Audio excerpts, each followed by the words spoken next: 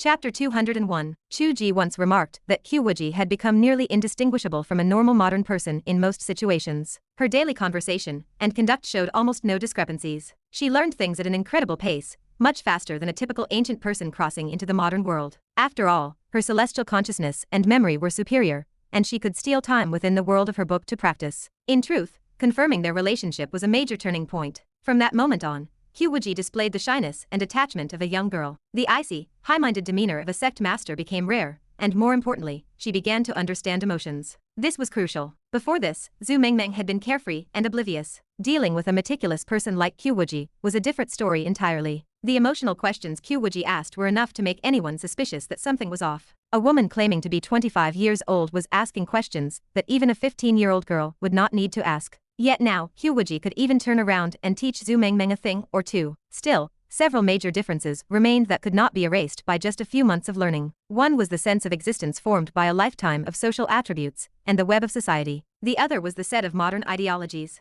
These were formed over years of subtle influence, based on historical impacts and socio-economic cultural factors. This was fundamentally different from the mindset of a cultivator. For example, Qiu Wuji could not understand the difference between the modern trend of lying flat and mere laziness. She also could not grasp why everyone loved watching videos of strangers cooking or showing off their relationships. Qiu Wuji had begun reading Marxist philosophy in recent days, but it was proving quite difficult to understand. This was not merely a matter of philosophical thought, but a cognition surrounding social and economic systems. To gain a deep understanding, many different disciplines were involved. This was why learning was necessary. Learning could resolve both of these problems together. However, Qiu Wuji would likely not enroll in any adult education schools. They would take it slowly, as they had plenty of time. Planning to learn how to drive and get a driver license seemed like a good start. Zhu Mengmeng's hospitalization was not a major issue, as it was purely for recuperation from mental exhaustion. Old Zhu had been discharged 2 days earlier, and Zhu Mengmeng was leaving today. Qiu Wuji had arranged to pick her up. When they arrived at the hospital, Zhu Mengmeng's complexion was rosy and healthy. The few days of rest had not made her thin. Instead, she had gained a little weight. Her expression no longer held the listless defeat of the past, as she smiled brightly. "Qiu, I missed you." Qiu Wuji looked at her with disdain. The evil capitalist. Most people would have lost half their life after being sick for these few days. You, on the other hand, stayed in a private room and got all plump and healthy. Zhu Mengmeng looked stunned. Wow, even you know how to curse capitalists now. What is the problem? Qiu Wuji asked, puffing out her chest. I grew up under the red flag. Is cursing capitalists not a part of my duty? Zhu Mengmeng stared, unable to process the situation, and reached out to touch Qiu Wuji's forehead. You do not have a fever. I am barely a capitalist. At the very least, I do not make the girls who pour tea in my shop work 996. Qiu Wuji blocked her hand, looked her up and down, and asked if her mood was all right. Yes, it is. Since it has passed, what else can I do? I have to look forward. Life must go on. Zhu Mengmeng stretched and let out a long sigh. It feels like such a strange dream. Qiu Wuji asked about her future plans. You mean regarding men? Yes. Zhu Mengmeng smiled. This time, I have truly learned my lesson. I will not look for anyone. I will let fate decide. If I meet someone who catches my eye, we shall see. If not, I will live my life alone. Qiu Wuji could hear the sincerity in those words. At least in this very moment, it was true. She felt a sigh in her heart. Zhu Mengmeng seemed unchanged, still laughing and joking without a shadow on her face, but she was no longer the same person she had been before. Qiu, I want to train my ability. Do you have any good ideas? Zhu Mengmeng asked suddenly. Qiu Wuji countered with a question. Do you want to be able to protect yourself, or is there another reason? I suppose I want the ability to protect myself. That day, I heard you say my power was quite impressive. I have always thought of myself as a weak little princess. Qiu Wuji could not resist retorting. You are an expert capable of severing cause and effect. You used such a power to steal a man. If you were not my friend, I would want to beat you to death for even asking me that. Zhu Mengmeng spoke softly. Actually, I could only cut other people's love lines in the past, because those lines were too faint. I could not cut anything slightly more robust. I just tried to see if I could cut the connection between myself and the nurse, but I found I could not. Theoretically, that connection should be very weak, to the point where she will forget who I am in a few days. Yet, even that I could not cut. That is the normal outcome. Otherwise, it would be too absurd. That day must have been the limit of your potential being fully stimulated. Qiu Wuji breathed a sigh of relief. It seems you must be able to recognize which lines can be cut. You must target the weaker lines, and even if a line is weak, if you cannot identify it, it will not work. I suspect that the line refers to the connection from her treating me, but that did not work either. You will have to wait until you can see it for yourself, like instantly recognizing a love line. That would mean you have mastered the meaning of that line. Qiu Wuji mocked her. You are truly amazing, Mengmeng. You cannot recognize such simple lines, yet you can identify love lines. Stop scolding me, Zhu Mengmeng pleaded. So, my training direction is to try to recognize other lines, and after recognizing them, try to cut stronger connections. That is clearly the direction you should take. Qiu Wuji thought for a moment. I do not know how to train these abilities, but the Black House has equipment specifically for training mental strength. You can go to the Black House with your father. The people there are quite decent. Zhu Mengmeng pursed her lips. My father has not trained anything out of it for so many years. He is a master of divination, yet he did not even know his own son-in-law was going to kill him. That might not be the case, Qiu Wuji smiled. When he said he would sell the mine to the state in front of Cai Sijian, was he really not doing it to provoke him on purpose? When we captured Cai Sijian, look at how excited you were compared to his composure. Oh, Zhu Mengmeng blinked, her eyes unfocused for a moment. It seemed everyone else saw things clearly, while she was the only one acting as foolish and naive as a dunce. Qiu Wuji leaned in close and whispered, asking how thick the love line between her and Chu Ge was. Zhu Mengmeng looked at her with a knowing smile. After a long moment, she spoke. Although I really want to lie to you to make you anxious, I will let it slide since you look so cute and nervous. Then tell me the truth. The truth is that your lines are very messy and numerous. The connection is extremely strange, but the one representing love is the thickest one I have ever seen in my life. It is thicker than that thing some people have. Qiu Wuji raised an eyebrow. Oh, I meant an iron chain, Zhu Mengmeng said nonchalantly. Do not worry about me stealing your husband. I think even if I tried to bite it with my teeth, I would not be able to break it. Qiu Wuji felt happy, but she said with a huff that she wanted to learn how to drive. Are you talking about the kind of driving I just did? People on the internet know how to do that easily. Qiu Wuji tugged at her collar. I can learn that from Chu Ge. Your level is too amateur. I am talking about a real car, the kind like your frog car. You really want to buy a car? Zhu Mengmeng became interested. Come on, I will help you look. I am not buying one yet.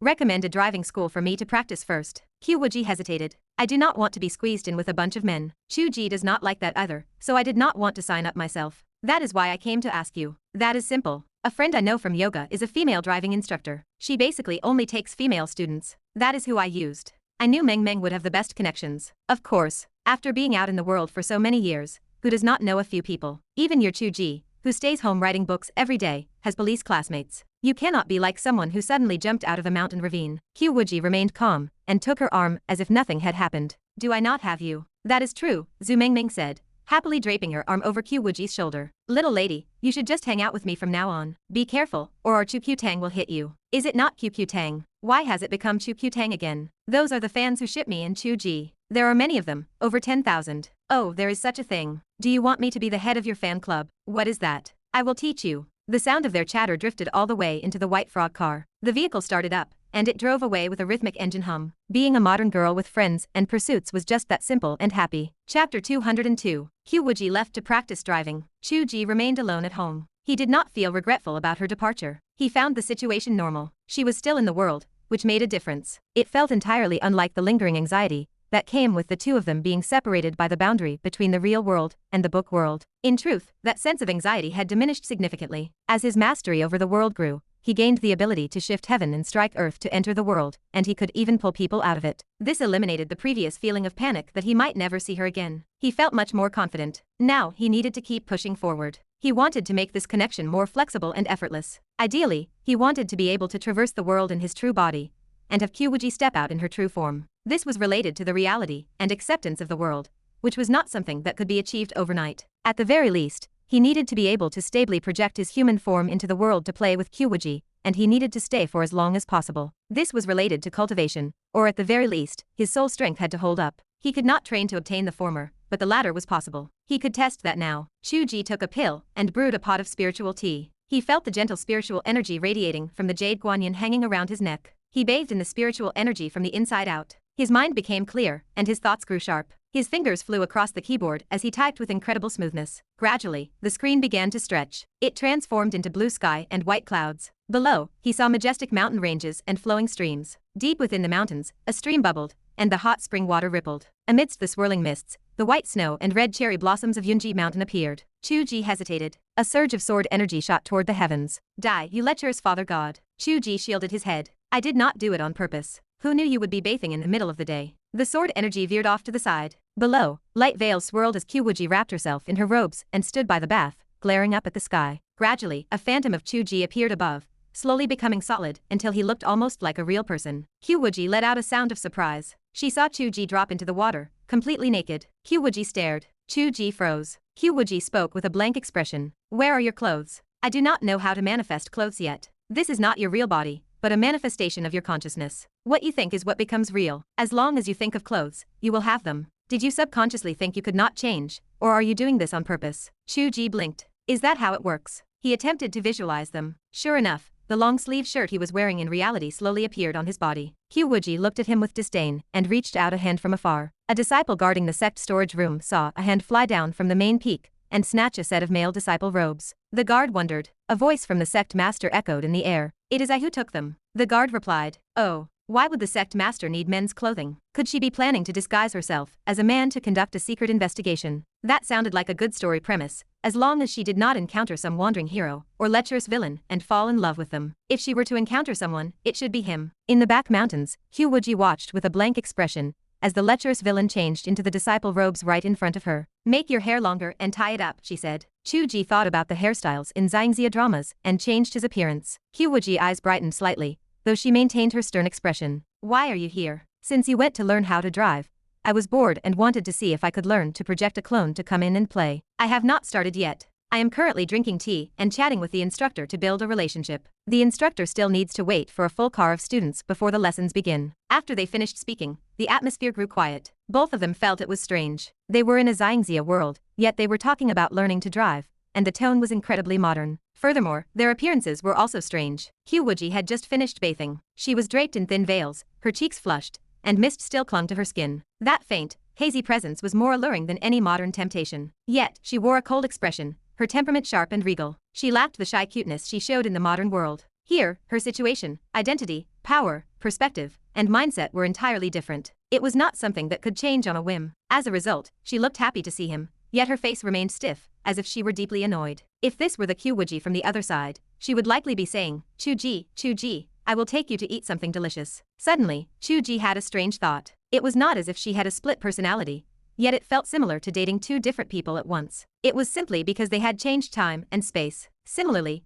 Qiu Wuji looked at the Chu Ge who had also changed time and space, and she felt quite strange. His hair was long and tied up. He wore the simple attire of a low-level entry disciple, standing honestly before her. At his feet, there were no longer modern sneakers, but embroidered cloud boots. At his waist, there was no longer a leather belt, but a cloth sash. He was no longer dressed in a costume that failed to pass for the real thing, but was truly a young master from ancient times. His posture truly made him look like a newly recruited disciple, who had accidentally stumbled upon the Sect Master bathing, and was now being scolded. He was no longer the Chu Ge from the modern world, who gently helped her become familiar with things, but a novice who had arrived in a brand new place, unfamiliar with every blade of grass, every technique, and every law, requiring her guidance in return. Even if he was the one who wrote this world, Qiu Wuji heard her own voice, cold and ethereal, like someone speaking in a dream. Are you willing to take me as your master? Chu Ge almost laughed aloud, but seeing the expectation in Qiu Wuji's cold eyes, he managed to hold it in. He performed a deep bow with great sincerity. Disciple Chu Ge, greets master. Qiu Wuji nodded slightly, turned, and began to walk. Follow your master. Inside Zhu Mengmeng's tea house,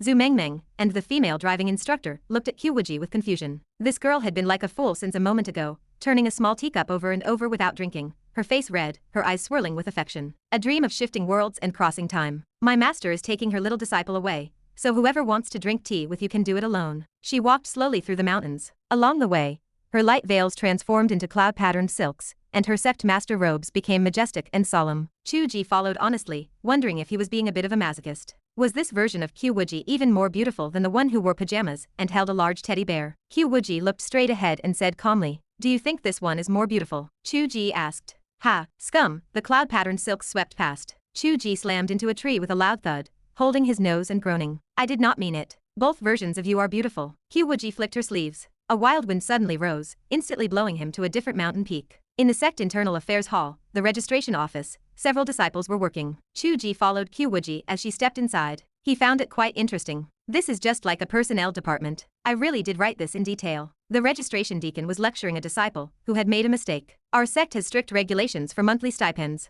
Different ranks are one thing, and different job responsibilities have their own subsidies. There must be no negligence in the registry. Look at what you have recorded. Someone has 3 job roles, and you just write that they have multiple roles. We are the #1 sword sect in the world, not some amateur troupe. Wait. Master. Greetings, Master. The disciples fell to one knee in unison and bowed their heads. This disciple greets the Sect Master. Qiu Wuji nodded slightly. Rise. The deacon carefully looked at the unfamiliar disciple standing behind Qiu Wuji, who was darting his eyes around. He asked carefully, Sect Master, who is this? This is Chu Ge, Qiu Wuji said as she pulled him to the front. She introduced him solemnly. This is my first direct disciple. Please register him. Oh, I understand. Hurry up and register him. The Sect Master's direct, the deacon began to say, but his voice suddenly faltered. Then, his pitch soared by 16 degrees. The Sect Master's direct disciple. The mountain range echoed. The disciples in the registration hall were stunned. The entire internal affairs hall erupted into a chaotic commotion. Crowds of people poured in from outside, staring in shock at the Sect Master's direct disciple who had appeared out of thin air. In an instant, the entire sect was shaken. Within a single day, the 9 provinces were stunned. Qiu Wuji, who had practiced in solitude for 10,000 years, had taken a disciple. And it was a man. Chapter 203. When Qiu Wuji announced her decision to take on a disciple, Chu Ge did not overthink the situation. He felt that the move was necessary. If he intended to spend his time clinging to Qiu Wuji at the main peak, he needed a way to explain his presence to the sect members. He did not want Qiu Wuji to act like a thief engaged in a secret affair every time someone came to report business. She would have to hide whenever a visitor arrived. He wondered if such an arrangement was truly worth the trouble. Furthermore, Qiu Wuji had long harbored a desire to stand by his side and walk the path of the sword openly. The intention had been clear for a long time. By first establishing his identity as a direct disciple, everything else would fall into place. At the very least, it would become perfectly normal for the members of the Yunji sect to see him at the main peak. As for whether people would gossip later if his filial devotion turned into something else, he figured that was exactly what he wanted. If it did not change into something more, the game would be no fun at all. At that moment, the members of the Yunji sect surrounded them. They wanted to see what kind of peerless genius had appeared. They wondered if he had 3 heads and 6 arms or 2 horns, and why their sect master, who had not taken a disciple in 10,000 years, had suddenly shown him such favor. Amidst the noisy commotion, Chu Ge, the center of attention, began to break out in a cold sweat. He was not embarrassed by the gazes of others. He discovered a strong sense of crisis growing within his heart. He realized that if things continued this way, the plot would collapse. He had to correct it. Only then did he suddenly wake up. This was not just a matter for the two of them. It clearly involved a massive change in the plot of the world within the book. The repercussions were extremely far-reaching. To the world within the book, Qiu Wuji taking a disciple was an event of astronomical importance. Qiu Wuji had never revealed any intention of taking a disciple before, but this was a bug created by the pen of the heavenly Tao. Conventionally speaking, in her situation, it was impossible for her not to take a disciple. Her lifespan was not eternal. She was already 10,000 years old. In a few hundred or 1,000 years, she would eventually die. If she did not want to die, she would have to ascend. That would take her to another realm. The sect would still need someone to take over. Her direct disciple would, barring any accidents, be her successor. The entire ship would be handed over to him to steer. In a single night, he would stand at the peak of the world. The current Qiu Wuji was vaguely recognized as the #1 person in the world,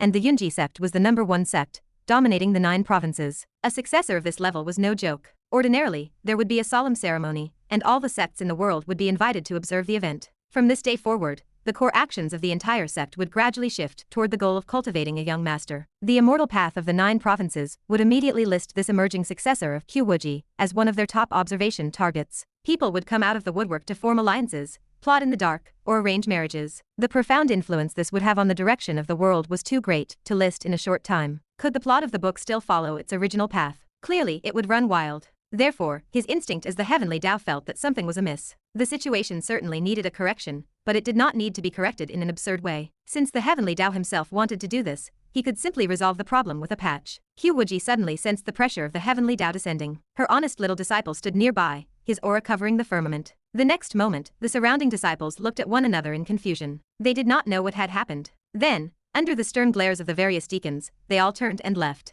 Why glare at us? Were you not the ones who led the crowd to watch just a moment ago? Strange. What were we all watching just now? We must have grown bold to dare watch the Sect Master. As the people dispersed, the registration deacon also seemed to have forgotten his own shout about the Sect Master's direct disciple. He lowered his voice, looking very alert as he spoke to Qiu Wuji. Sect Master, is this person truly your direct disciple? Qiu Wuji thoughts raced. She instantly understood what had happened. Everyone had been careless, leading to the risk of the plot running wild. Chu Ge had corrected it in time, resetting the deacon's outburst. Qiu Wuji breathed a sigh of relief. It was no wonder neither of them had considered these things. Who would think about plot instability when taking on a disciple? In a way, this was the tragedy of being unable to control one's own fate. She wanted to break free from her destiny and become an independent person, and this was where that struggle lay. However, when the heavenly Tao she wanted to break free from was her own man, the situation became indescribable. Since he had gone to the trouble of resetting the scene, he had only stopped at the point of the shouting. He had not prevented her from speaking about the direct disciple. This meant Chu Ge did not intend to wipe out the matter entirely. He likely intended to apply a different patch. He was willing to take on some risks just to be able to stand by her side openly. The old married couple understood each other's intentions instantly. Qiu Wuji pushed down the ripples in her heart and nodded slightly. He is indeed my direct disciple. He is not a disciple I have just taken. I have observed and taught him in secret for a long time. He possesses excellent talent and reliable character. Today, I officially admit him to my section. However, his cultivation is still shallow. If I announce it abruptly, I fear he may be harmed by others. Do not spread the word yet. Keep the registration secret and notify the elders privately. Understood. Your consideration is thoughtful, Sect Master. The deacon glared at the surrounding registration disciples and said coldly, "Did you all hear the words of the Sect Master? If a single word leaks out, the law will show no mercy." The disciples looked at Chu Ge with a mix of curiosity and jealousy. They all stated firmly, yes. The deacon asked Qiu Wuji, "Sect Master, shall we drip blood to make a life tablet now?" Qiu Wuji paused. Her expression became somewhat strange. "A temporary tablet will suffice for now." The deacon was confused but did not dare to ask more. He had to follow the order. A temporary tablet was simple. They were always prepared for distinguished guests. He gave Chu Ge a tablet on the spot. Qiu Wuji stood stiffly as she took Chu Ge and turned to leave. She spoke through a telepathic message with a strange expression. "Hey, now it is my turn to have a headache over your identity card." Chu Ge also found it amusing. It truly was like that. The Sect Life tablet was not just proof of identity, or a means to receive resources and equipment. Its main purpose was to swipe into many different locations. Without this item, not only would he be unable to enter, but he might also trigger a defensive restriction, because the system detected he was not one of their own, which could be fatal. Losing this meant losing a lot of permissions. He might even be unable to use the teleportation arrays between the various peaks. Furthermore, if an accident occurred and the life tablet shattered, the sect would know immediately. They could then use divination or backtracking to find the killer and take revenge. It was a standard feature for a strong section. Of course, Chu Ge did not need this. Unfortunately, this item was not something one could get just because the Sect Master opened a back door. At the very least, he had to provide his blood or hair so others could make a tablet exclusive to him. Until now, they had not been able to bring items inside. Every time Qiu Wuji returned, her clothes remained on the bed. Chu Ge also entered purely as a projection of his consciousness and could not carry any physical objects, because as of yet, no direct spatial channel had been established between the two worlds. This was the fundamental reason why their true bodies could not traverse the divide. Using the principle of a portable space combined with the technique to shift heaven and strike earth,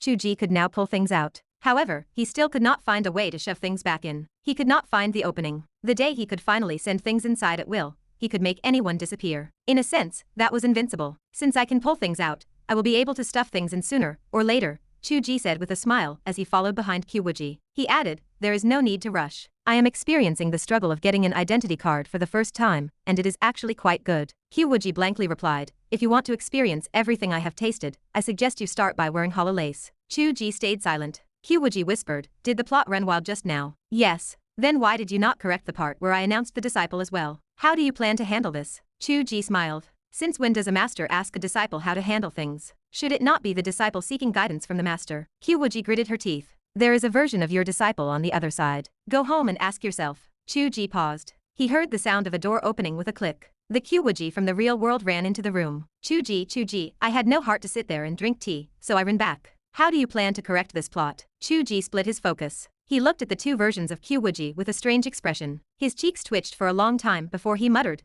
"This is double the joy." The two versions of Qiu Wuji grabbed Chu Ge by the collar simultaneously. "Die, you scum." "Damn it," Chu Ge scrambled up from the grass, dirt covered. "Wait, hold on. My writing and cultivation do not count as a true distraction, and I can handle it. Having two-way conversations and thinking like this is too much. My system is going to crash for a while. Let us talk about it on the other side." Qiu Wuji hummed, folding her hands and looking at the sky. Weak. In the real world, Chu Ge carefully removed Qiu Wuji's hand from his collar and smiled. "Give me a few minutes. I am applying a patch." Qiu Wuji kept a straight face as she watched Chu Ge write in the main text. Qiu Wuji searched for the white tiger fang, but there was no news. Suddenly, she had a realization. Whether I die of old age or successfully ascend, the sect must make arrangements for the future. Previously, I was determined to ascend and did not consider this matter. Now that I have encountered a bottleneck, the idea of taking a disciple has finally been placed on Qiu Wuji's agenda for the first time. Chu Ge turned his head to look at Qiu Wuji and smiled. This is the setup, laying the groundwork. Then he opened the settings document and added a new character profile in the character section. Chu Ge, Qiu Wuji disciple, identity obscure, origins mysterious, suspected incarnation of the heavenly Tao. The #1 handsome man in the world. Qiu Wuji stared. What? Am I not handsome? No, regardless of whether you are handsome or not, I have known for a long time that you do not need this face. What I am asking is it okay for you to write Chu Ge directly into the story? Will the readers find it distracting? It is fine. It exists only as a concept that the heavenly Tao protects the Yunji sect after Qiu Wuji ascends. I will not write about him in the main text. At most, the readers will have a laugh and say that Chu Ge is shameless to write himself as such a powerful minor character. Such situations are quite common. For instance, I have seen an author write that he was a famous handsome man of a previous generation. Who would hold it against him? Qiu Wuji replied, are all you authors this shameless? What is shame? Chu Ge laughed. To us, having this passage makes the existence of this disciple in the world of the book no longer abrupt or unstable. That is the key. Qiu Wuji thought for a while. She could not find any flaws. It seemed feasible. Chu Ge continued, later,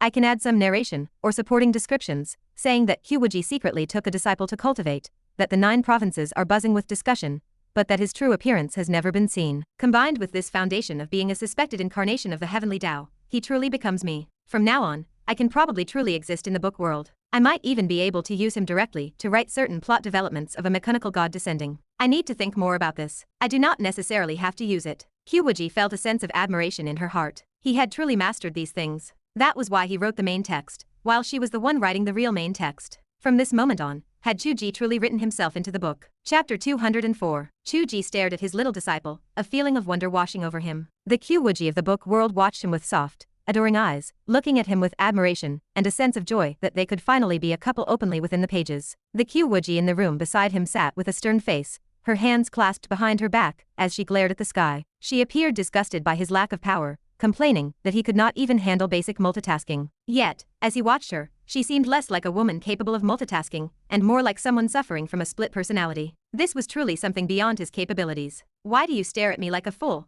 Qiu Wuji asked. She stood behind him, kneading his shoulders before leaning down to whisper into his ear, her voice dripping with seduction. Does it feel especially good to woo the female sect master within the Yunji sect? Chu Ge nodded immediately. Qiu Wuji's expression changed in an instant. Her gentle kneading turned into a painful pinch. You just like her more, she accused. Chu Ge stared, unable to process the situation. What was happening? Was she truly jealous of herself? Was that not her as well? Qiu Wuji covered her face and sobbed. I help you cook, I help you manage your book reviews, and I even kiss you, yet you prefer a sour woman with a frozen face. I am not, this is not, Chu Ge stammered. He scrambled to comfort her. I certainly love this version of you as well. Are you not both the same person? Oh my god. Qiu Wuji peeked at him through her fingers, looking pitiful. I am going to cook. Go back to writing and stop always thinking about finding other women. Chu Ge stood with his mouth half open, watching her run off to the kitchen. His mind was a complete mess. Within the world of the book, Qiu Wuji glanced at Chu Ge. Are you finished with your distraction? Has your system rebooted yet? Chu Ge cleared his throat. I am ready. Where are we going today? Let us go eat the food made by that lovesick little woman. After all, she is the version of me you love,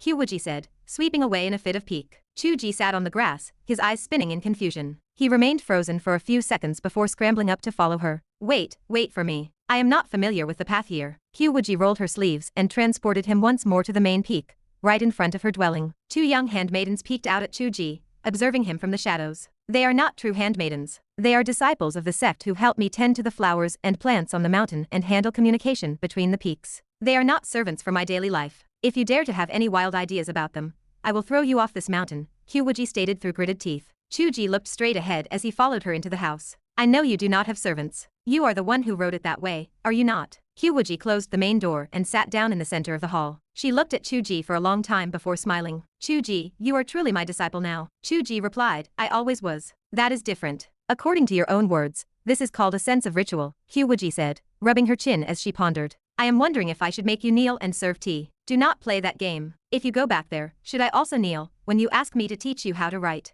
What that useless dead woman does has nothing to do with me. Chu Ge gave up. Then make her kneel first. I do not believe you would ever truly allow it. Qiu Wuji glared at him. Chu Ge glared back. After staring at each other for a long while, Qiu Wuji snorted and abandoned the topic. How long can your spiritual projection remain here? It feels like you have been here for a while. Chu Ge assessed the situation. I should still have about half an hour, perhaps a little less. That is already much better than I imagined. Qiu Wuji asked, the conditions here are different from those on the other side, so there is no need to worry about trade-offs. I will transmit the basic cultivation method of our sect to you first, so that your identity as my direct disciple remains credible. A few minutes will suffice. After that, what else do you wish to learn? Chu Ge scratched his head. I have not decided yet. I am actually considering something. If the time I can stay here could be extended, I could write that 7 days have passed on the other side, hide here for 7 days to write my book, and then go back to crush them with my productivity. Qiu Wuji questioned him with a look. Chu Ge hesitated. Qiu Wuji arched her eyebrows. You have come to the world of immortal cultivation, with a lover at your side, or rather,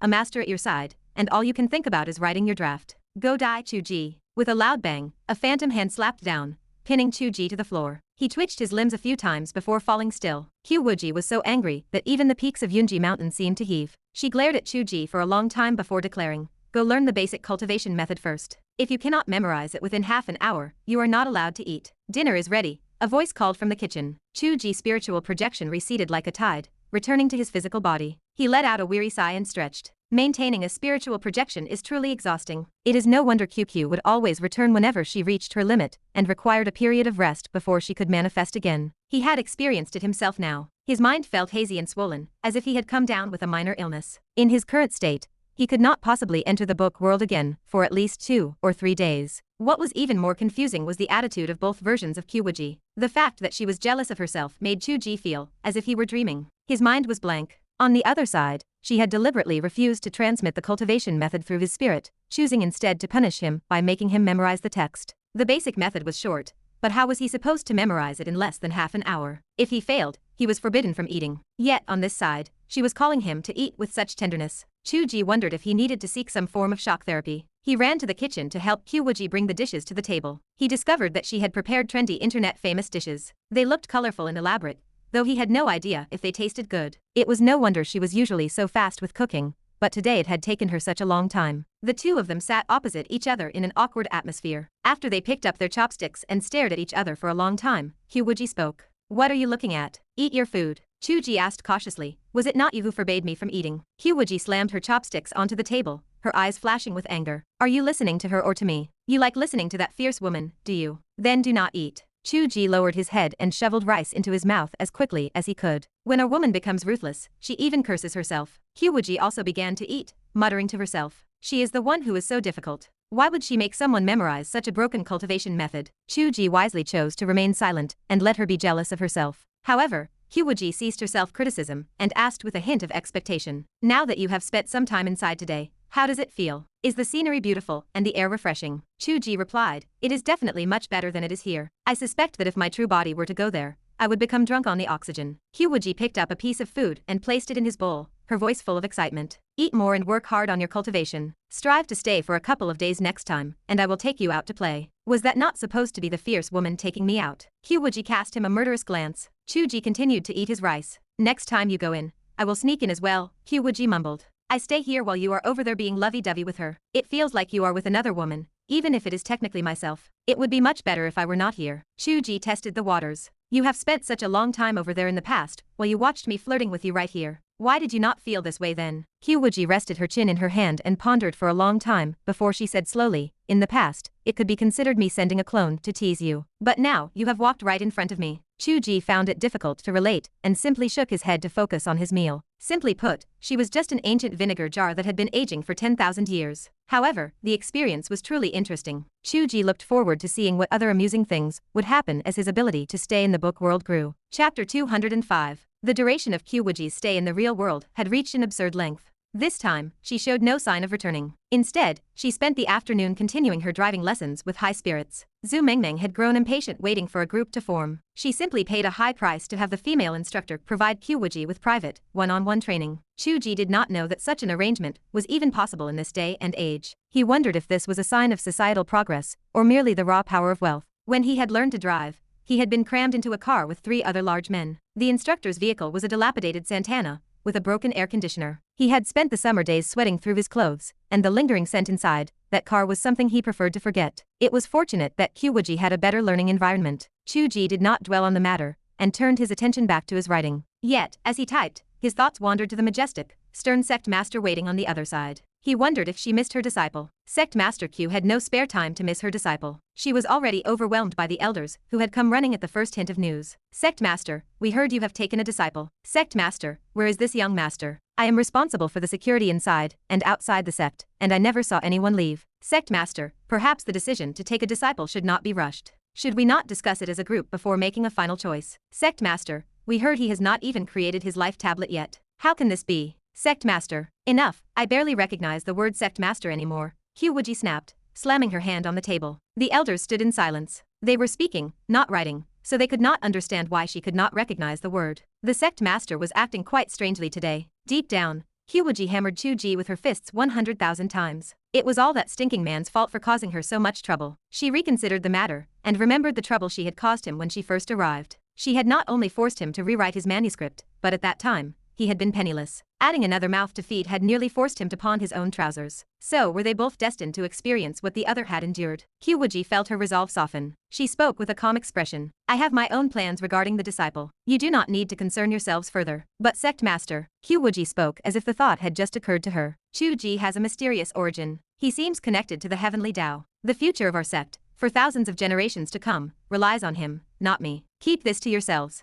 Do not spread it. The elders were struck with awe. The incarnation of the heavenly Tao, the child of the heavenly Tao. They connected this to the way he had disappeared so inexplicably, and their imaginations ran wild. It seemed quite possible. Otherwise, given the heavy defenses of the Yunji sect, even someone more powerful than Yan Qinli could not have vanished without leaving a trace. That explained why he was unwilling to drip blood. Who would dare treat the blood of the heavenly Tao so carelessly? Once they began to fill in the blanks, it truly seemed plausible. However, a new problem arose. If he was truly related to the heavenly Tao, was it wise for the Sect Master to reveal such a secret so casually? Seeing their doubtful expressions, Qiu Wuji pounded the table once more. If I do not say anything, you complain that I am noisy. Now that I have spoken, you worry that I am being too loose with my words. Well, that is, regardless of whether he is related to the heavenly Tao, even if he were the heavenly Tao himself, it would not change the situation. I have already accepted him as my disciple, Qiu Wuji declared with a wave of her hand. Return to your duties. Keep this secret and speak no more of it. If you happen to meet him in the sect, just treat him like a normal disciple. Understood,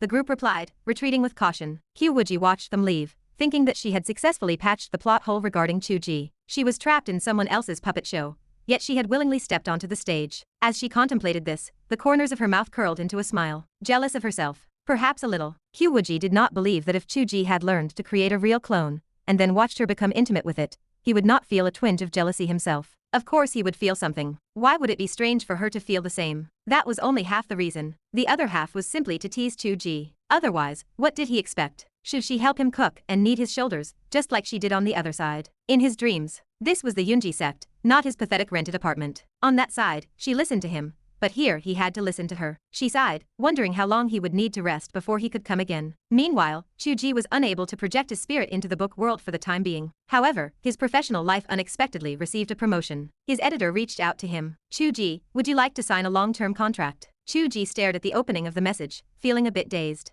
He could not remember if it was the editor who spoke that way first, causing Qiu Wuji to learn it, or if Qiu Wuji had learned the expression naturally. Regardless, the feminine, playful tone reminded him once again that he was speaking to a female editor. A long-term contract was something Lin Wang knew nothing about. He had once mistaken it for a promotion and teased Chu Ge about it. In reality, it was quite different. For a time, such contracts were even boycotted by authors, because they meant signing away the person, rather than just a single book, and the revenue share remained the same. It seemed to have only negative value. Where was the promotion in that? However, because these contracts often came with Schrödinger-esque resource allocation, and were a prerequisite for future contracts, with higher splits, the boycott eventually faded away. It became the carrot dangled in front of the donkey, viewed by most as a true advancement. This was why the editor asked if he wanted to sign. It was a choice between rights and the future. Chu Ge fell into a deep, distracted thought. If this were in the past, he would not have hesitated. He would have signed without a second thought. Only by climbing this ladder could he advance further. Achieving the honor and revenue split of a top-tier author was the dream of almost every writer.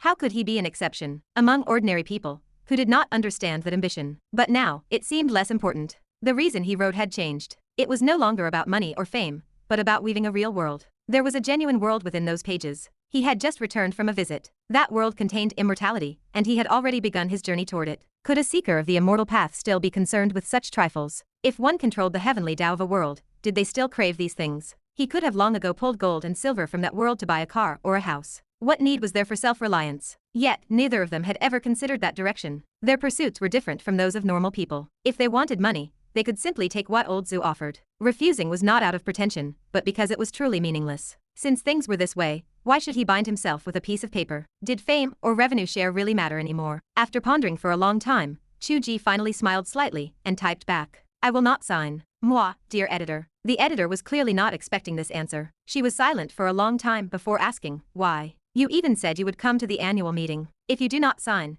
how can you come? Because I likely will not have another book. So what meaning does a long-term contract have for me? No other book, the editor asked, clearly shocked. You have just begun to take off. If you accumulate your current popularity, your next book could perform even better. Why would you suddenly consider stopping at a time like this? Do you have a gold mine at home? Chu Ge made up an excuse. Writing is just too exhausting, dear editor. I will save some money and do something else instead. The editor accepted the reason. It sounds like you are just burned out from writing, what we call a writer's block. It will pass. Why not take 2 days off to rest? I will send you the contract template anyway. You can decide whether to fill it out later. Chu Ge felt that the editor was genuinely kind to him, so he did not give a hard refusal. He accepted the template and laughed. Thanks. By the way, what made you think to send this to me now? We process a batch at a time, and your performance has been sufficient for a long time, the editor replied. Also, someone recently inquired about your copyright prices. While this has nothing to do with the long-term contract, if things go well, it might lead to a top-tier author deal. Chu Ge paused. Regardless of whether it was related or not, it had only been a few days. Was someone already asking about the copyright? Was old Zhu truly that efficient? Chapter 206. Chu Ge felt that such things could not happen quickly. A project proposal required evaluation,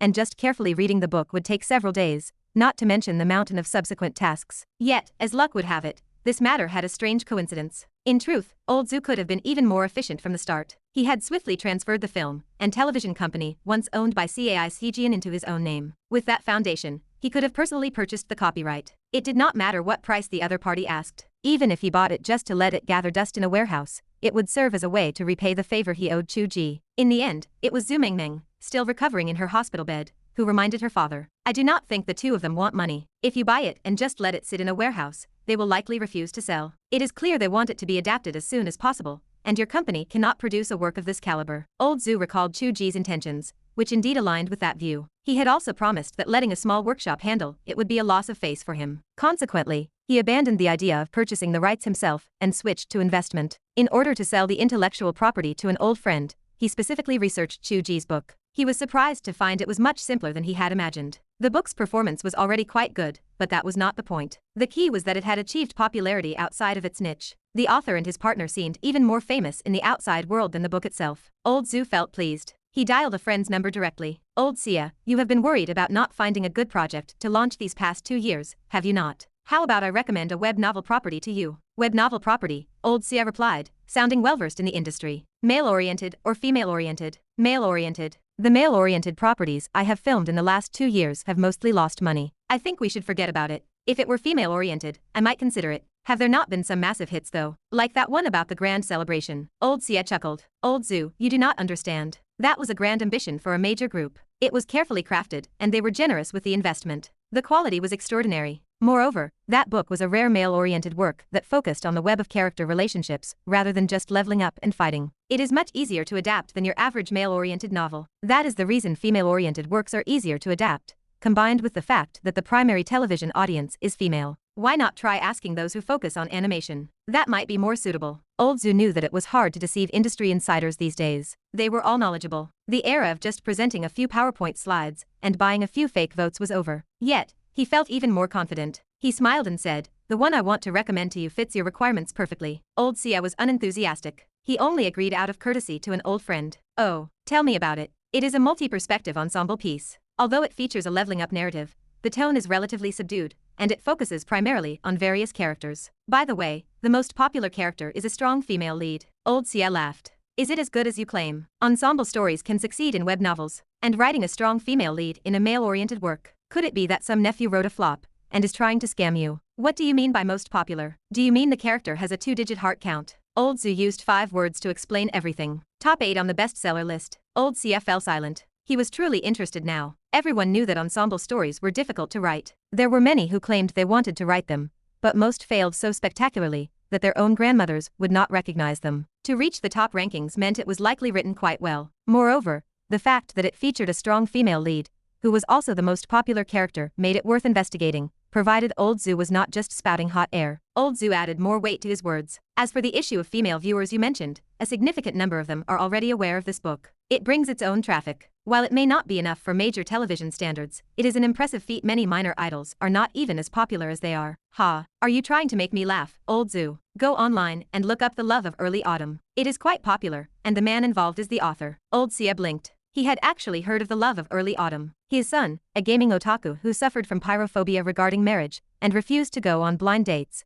had recently agreed to go on one. When asked why, his son said it was because he was sweetened by the love of early autumn and started to yearn for love. Claiming it was more popular than an idol was certainly Old Zhu exaggerating, but the fact that it had some traffic outside its niche was true. Old Sia asked, after all this, do not tell me this couple is trying to debut as actors. Old Zhu was startled. No, I can guarantee that is absolutely not the case. then you are not just recommending it because you truly think it has potential, are you? Why not? I am optimistic about it. I am not just recommending it. I am investing at least 50%. How is that? I am not trying to cheat you, am I? Old Sia began to take it seriously. Wait a moment. I will have the risk management department evaluate it. Old Sia's film company was famous throughout the country. It was not some amateur troupe where a single word from the boss could decide everything. Ordinarily, the evaluation process would take a long time. As it happened, when he asked his subordinates to evaluate it, the reply he received was, "Director Sia, the other party's copyright department previously recommended this book to us. We have already evaluated it." Old Sia asked, "What a coincidence. What was the result?" The team gave it a rating. "It is excellent in every respect and meets our needs and plans. Furthermore, there is no censorship risk. The main problem is that to film it effectively, the investment would be too high, which carries significant risk. After studying it, we decided to shelve it." Old Sia nodded slightly. This was a problem that even the best male-oriented works could not avoid. No matter how good the book was,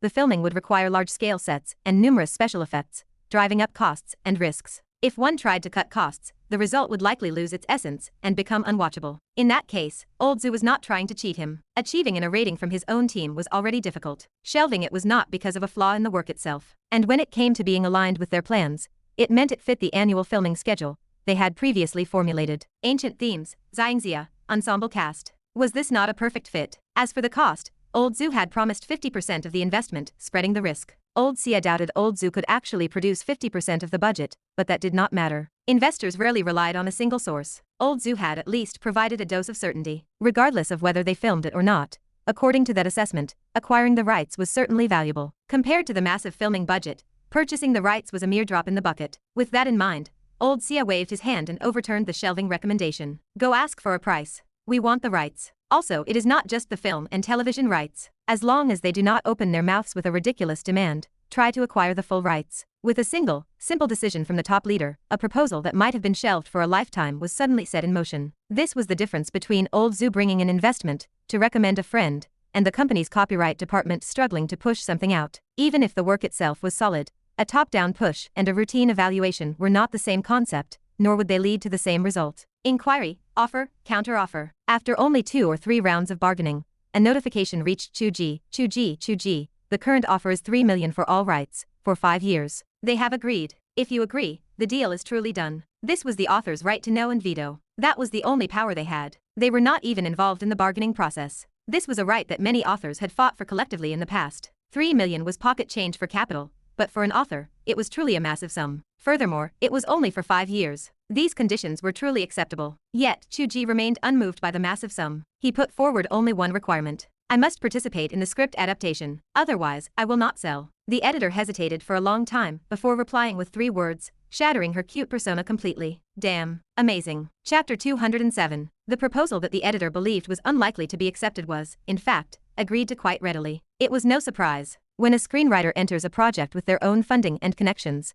they are someone you cannot refuse, even if you wanted to. Moreover, the author himself brought his own audience. Not mentioning that he would be the one writing the adaptation would be a missed promotional opportunity. Only a fool would pass that up. As a result, with mutual enthusiasm, the full copyright for the novel, The World of Chu, was officially sold to Daetang Light and Shadow Limited Company for 3 million for a period of 5 years. The contract explicitly stated that the author would personally participate in the screenwriting process, and that plot modification suggestions would be based primarily on the author's opinion. This was a treatment fit for a famous author, a level of respect that even established masters might not always receive. Most film and television practitioners are habitual split personalities. On one hand, they desire the popularity of web novel properties, and on the other hand, they look down upon web novels themselves. One screenwriter once publicly stated on a forum that he handled web novel adaptations, but never actually read web novels. He had said it with a sense of pride. The fact that web novel adaptations so often result in absolute garbage can be attributed to this arrogance. Aside from budget limitations,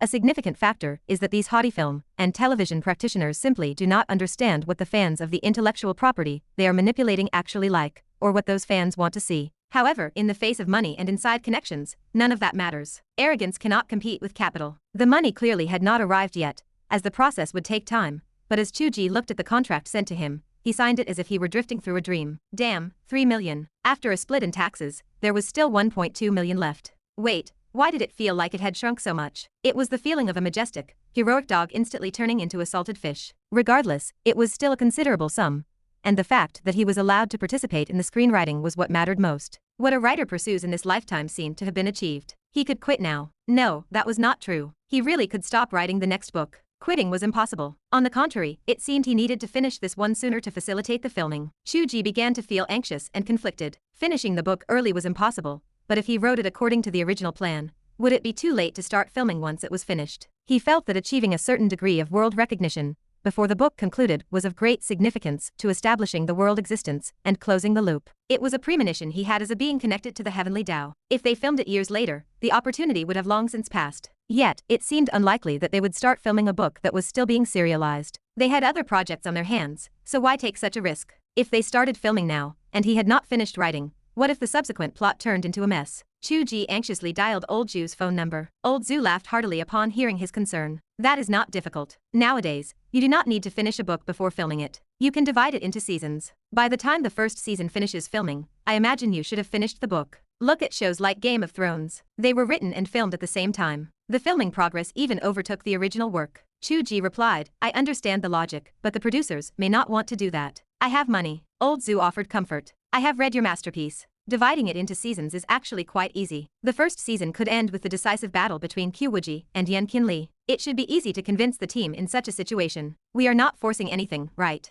Chu Ge felt a bit guilty. How much are you planning to invest? Old Zhu said. 100 million. Chu Ge was stunned. I just sold my mine and cashed out a large sum. I have so much money on hand that it is starting to grow mold, so I need to find places to invest. This is just one of them. I am looking for other projects as well. Chu Ge asked, you really sold the mine that quickly? Old Zhu laughed. That is why I added a bit more. Originally, I did not need to invest that much. Adding more gave me the leverage to urge them to start the project earlier. No, Old Zhu, you added more. Chu Ge said weakly, what if you lose it all? Old Zhu laughed. Do you take Xia Wenyuan for a fool? Since he gave the go-ahead, it means it passed a risk assessment. Honestly, I only planned to invest 10 or 20 million to show support. I had not thought about making a large production. His attitude, however, made me feel it was profitable. Chu Ge, I am not just saying nice things to deceive you. Investment is for making money, not for saving face. Is it really profitable? Which profession is without risk? Since we have decided, we will bear the consequences. Old Zhu added, do not be so lacking in confidence. Can you show some self-assurance? Your timid appearance is making me nervous. Chu Ge coughed.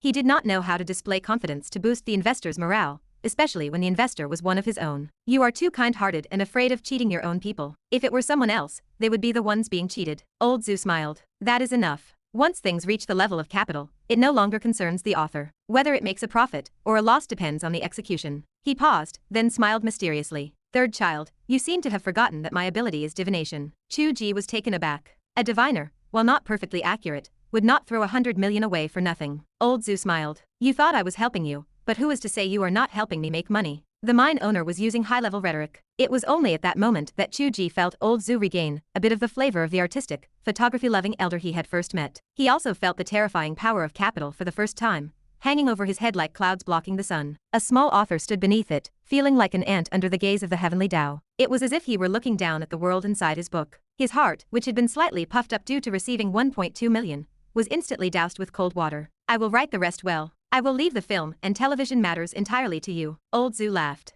No problem. Do you want to come over for a meal today? No, I am waiting for QQ to return home. She should be done with her driving lessons soon. Very well, I will not disturb you two lovebirds. The front door clicked. Qiu Wuji's laughter drifted in. I am back. Are you not writing? Chu Ge put away his phone and stepped forward to take the groceries Qiu Wuji was carrying. I was just talking to Old Zhu on the phone. You went to driving school and still bought groceries. Yes. One car, one student. The time was flexible. I went shopping with the instructor. Qiu Wuji changed her shoes and laughed. The instructor is also someone who knows how to manage a household. Unlike Meng Meng, who is a complete capitalist, she refuses to admit it even when you call her one. Chu Ge sighed in agreement. Indeed, a capitalist. Why do you have that strange expression on your face? It is nothing. Chu Ge tossed the groceries into the kitchen, turned around, and scooped Qiu Wuji up in his arms. With a leap, he rolled onto the sofa. The film adaptation is settled. Mission accomplished. Want to kiss? Qiu Wuji struggled in his arms, covering his mouth with a look of disdain. You are not allowed to act like Wei Xiaobao. He had 7 wives.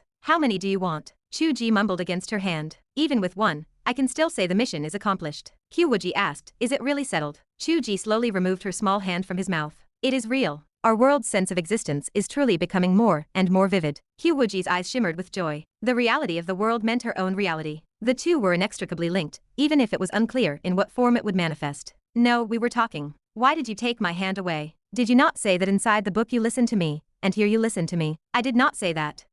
Chu Ge leaned in and kissed her deeply. The strength of Qiu Wuji's struggle slowly faded. She closed her eyes, hugged him back, and gently responded to his affection. It had been a long time since they had kissed. Chapter 208. There had been too much going on lately, and the truth was that the two of them had not been intimate in a long time. The past few days had returned to a routine rhythm of daily domestic life, and neither of them seemed to have considered intimacy. It was hard to tell if the recent series of events had simply dampened their moods, or if they had settled into the behavior of an old married couple, devoid of that initial spark. Experience proved that the latter was impossible. They had barely scratched the surface of what they wanted to explore, so how could the desire be gone? Intimacy was a natural consequence of deepening affection, not a goal to be pursued with intent. When you truly love and respect someone, you do not constantly fixate on the physical act, but once the atmosphere is right, the two naturally gravitate toward each other, yearning to be as close as possible. Just like the joy of achieving an important goal, there was nothing better to express their emotions than a deep embrace and a kiss. Their tongues danced together in a rhythm that had long since become familiar, no longer colliding in the awkward pain of their first time. They had scaled the clouds together many times,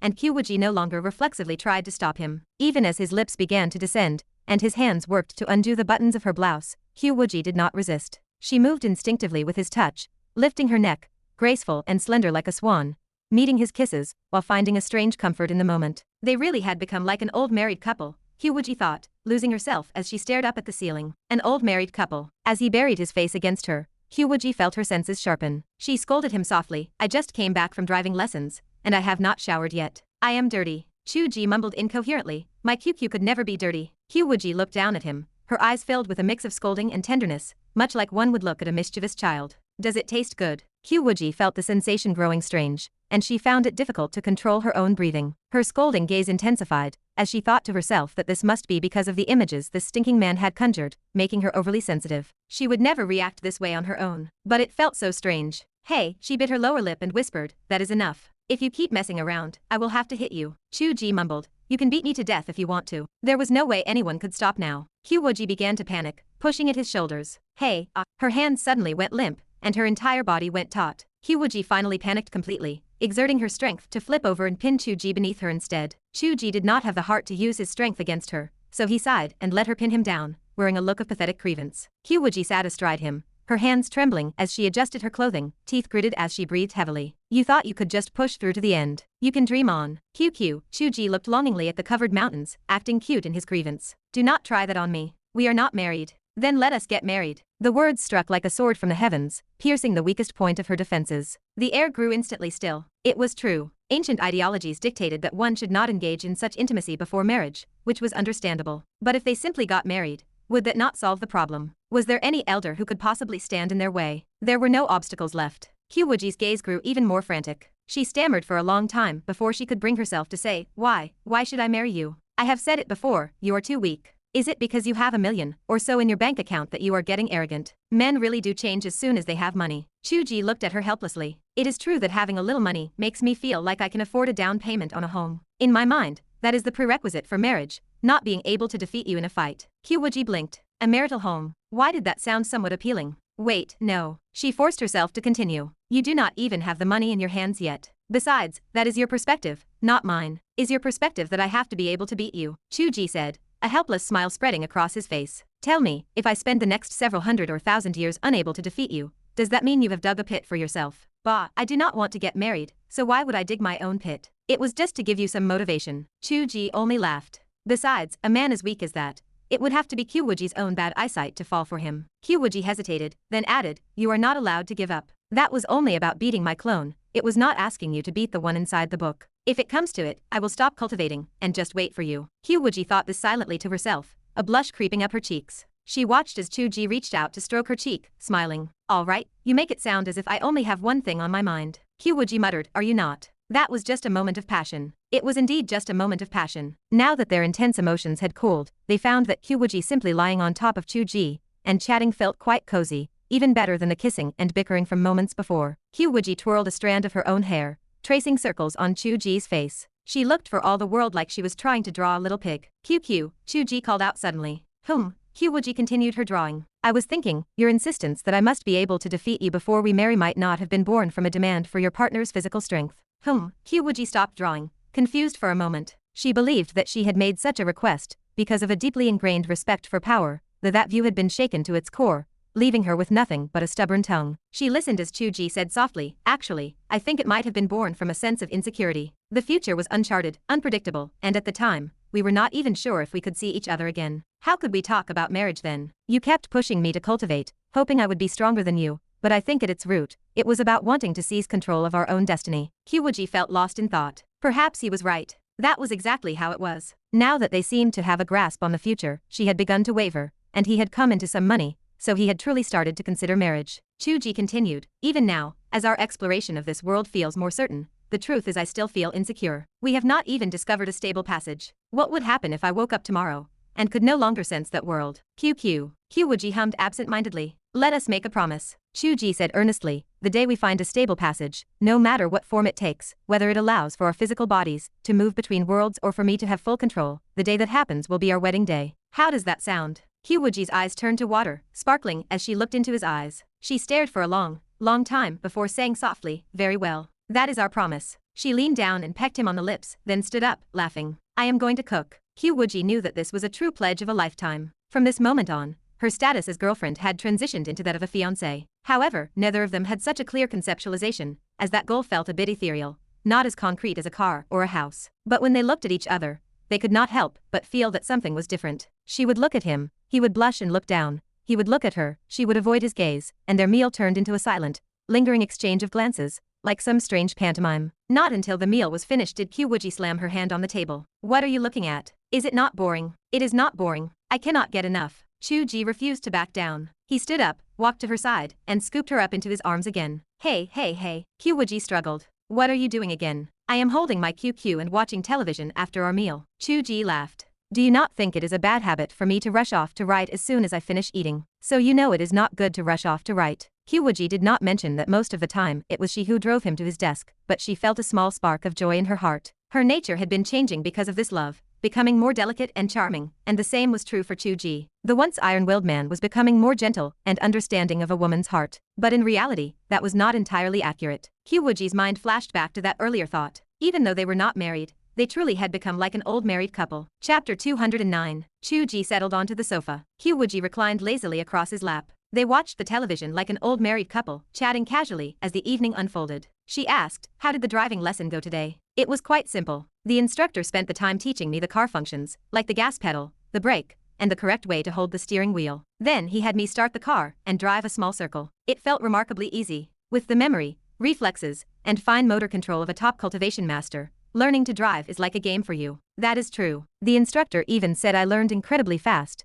not at all like someone who had never touched a vehicle before." Qiu Wuji smiled. "What made me happiest was experiencing something completely different from the world I know. Using machines and steel to render 1,000 gold stallions obsolete. Chu Ge, this world is truly remarkable." Chu Ge leaned down and kissed her forehead. "I think you are even more remarkable." Qiu Wuji blinked. Because Sect Master Qiu, who stands at the pinnacle of one world, can truly start from the most basic things, experiencing every little detail of another world. It is like strolling through a sea of flowers, leisurely recording every piece of scenery. You told me once that this was your form of cultivation. I found it hard to relate to that at the time. Now, perhaps because I have a foundation in cultivation myself, I truly feel that this is a form of practice. If it were me, I likely would not have the heart to do it." Qiu Wuji smiled faintly. "That is not what I consider cultivation. You are the one who is my cultivation. This feeling of love is the most unique experience of my 10,000 years." She kept these thoughts to herself, simply saying, "Then, Father God, please take the time to observe even the smallest flower or blade of grass in the world of the book." Chu Ge knew that Qiu Wuji had always been looking forward to bringing her little disciple into the world of the book, hoping to reverse their roles. He was looking forward to it as well. Beyond the novelty of changing their dynamic, Qiu Wuji was right. He truly needed to understand every aspect of that world. It was an essential matter. How can a heavenly Tao exist if it only relies on imagination, without ever truly witnessing its own world? If he did not even know what the things he wrote looked like, his control as the heavenly Tao would be hollow. Now he had the opportunity to rectify that, but his spirit remained exhausted, and he could not enter the world of the book just yet. "Can you produce any pills that recover spiritual exhaustion?" Qiu Wuji asked. Chu Ge shook his head. "I tried, but it is impossible. I cannot even manifest the materials to refine them. Anything involving the spirit is of too high a level." Qiu Wuji rubbed her chin, lost in thought. Chu Ge looked down at her as she lay on his lap, thinking she looked exactly like a cat. He could not help but reach out to touch her chin. Qiu Wuji glared at him. "I am trying to think of a solution for you. Do not disturb me. There is no solution to think about. You are such a powerful being, Yet even you need days of rest to recover after overexerting yourself in a projection, let alone me. Chu Ge laughed. You are just being impatient, Qiu. Qiu Wuji felt her face grow warm. She snorted, that wicked woman is the one who wants to teach her disciple early. What does that have to do with me? Chu Ge could not help but laugh.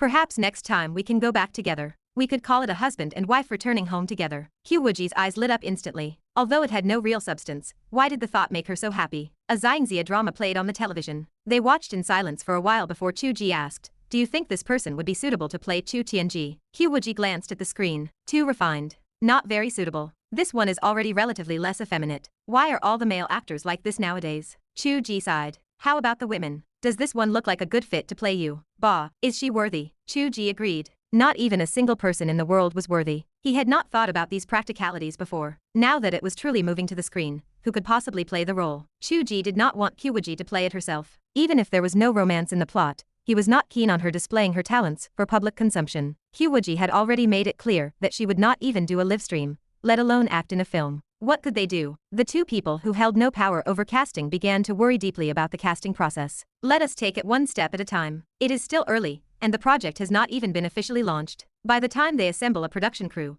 who knows how long it will be? When the time comes, if we lower our standards, it might not be impossible to find someone acceptable. Chu Ge sighed, stroking Qiu Wuji's chin. It is all because our QQ is too beautiful. Qiu Wuji hummed. Should we also blame our father god for being too handsome? It makes actors hard to find. Chu Ge chuckled. You know how to speak. Do you think animation would be better? The contract covers all rights, so animation is included, but I do not know which will start first. I am not an expert on the production cycles. However, the comic will likely come out first. That is much faster. Do we need to find someone to draw it? Qiu Wuji asked. Actually, in terms of drawing, I draw better than they do. We would just need to adapt it to the style of your comics and study how to express the plot through imagery. Chu Ge's eyes widened. Of course, the copyright holder would usually find a reliable studio to draw the comic, but if they could do it themselves, that was also an option. If Qiu Wuji were to take the lead, her artistic techniques as a cultivation master would be peerless. With her oversight on the adaptation, it was possible that the comic could become popular even before the film. The only issue was that Qiu Wuji was used to brushes,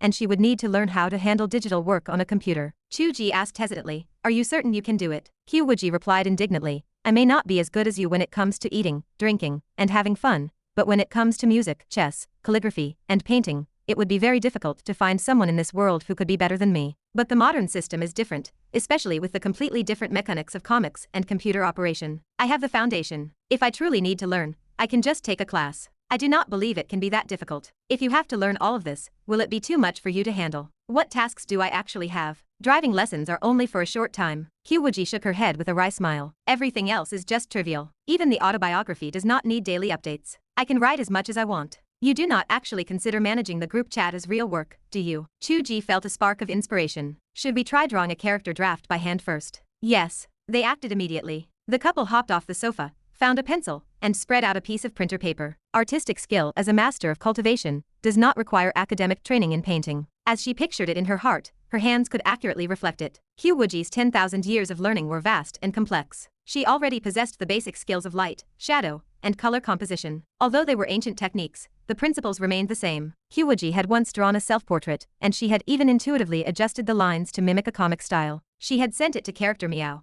thinking the person would create an avatar immediately, only to be delayed until she ended up beating up Panda. Having seen so much of the modern world, she understood the two-dimensional style much better now. This time, the drawing looked significantly more professional. Before long, a cute, stylized self-portrait of Qiu Wuji appeared on the paper. Even her Sect Master's robes were rendered exactly as they were, with every fold and texture brought to life. Chu Ge stared in astonishment. Qiu, you are truly my treasure. So why did we need Character Meow in the first place? Qiu Wuji admired her own work, feeling quite satisfied. She smiled. You write the book and I draw the pictures. Does it not feel like this is how our workshop should be in the future? I cannot be your little assistant forever. Meng Meng says that is what a housewife does. Chu Ge considered this as well. Qiu had always wanted an independent job, and had been bothered by the idea of being a housewife for a long time. Now that they had accidentally stumbled upon this, it truly could become their husband and wife workshop. This could be Qiu's formal career. Chapter 210. Chu Ge made his decision and immediately informed Old Zhu of his plan. We intend to draw the manga ourselves and establish our own studio. That is possible, right? Old Zhu remained silent for a long moment. He had not even considered the manga,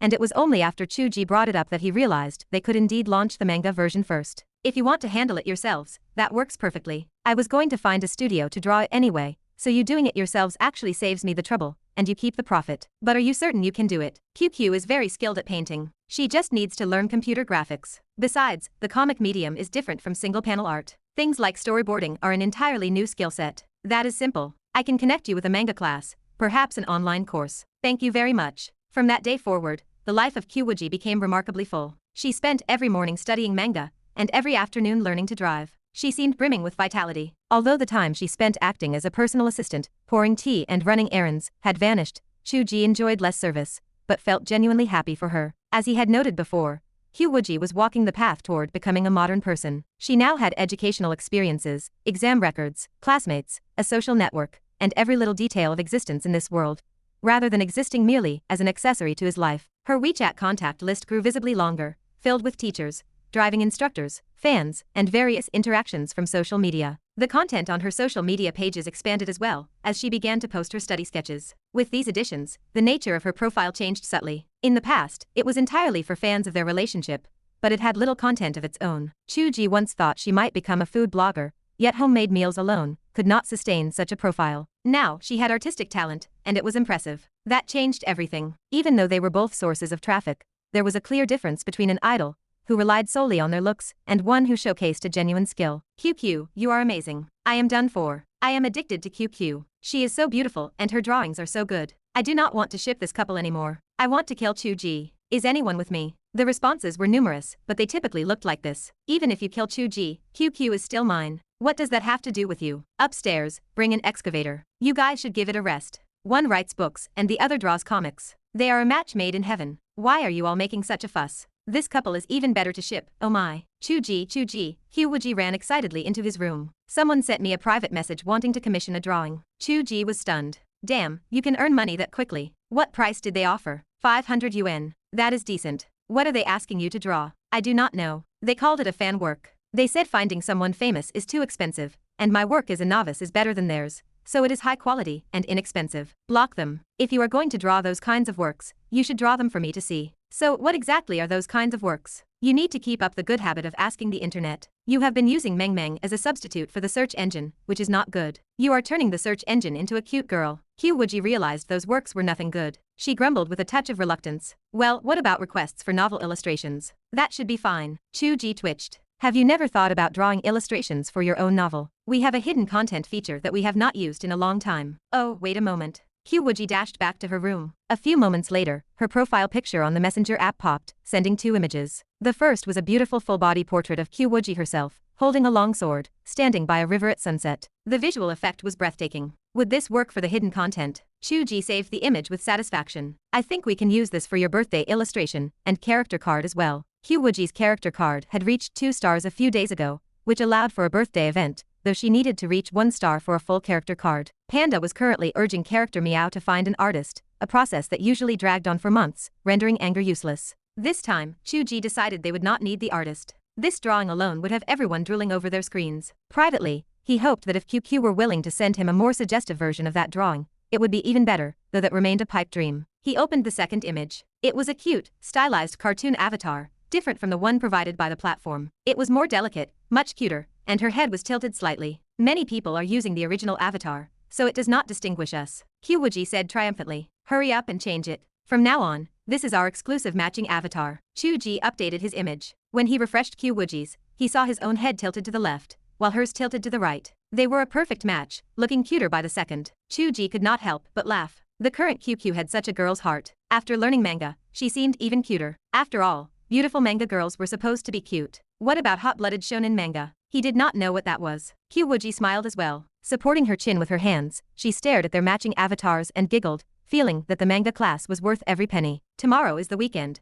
so there is no manga class, Qiu Wuji typed. Driving school is very flexible. I can schedule my time off with the instructor whenever I want. Chu Ge understood her meaning. You want to take 2 days off and return to the book? Yes. Qiu Wuji sighed with lingering reluctance. I am enjoying my studies so much that I do not really want to return, but I have stayed too long this time, and am finally reaching my limit. Chu Ge nodded. It was always a bit frustrating when things were going well, only for them to have to stop. However, compared to the many times Qiu Wuji had been forced to leave mid-task, this was much better. She could arrange her schedule and return whenever she wished. He felt his own condition and laughed. I should be fine. My spirit has recovered. Qiu Wuji's beautiful eyes shone with excitement. Let us return to my maiden home together. In theory, this togetherness held little substance, as they could not walk through the gates hand in hand. Each had to enter in their own way. Yet, the feeling of it was immensely important to them both. In the past, every time Qiu Wuji left, it felt like a separation, a passive wait for the date of her next return. Even though they were not arriving hand in hand, they were setting out on two separate paths at the same time, traveling together, and aiming to return together. The feeling was truly different. Tell your instructor. Let us try it now. Yes. Qiu Wuji crawled into bed, wrapped herself in her small quilt, took out her phone to message her instructor, and turned to Chu Ge. I am ready. Chu Ge sat before his computer and opened his document. He activated the law of striking earth and attacking heaven. At the Yunji sect main peak, by the pavilion near the cliff, Qiu Wuji pulled back her sleeves and was in the middle of painting. In the world of the book, it was already winter. Snow fell heavily over the cliffs. Qiu Wuji looked up at the sky. Within the flying snow, there seemed to be ripples of spatial disturbance. Amidst the waves appeared her soul fragment, converging toward her main body. Almost at the same moment, higher in the air, another phantom descended silently. It passed through all the defenses of the Yunji sect as if the protective formation did not exist at all. As it descended, the phantom solidified, taking on the appearance of Chu Ge. He wore the same disciple robes as before, though they were now manifested by his will. The soul fragment seemed to sense his presence. She hovered in the air outside the pavilion, turned her head to look upward, and extended her slender hand with joy. Chu Ge descended gracefully. He took her hand naturally, and they landed together by the pavilion. Amidst the swirling snow,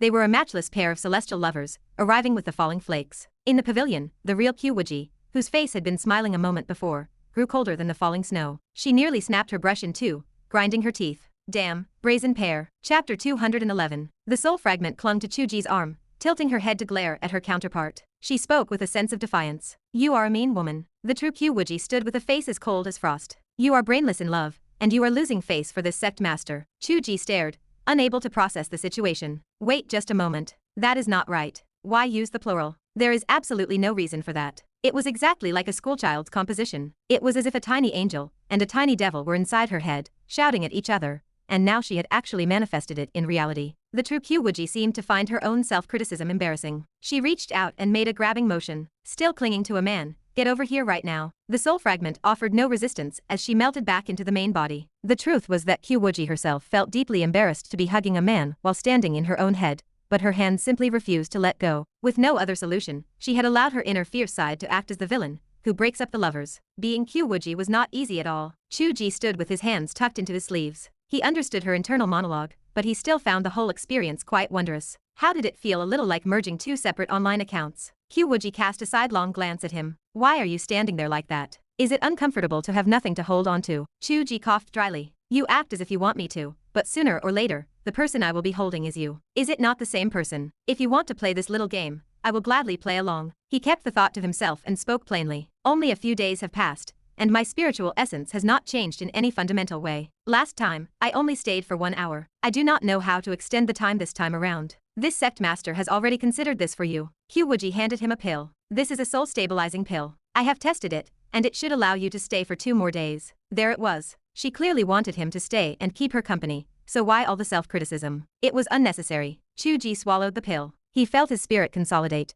and the sense that he was about to be forcibly pulled back vanished. He exhaled and smiled. So, what shall we do now? Continue reciting the mental cultivation techniques. I told you, Father God, please observe the world starting from a single flower, or a single blade of grass. Qiu Wuji waved her sleeve, put away the painting on the table, and set down a pot of wine. As the first snow falls in these mountains, would you care to drink a cup? Chu Ge found it genuinely interesting. The sensation of light snow in the mountains, and a small drink inside a pavilion. The ancient atmosphere that Qiu Wuji was slowly losing in the modern world was being released here without restraint, yet it felt entirely natural. He truly admired her ability to split her consciousness like this. If it were him, he would have suffered a mental breakdown long ago. Thinking in 2 different directions at once would have caused his brain to crash. Chu Ge walked into the pavilion and sat down on the opposite side. Just as he was about to speak, Qiu Wuji sighed. Stand up for a moment. Chu Ge paused, confused. First, lift up the hem of your clothes. Is it not uncomfortable to sit directly on top of the fabric and pin it down? So, traditional attire really is inconvenient. These are just the training clothes for our disciples, not some complex scholar's robes. Qiu Wuji glared at him. Do you not have long coats in the modern world as well? Stop pretending to be ignorant. Chu Ge scratched his head. Even though he had long coats, the feeling was not quite the same. He wondered if this meant he needed to adapt to life in the ancient world. It was quite fun. Chu Ge did not argue with Qiu Wuji about which was more convenient. He lifted the hem of his clothes and leaned forward to look at the wine. This was immortal wine. His body here was a manifestation. Could he even drink? He had been able to swallow the pill earlier, but that was because the medicine was designed for the soul. What about the wine? This is also a wine for nourishing the soul. As if she knew what he was thinking, Qiu Wuji poured the wine with her slender hands. Actually, I believe you could consume physical objects as well. Since you can manifest my body, you should be able to manifest your own. You might as well try. Chu Ge shook his head. It does not seem possible. Fantastic manifestation and physical transformation are two different things. Can you apply it to others, but not to yourself? If that were possible, I would be far too powerful. Even with others, I cannot affect everyone, only those connected to me. Perhaps, but it is a pity. You cannot eat the delicacies here. I will wait until I can enter with my true body to eat them. I will wait for you. Qiu Wuji set down the wine pot and raised her cup in a toast. The first cup is to honor the Father God for creating this world, so that Qiu Wuji could exist within it. Chu Ge tilted his head, clinked his cup against hers, and finished the drink in one gulp. The immortal wine went down his throat, spreading directly through his soul body. Wisps of spiritual energy seeped into him, nourishing his consciousness, which grew stronger before his eyes. Qiu Wuji asked with a sense of anticipation. How does it feel? Chu Ge answered. I feel like I am cheating. Qiu Wuji laughed, blinking. You have a female protagonist working with you. Without that, how could it be so easy to cheat? Did you have a specific strategy when you were chasing girls before? Chu Ge smiled. Have I successfully chased this girl yet? No. Qiu Wuji kept a straight face. You have only chased a broken soul fragment. Chu Ge did not argue with her. He watched the wine pot with longing eyes, wanting more. The first time you drink our jade snow wine, it has extraordinary effects, but the value diminishes with subsequent cups. Qiu Wuji refilled his glass, her tone calm. Have you considered adding a patch to the world to cheat even more? Chu Ge thought for a moment and shook his head. It would disrupt the balance, and if others upgraded randomly, it would be chaotic. We have other high-end resources, so there is no need to pursue this. You are truly wealthy and reckless. That is Sect Master Qiu being wealthy and reckless. Is it not yours? Chu Ge blinked.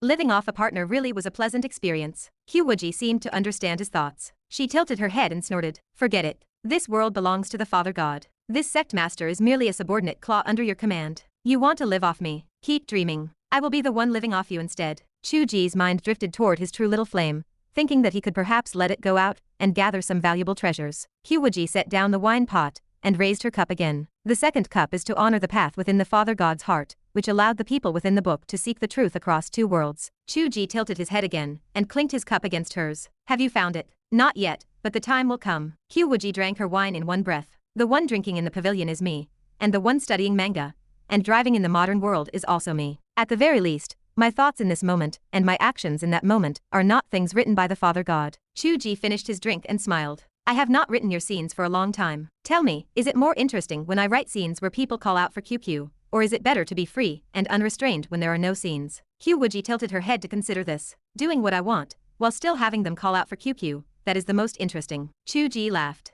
Your current social media profile is almost exactly like that. That is true, but it is not enough yet. Qiu Wuji continued to pour the wine. The snow grew heavier, falling in thick flakes beside the pavilion. The beautiful Sect Master was draped in robes like colorful clouds, with a jade pin in her hair, smiling with grace as her slender hands warmed the wine. The intoxication of the wine reached her soul, bringing a flush to her cheeks, and a light plum blossom seemed to bloom in the midst of the vast white snow. The amber liquid fell from the pot, splashing into the cup, leaving a fragrant scent filling the air. The wine had not yet intoxicated the people, but they were already close to being drunk. This was a scene that could never be seen in the modern city, an atmosphere that no camera, no matter how high the quality, could ever capture. Qiu Wuji raised her cup for the third time. The third cup is to honor the Father God for descending into the mortal world, so that from this day forward, Qiu Wuji has a little disciple. Chu Ge raised his cup, reciprocating for the first time. It is I who should honor the immortal for descending to the mortal world, so that from now on, Chu Ge has the most beautiful scenery by his side. Whether it was the modern, charming side or the ancient Sect Master's essence, no matter how time and space intersected,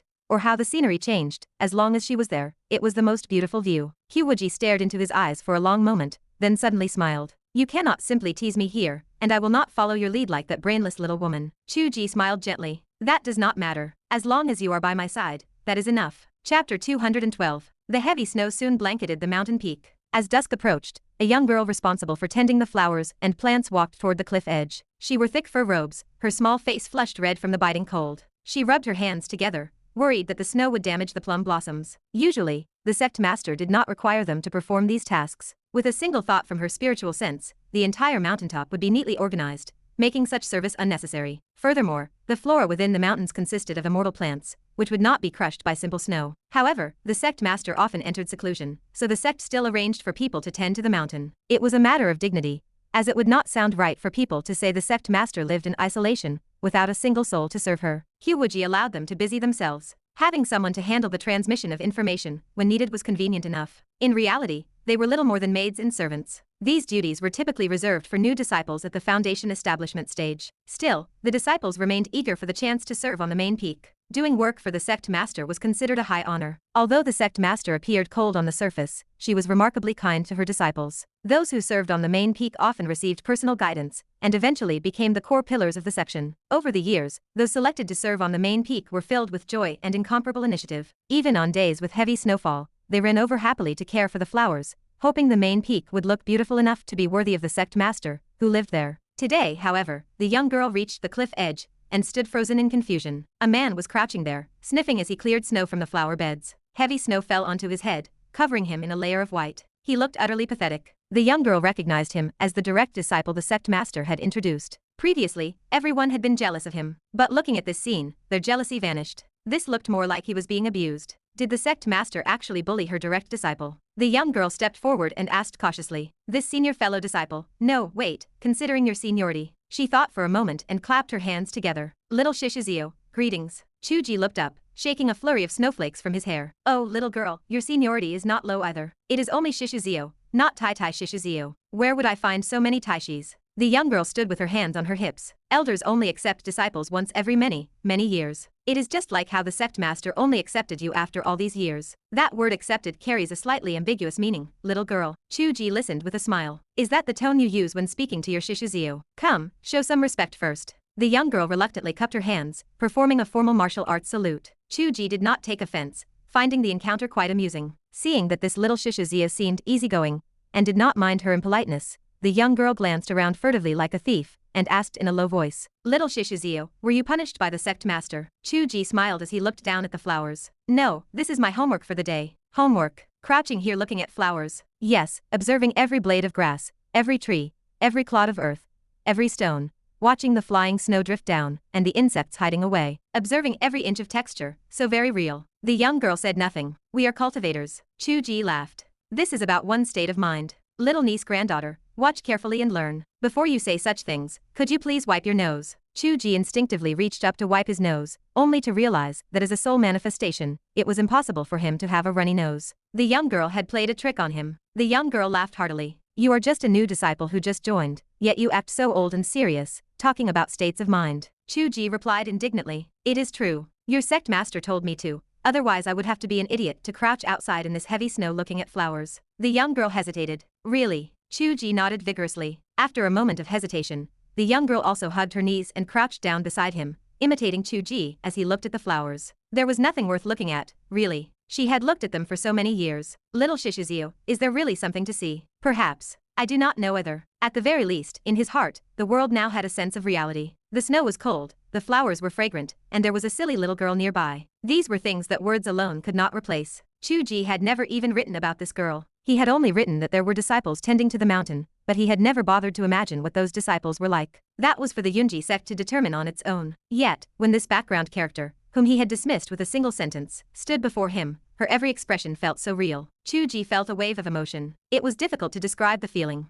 Qiu Wuji stood inside the room, looking through the window at the backs of the two people, one large and one small, crouching there in a daze. The snow piled up on them until they looked like two snowmen. She smiled faintly. She did not feel jealous of the young girl, because she knew what Chu Ge was thinking. This was indeed a form of cultivation, one that belonged solely to him. If anyone else tried to imitate him by crouching on the cliff edge to look at flowers, it would be utterly useless. They would only end up with a runny nose. Qiu Wuji finally spoke. Suanji, observing nature quietly is indeed beneficial, but it is not a realm you can understand at this moment. You might want to remember the guidance of your little Shishizio. 100 years from now, take another look. The young girl stood up, bracing herself on her sore knees, and murmured an obedient acknowledgement. Then she remembered that her work was not yet finished. Oh dear, Sect Master, I was not intentionally being lazy. I will go clear the snow now. Go clear the back courtyard. The work of clearing snow and pruning branches here in front of the mountain will be handled by your little Shishizio. The young girl saluted. Yes, this disciple will head to the back courtyard. Go. The young girl cast a furtive glance at Chu Ge. He was still looking at the flowers, his expression unchanged. She felt a small touch of sympathy. So much for being a direct disciple.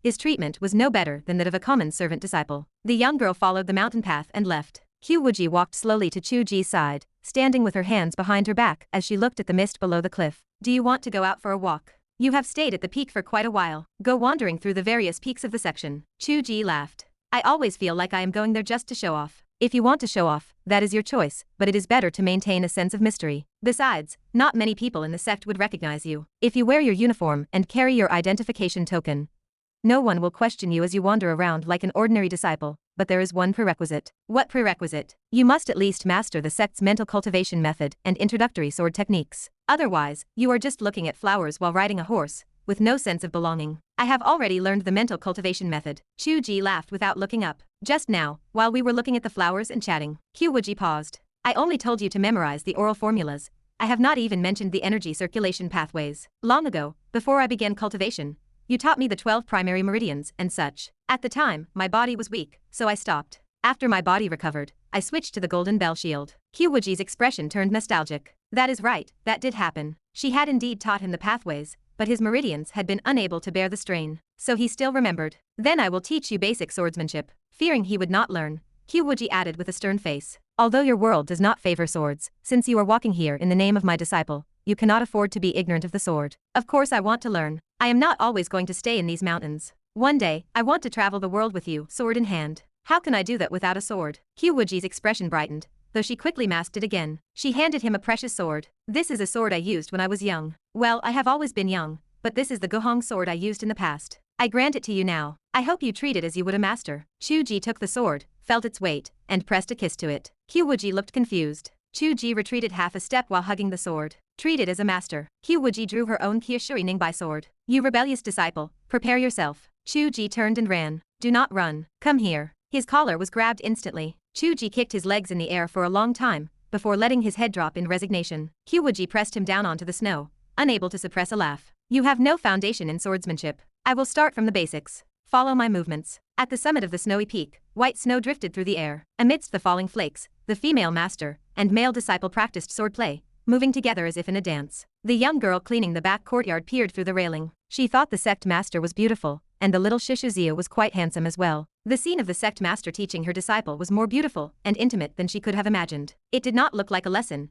It looked like two butterflies flying in unison, dancing among the clouds. Chapter 213. The outer sect of the Yunji sect bustled within the grand martial arts arena. Voices surged in a chaotic symphony, cries of encouragement mixed with lively debates, and the sharp ring of weapons clashing. The noise grew so deafening that walking through the crowd meant losing the ability to hear one's own companions. Large groups of outer sect disciples gathered to drill, often ending their training with sparring matches. Many of these bouts were not friendly practice sessions, but heated duels sparked by genuine friction. The Yunji sect stood as the leader of the righteous path, strictly prohibiting internal oppression or fratricide. However, the culture favored martial prowess, so when conflicts arose, the participants settled their disputes with duels. Such matches occurred almost daily. The administration welcomed this atmosphere, viewing it as the foundation of the sect's strength, rather than allowing the status of the world's #1 sect to breed complacency. These sparring sessions and duels served as performance benchmarks for the administration. They determined who would be promoted to the inner section. Furthermore, elders from various peaks would observe these fights to scout for disciples whose talents matched the specific needs of their branches. Chu Ge had written these details with extreme precision. The way Chu Tianji interacted or clashed with his fellow disciples after joining the sect,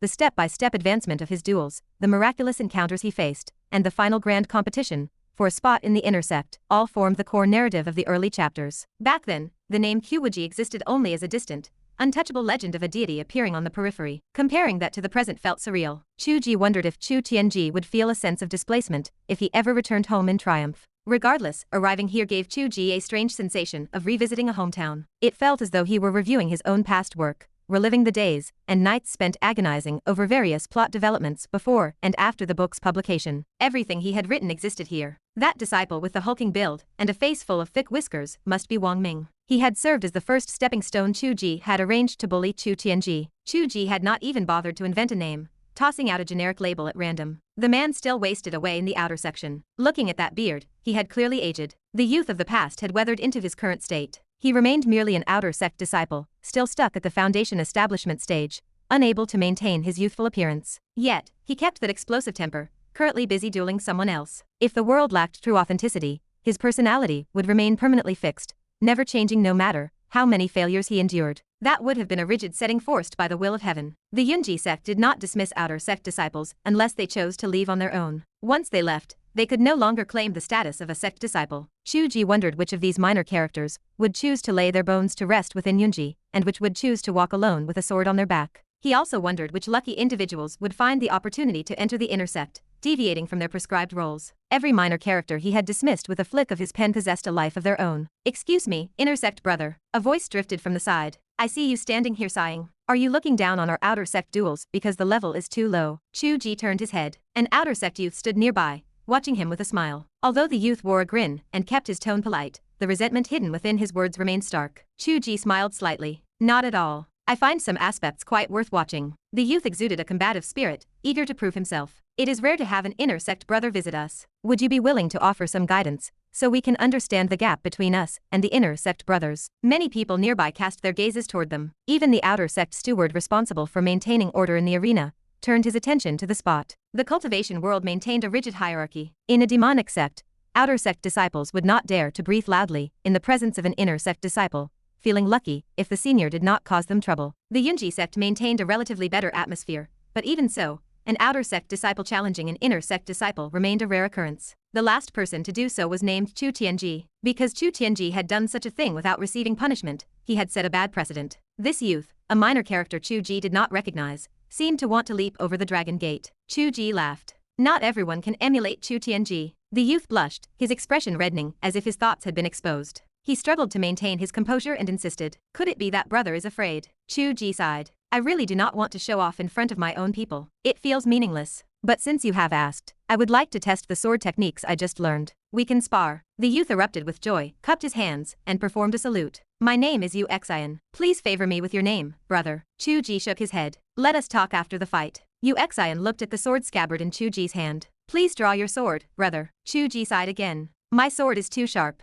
I fear that if I draw it, you will be too afraid to fight. Do not stand on ceremony. Just start." Chu Ge truly believed that stating his name and revealing the Gohong sword would intimidate the opponent. Yu Xian, however, interpreted this as naked contempt. Anger finally flushed across the youth's delicate face. With a sharp metallic clang, he executed the movement known as the green pine welcomes the guest, pointing his blade directly at Chu Ge's face. "I will not hold back then. Brother, receive my strike." This served as a probing introductory strike. Each sect taught techniques that varied only slightly. According to the rules of the martial world, it counted as a gesture of etiquette. Too slow. Chu Ge shifted his body slightly, dodging the sword with ease and appearing at Yu Xian's flank. The outer sect steward not far away showed a flicker of surprise in his expression. "This movement style of the rippling water has already entered the gate of the clouds and heaven. Which elder provided this guidance?" Ha! Before he could finish his thought, he saw Chu Ge's scabbard pointing diagonally, slapping against the lower left rib of Yu Xian. Yu Xian tried to dodge, but the scabbard followed his movement like a shadow. Like water ripples washing over an obstacle, the shimmering light of the scabbard swept against the youth's ribs, gently swatting him away. The arena fell into a sudden, stunned silence. He had not even drawn his sword, yet he had secured victory in a single move. Yu Xian stared at Chu Ge's scabbard in disbelief. He could not imagine that he had failed to last even one move. The technique appeared to be nothing more than an advanced version of introductory swordsmanship, not yet reaching the level of immortal sword techniques. How could it be so strong? The outer sect steward cheered loudly. "What a marvelous strike of the flowing clouds and water. This junior nephew has mastered the essence of the cloud and water sword technique. How many years have you practiced it?" Chu Ge paused for a moment before sighing. "I have only practiced it for one night." "Indeed, 10 years of what?" The steward choked on his own words and gasped. "1 night." Chu Ge patted Yu Xian's shoulder with sincerity. "Honestly, bullying outer sect disciples holds no interest for me. Losing to me is nothing to be ashamed of. Please do not lose your confidence. I actually hold quite high expectations for you." Yu Xian stood dumbfounded, watching this person wander leisurely out of the martial arts arena. He remained speechless for a long time. "Are you encouraging me or crushing my spirit?" Someone standing beside the steward seemed to hear the man muttering to himself. "I understand now. Only he could be the mysterious direct disciple of the Sect Master, appearing as such a new face, having just learned the introductory sword techniques, yet proving himself to be such a genius." The person who overheard this felt a shiver of shock. When they turned to search for Chu Ge, he had already vanished. The Sect Master's direct disciple. Was that the mysterious direct disciple? It made sense. The Sect Master would not casually accept a direct disciple to master the cloud and water sword technique to that level in a single night. Who else could achieve such a feat? The dejection vanished from Yu Xian's face, and he straightened his back with newfound pride. Is losing to the Sect Master's direct disciple something to be ashamed of? That represented a gap of how many levels? Had anyone else fought the Sect Master's direct disciple, he could brag about this for a year. Does it feel good to play the part? Qiu Wuji's teasing laughter drifted to him as he stepped out of the martial arts arena. Chu Ge turned. Qiu Wuji leaned casually against a stone pillar, watching him with a gentle smile. In truth, she had been there the entire time. She had not even used invisibility, yet when she chose to remain unseen, no one could perceive her. She was nature itself. The current Qiu Wuji actually possessed more power than when she had first emerged from the book. She had reached a level where she could truly ascend, and no longer served as her constraint. I really did not want to show off. Chu Ge sighed. I only studied the sword techniques for a single night, but I am a soul manifestation. My movements are not limited by a physical body, making them far too easy to master. Furthermore, my spiritual consciousness clearly perceives every one of his movements. I do not see them with eyes. How could he possibly fight me? Qiu Wuji huffed. Why not mention that your master is extraordinary? Who else could have guided you to the essence of the technique? Chu Ge offered a placating smile. My master is the absolute best, of course. That goes without saying. Humph. Qiu Wuji snorted, yet her expression remained full of satisfaction. Chu Ge made rapid progress, faster than even she had anticipated. She wondered if the credit belonged to the world he created, where every skill fit him perfectly, as if custom-tailored for his use. Chu Ge glanced back at the martial arts arena, a sense of reflection washing over him. But I understand why you said I needed to learn the basic mental cultivation and sword techniques before wandering out. Without learning them, I would have watched their fighting without understanding the true meaning. Unlike now, I know the significance behind every movement they make. He understood the etiquette represented by the green pine welcomes the guest, and he understood the logic behind the subsequent variations. When his heart understood these things, he began to integrate into this world, growing closer to the people of the book. Otherwise, even though he had created them, it meant nothing. He would remain a tourist, never truly knowing them. Chapter 214. Walking through the sect alongside Chu Ge, Qiu Wuji felt an unparalleled sense of joy. As he traversed this world, experiencing every tiny detail by her side, the missing half of her existence finally felt complete. She explored his world as a modern girl, and he integrated into her book to wander the heavens with her. They experienced each other's worlds, living through everything the other had once endured. Even the frustration of being a puppet within a book faded, simply because he stood beside her. She wondered why she felt compelled to establish a master and disciple dynamic. Perhaps Chu Ge harbored some playful intentions, though Qiu Wuji did not share them in the same way. She viewed the situation with pure logic. In his world, he taught her everything. Here, it felt only natural that she should teach him in return. Of course, she understood those dirty thoughts of his. He wanted to play with the trope of corrupted filial piety, and beyond that, he enjoyed the thrill of conquering an aloof female sect master within the halls of her own section. Qiu Wuji felt a flush rise to her cheeks. How annoying. He was dreaming. She decided he could forget about this account. If he wanted something, she would open a secondary account for him to kiss. Maintaining a detached tone, she spoke slowly. You have seen the outer sect and the registration hall. Feel free to tour the various halls of the section. There are many training grounds that are well suited for your current level of improvement. You can only stay here for 2 or 3 days.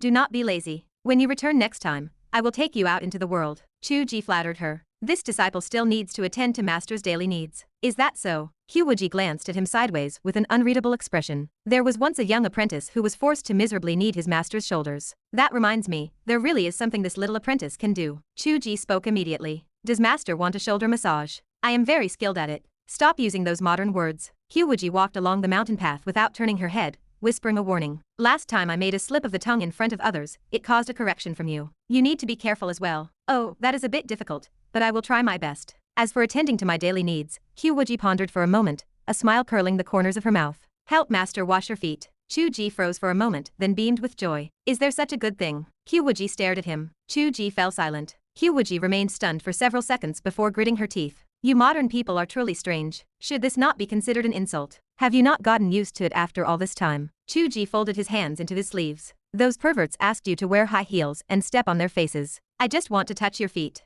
Get out. You are even more perverted than them, because they only talk about it, but you actually want to do it. If I do not do it, how can this disciple show filial piety? Go kill yourself. Qiu Wuji flicked her sleeve and walked away, looking disgruntled. If this continued, she would never be able to maintain her cold, lofty sect master persona. Chu Ge quickly followed her. This introductory swordsmanship is too unchallenging for me. Shall we play with some sword controlling techniques? Continue studying various sword styles. You must learn at least 10 types, from low to high. Otherwise, just learning a method of controlling the sword is like swallowing a date whole. You will miss the meaning entirely. How is that different from throwing a hidden weapon? Qiu Wuji sneered. Only by first knowing the sword can you control it. You wrote this, Father God. Can I go out and strangle the idiot sitting in front of the computer, who is looking for trouble? Feel free. I already told you to go kill yourself. You are quite obedient. Chu Ge remained silent. Qiu Wuji spoke in a chilly tone. Well, have you felt the displeasure of being set by the laws of heaven, and the desire to break free? Not for the moment. The laws of heaven seem quite reasonable. This heaven must be very intelligent and handsome. Qiu Wuji could not be bothered to respond to him. She walked slowly all the way to the peak. During the day, the snow stopped.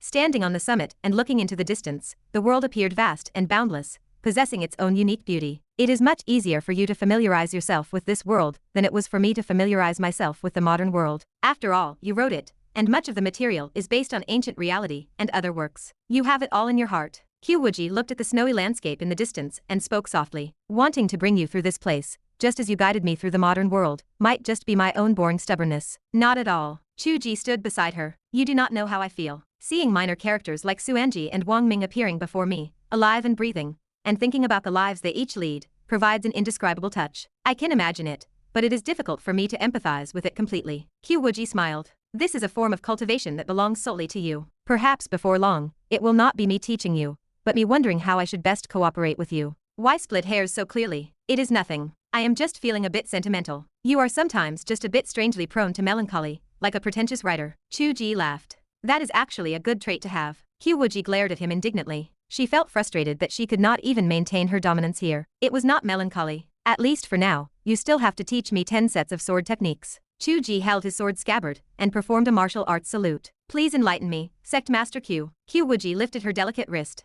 The snow on the ground suddenly began to move. Flickers of fluorescent light fell into her palm, transforming into a sword of ice and snow. The long sword pointed diagonally at Chu Ge's chest. Green pine welcomes the guest. Chu Ge, who had just broken another person's move as if he were playing with a child, realized he could not dodge this strike. His spiritual consciousness could not parse the movement of Qiu Wuji's wrist. He could not judge the next possible change or the landing point, so he could only rely on his instincts to dodge. But these instincts seemed to have been predicted by Qiu Wuji long ago. As soon as his feet moved, the snow sword was already pressed against his throat. Chu Ge turned red in the face. This is not green pine welcomes the guest anymore, is it? This is green pine welcomes the guest followed by clouds crossing the kindling mountains. Speaking of this sword move, when you wrote it, Father God, you created a bug. There are no kindling mountains in this world. A reader pointed it out in the chapter comments. Although it was well-intentioned, I deleted it. Chu Ge remained silent. Being in a Xingxia setting, and discussing this left him feeling completely speechless. I used these 2 moves to tell you that your basic swordsmanship is far from as proficient as you imagine. Stop thinking about those 10 sets of sword techniques for now. Qiu Wuji retracted her sword and stood still with a faint smile. Bullying an outer sect disciple does not count as a skill. Truly understanding the essence of the sword is what my father God should be pursuing. Chu Ge tilted his head to look at her, and suddenly remarked, Hey, your attitude in teaching me here seems very different from when you taught me the plum blossom hand at home. I feel like that was more about beating me up. Qiu Wuji looked into the distance, her eyes flickering slightly. She coughed before speaking. The golden bell shield and the plum blossom hand were never things I liked. Furthermore, if I may speak bluntly, the level of supernatural powers or thermal weapons in that world is acceptable, but the level of hand-to-hand combat is truly not worth mentioning. It is hard for me to take it seriously. Sword Dao is different. It is the fundamental law that I have sincerely practiced for 10,000 years. My attitude is naturally different. Chu Ge clutched his forehead. She had said so much, yet it all amounted to saying the teaching here was serious, while the other side was just play. She might as well have just said she wanted to hit him. Qiu Wuji felt embarrassed. She snapped at him. What is that expression on your face? The plum blossom hand incorporates all the moves of the world. Once you fully grasp the sword techniques, your plum blossom hand will also improve by a level. Do not view them as separate things. Yes, yes, yes. Is that the attitude you use when speaking to your master? Qiu Wuji drew a small circle on the pine tree beside her and snorted. Your homework for today is to pierce this circle with your sword 1,000 times. Experience what a sword truly is. After speaking, she flicked her sleeve and entered the room, simultaneously transmitting her voice to the back mountain. Suanji, you come to supervise him. You are not allowed to talk to him. Chu Ge felt foolish. Hey, is that really necessary? She is just a minor character. Why did you have to add that last part? The door slammed shut. Qiu Wuji was not going to answer such questions. Hiding in the room, watching Chu Ge outside helplessly practicing his thrusts, Qiu Wuji touched her chin. She suddenly wondered if he would only be staying for 2 or 3 days. Watching him now, looking so honest and obedient, she suspected he was plotting something for when he returned. If the secondary account followed him home, how would he bully her then? But I really just want to teach you how to use a sword properly. Chapter 215. Repeatedly piercing the same point with a sword is an essential training process for any beginner. It builds eye for detail, stability, precision, and a familiarity that makes the sword an extension of the arm. Eventually, one must move from a fixed target to a moving one. Chu Ge remembered practicing table tennis as a child, repeating the same swing hundreds of times. He understood the necessity of this training. Perhaps it was his own belief in this method that led him to include it in his book. Now he had trapped himself. He had transmigrated into his own story,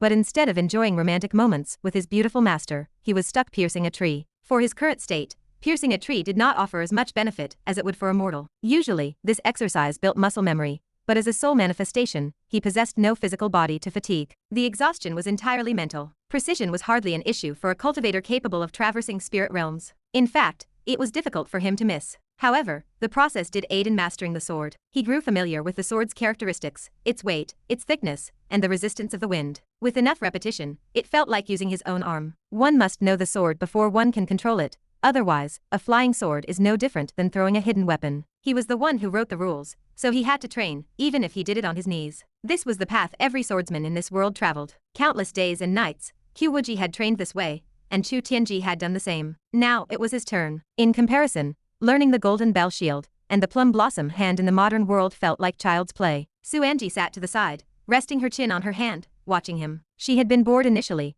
wondering what was so interesting about watching someone practice sword strikes, but her boredom soon gave way to shock. She noticed that although her little Shishuziu's sword movements still appeared slightly awkward, the interval between every strike remained perfectly consistent. At first, she felt nothing, but slowly, she sensed something amiss. The strikes seemed to align with the rhythm of the heavens. The sound of the sword striking the wood echoed like a grand bell, each note cleansing the spirit. Soon, the awkwardness vanished. His movements became steady and his strikes grew precise. Each action looked like a perfect repetition of the last. It was as if one could skip time forward or backward and see nothing but the exact same image. Was this truly someone who had only begun learning the sword last night? Qiu Wuji stood inside the room, watching through the window, lost in thought. His movements did indeed align with the rhythm of the heavens. For him, he was the heavens. As long as he poured his heart into following the rules, he naturally synchronized with the celestial order. It was cheating. For anyone else, reaching this realm would take 800 to 1,000 years. The observing Suanji had received an incredible blessing. Watching this process was akin to contemplating the laws of the universe, which would yield immense benefits for her future growth. Suanji, spar with your little Shishuziu. Yes.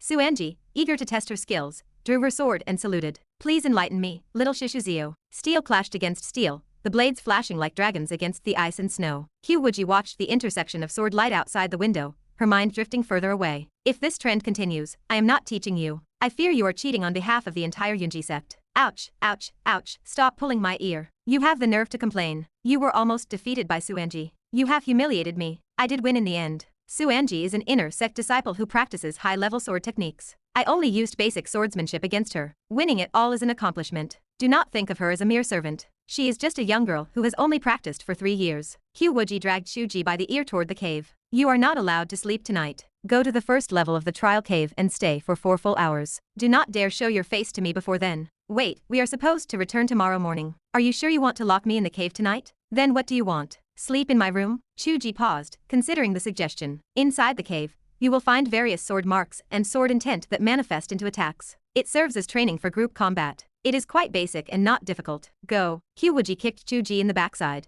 sending him into the trial cave. His scream echoed from within. Qiu Wuji, I will report you for abusing your apprentice. Who is it that dares to file a complaint against me? Qiu Wuji shouted into the cave before sealing the entrance. She turned to find the guards of the cave staring at her in stunned silence, looking like statues. She regained her dignity. Keep a close watch. Do not let him out before 4 hours have passed. But Sect Master, the guards hesitated. 4 hours. If he cannot hold on, he will die. That is none of your concern. He will not die. Qiu Wuji flicked her sleeve and left. The guards looked at each other. They were all inner sect disciples who had practiced for years, yet even they could only last 1 hour inside. Qiu Wuji's spiritual sense quietly followed him into the cave. She watched as 10,000 swords materialized simultaneously, leaving Chu Ge scrambling and stumbling in his attempts to dodge. With me watching, it will be different. Sect Master Qiu did not realize how brazenly unfair her favoritism had become. A direct disciple deserved special treatment, even if this particular disciple happened to be the embodiment of the heavens. How long had it taken for his panic dodging to turn into effortless grace? This was a combination of group combat training and footwork. Chu Ge had practiced his footwork for a long time. The previous training with the plum blossom poles had reached its limit, and this was the next progression. Once he mastered this, he could stroll through the cave indefinitely without receiving a single scratch. Qiu Wuji wondered if it would be even better if his true physical body were here. If sword energy grazed him,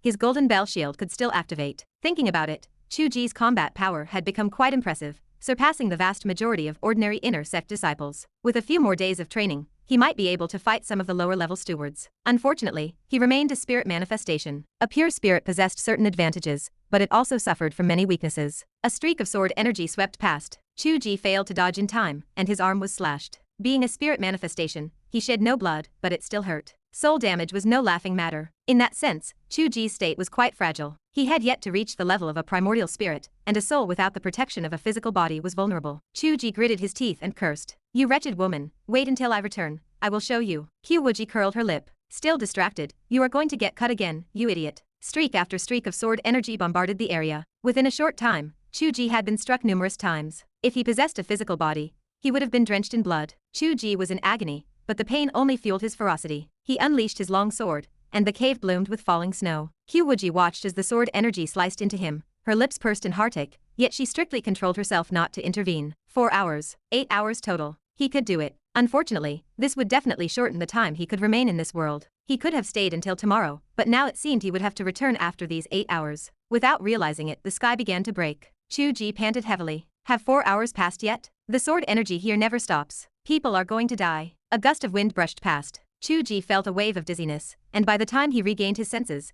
he was back in Qiu Wuji's wooden hut. Chu Ge glared at her indignantly. Do you know how painful that is for a spirit? You insisted on 4 hours. Now that I cannot hold on, what happens when I return? Qiu Wuji shifted her gaze, avoiding his eyes. I have rested enough. I will simply split my soul and return with you. I might have been too eager in my supervision, but was it not to walk the world with you sooner? Do not be angry with me. At worst, I will open a secondary account to take care of you. Chu Ge's indignant expression began to blur. He could no longer hold on. The time had come to return. As Chu Ge's body gradually vanished, Qiu Wuji's soul split, tearing through the boundaries of the world. Chu Ge jolted awake in front of his computer, startled to find the document filled with 30,000 words. The act of splitting his consciousness had been extreme, leaving him sitting in front of the screen, with no room for other thoughts. He had neither eaten nor slept, focusing entirely on writing. Aside from uploading a chapter when the word count seemed sufficient, he had done nothing else. Now that he was awake, he felt exhausted. The wounds his soul had sustained in the book, the feeling of 10,000 swords slicing his body, all lingered as aftereffects. His head throbbed with agony. Chu Ge did not even have the strength to curse. He rose, dizzy, and prepared to collapse onto his bed. Qiu Wuji's physical form materialized beside him, catching the swaying Chu Ge. Chu Ge, are you all right? Chu Ge pulled her close and fell onto the bed.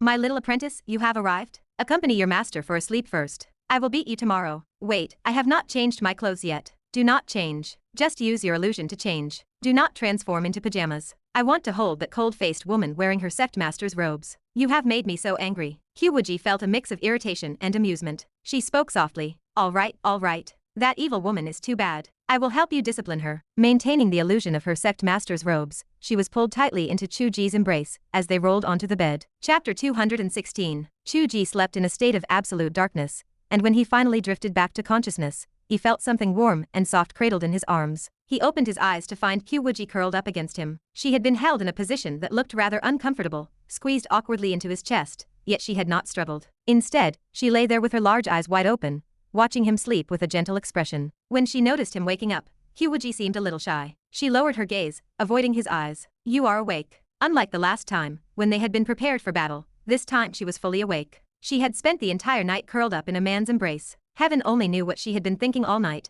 breathing in his scent and feeling the warmth of his skin. She was still wearing the Sect Master's robes, playing along with his cosplay fantasy. This was the punishment from his book writing master and studio boss after their roles had reversed. As the little apprentice, she had no choice but to accept it, just as he had obediently accepted the punishments she arranged for him inside the book. He had truly suffered, with 10,000 swords slicing into his spirit. Although he had done it to build his strength quickly, she still felt a pang of heartache thinking about it. In contrast, her punishment felt quite comfortable. Lying in his arms felt so warm. Qiu Wuji stole another glance at him. Chu Ge had just woken up and was briefly checking his internal state. He noticed his spirit sea had grown significantly. The 2 days and nights of arduous sword training seemed to have left deep imprints within him, to the point where even the mist in his mind held the vague shape of a blade. Those shapes were the marks of thousands of trials etched into his heart. Chu Ge knew that Qiu Wuji's prodding was well-intentioned. He might curse her as a stubborn woman under his breath, but how could he ever be truly angry with her? However, opening his eyes to see Qiu Wuji looking so shy and aggrieved in her Sect Master's robes, sent a wave of desire crashing through him. Who would actually think about how well their master had disciplined them in a moment like this? He purposely straightened his face and reached out to lift her chin. That cold-faced woman has been putting on airs with me for 2 days.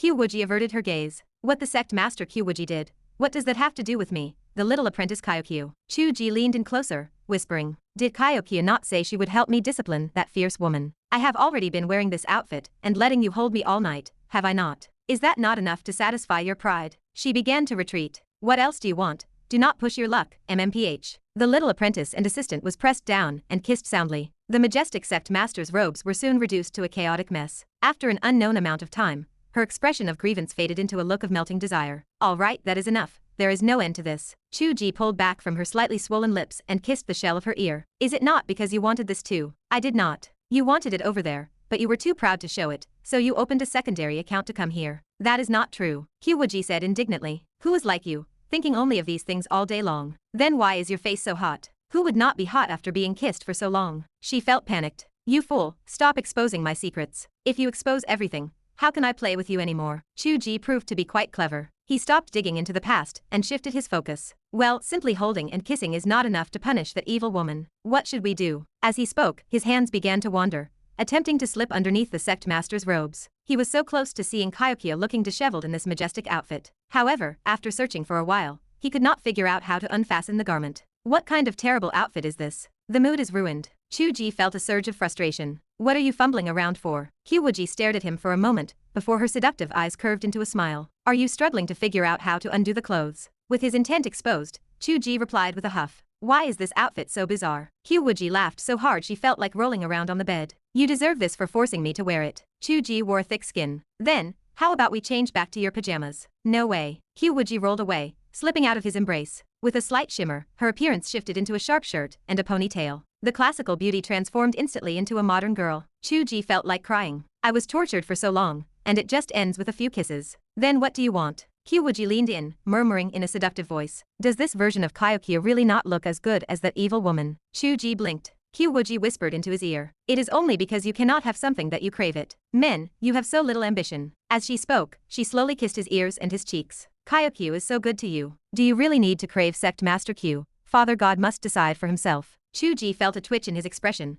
caught between agony and ecstasy. How was he supposed to answer that? She was the same person. If he said he did not crave the Sect Master, would she be angry? If he said he did, would she feel like she had been cheated on? No god could answer this. Fortunately, Qiu Wuji seemed to realize the question was a trap. She did not demand an answer, but instead continued to murmur. That evil woman bullies you, but Qiu will cherish you, right? As she spoke, her slender hand began to move downward. Chu Ge simply lay flat, unmoving. Experiences like this had a way of repeating themselves. Was this her way of compensating him? Or was it because she felt heartache over the sword strikes he had endured? There was more to come. Seeing Chu Ge lying there, limbs sprawled out in confusion, Qiu Wuji bit her lower lip and sat up from her side-lying position. Chu Ge watched her nervously. She had better not stop halfway, or it would be the end of him. After a moment of hesitation, Qiu Wuji reached out with her small foot, extending it toward his hand while keeping her head lowered in silence. It took Chu Ge a moment to realize what she intended. Was this not what he had wanted to touch his master's feet? He was left speechless, caught between laughter and tears. In truth, he had only been joking, as he possessed no such fetish. However,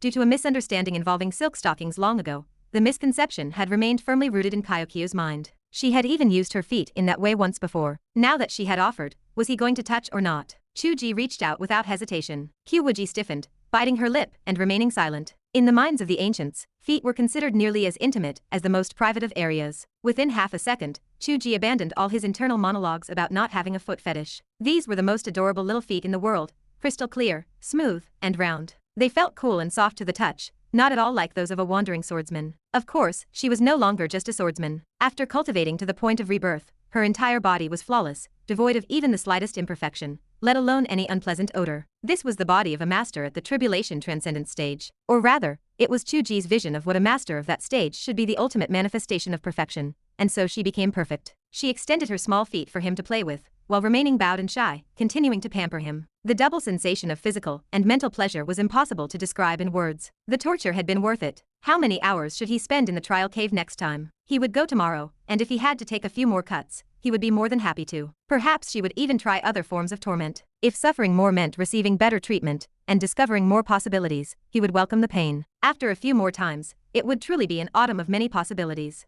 Qiu Wuji never imagined that these trivial matters would serve as such a terrifying incentive for a man, far more potent than any stimulant. She would never need to worry about how to coax him into enduring hardship again. Chapter 217. The ordeal concluded, leaving Chu Ge sprawled across the sofa, his body heavy and relaxed as he mindlessly flicked through channels on the television. Qiu Wuji sat beside him, hugging her large teddy bear with a serious expression, as if she had completely erased the memory of what they had just shared. Do you not need to write, Chu Ge? She asked, her voice calm. You have spent the entire morning watching television. I spent the previous 2 days writing nonstop. I need a break. Oh, you have a class today, do you not? Qiu Wuji rested her chin on the head of the teddy bear, mumbling to herself. I finally understand how everyone else feels about weekends and Mondays. Chu Ge laughed at the student who clearly wanted to skip class. That is wonderful, that is wonderful. You are truly a modern person now. You do not need to care about these things. Do you even know what day of the week it is, Chu Ge? You always need me to remind you of the holidays. I lived through 20 years of that. My profession has simply changed.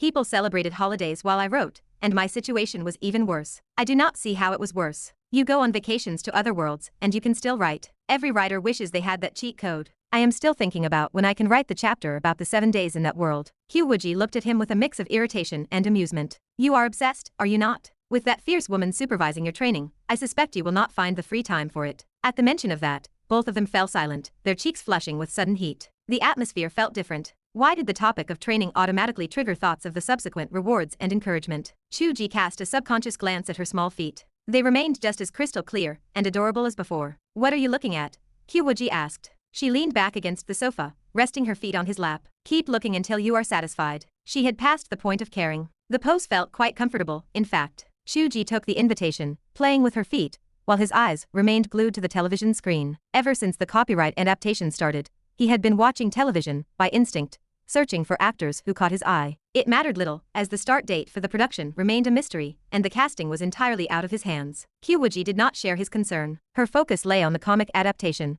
wondering how she would look when they drew her on the page. She wanted to make sure they depicted her as beautiful as possible. 9 o'clock. She had an online class. She felt a lack of motivation to attend. Back when she first returned, she had felt brimming with energy to learn manga. When that work was interrupted, she had felt annoyed. But after 2 days of rest, the spark had vanished. Sitting on the sofa, having her feet held by him, felt so much more comfortable than sitting in front of a screen. Laziness was human nature. It mirrored the experience of writing her autobiography. After 2 days of stopping, the urge to write had withered away. She had only written a few tens of thousands of words, yet so much time had passed. She finally understood Chu Ge's advice to his readers. If a writer took a long leave, it was a likely sign the story would be abandoned, because they never found the motivation to start again after a break. Her autobiography was not the actual main text, anyway. A few tens of thousands of words were plenty. She did not intend to write a long piece. If she recorded 10,000 years of history, the readers would be dead before she finished. She planned to highlight the key moments and finish at 100,000 words, ending when her path of immortality achieved success. It would serve as a supplement to the world Chu Ge created.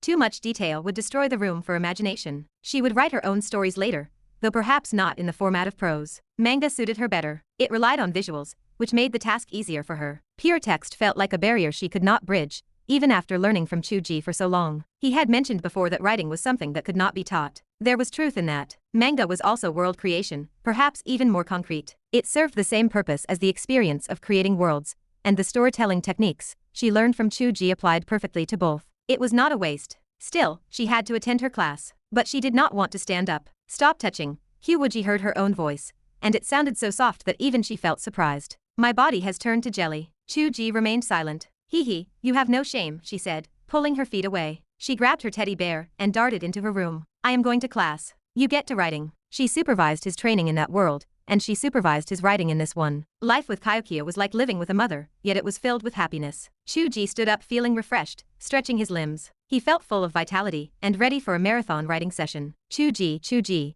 A private message from Panda pinged as soon as he sat back at the computer. I beat up the role character model because of the character design you gave me the other day, so she used it directly. We can start scheduling the birthday event for Kyokia. Chu Ge felt happy. Thank you for the hard work. I will send you a red envelope later. It is no hard work at all. It is just beating someone up, Panda laughed. However, it is only late October. If we follow the birthday you wrote for Kyokia, May 20th, we still have half a year to go. The role character model did not tell you that this event needs to be scheduled, and we do not get to choose the date. Is that so? Panda asked. I suppose the character model was afraid to tell me, fearing she would get beaten up. Chu Ge remained silent. Panda sighed. That means Kyokia cannot celebrate her own birthday. She just gets whatever date the site assigns? Something like that, though we might have a range to choose from. What date do you prefer, Chu Ge? Wait a moment. Let me ask Kyokia. She is in an online class. Panda remained silent. They were talking about the character Qiu Wuji from the book. Why was he running off to ask his own girlfriend? Was he losing track of the boundary between the book character and reality? Qiu Wuji heard Chu Ge's question and felt a surge of regret. She had long hoped to experience what it felt like for the entire reader community to celebrate her birthday. It was all that Zhang Kairan's fault. He spent a fortune on gifts, but gave nothing to the character herself. Otherwise, she would have had her own birthday card by now. She wondered if Zhang Kairan would die of rage if he knew he had been cursed despite spending so much money. She asked Chu Ge with great anticipation, Can we skip this birthday? Can we wait until the one-star card release and celebrate them together? There have been precedents for that. It should be possible, Chu Ge replied, not minding the detail. The birthday event used to count as a recommendation,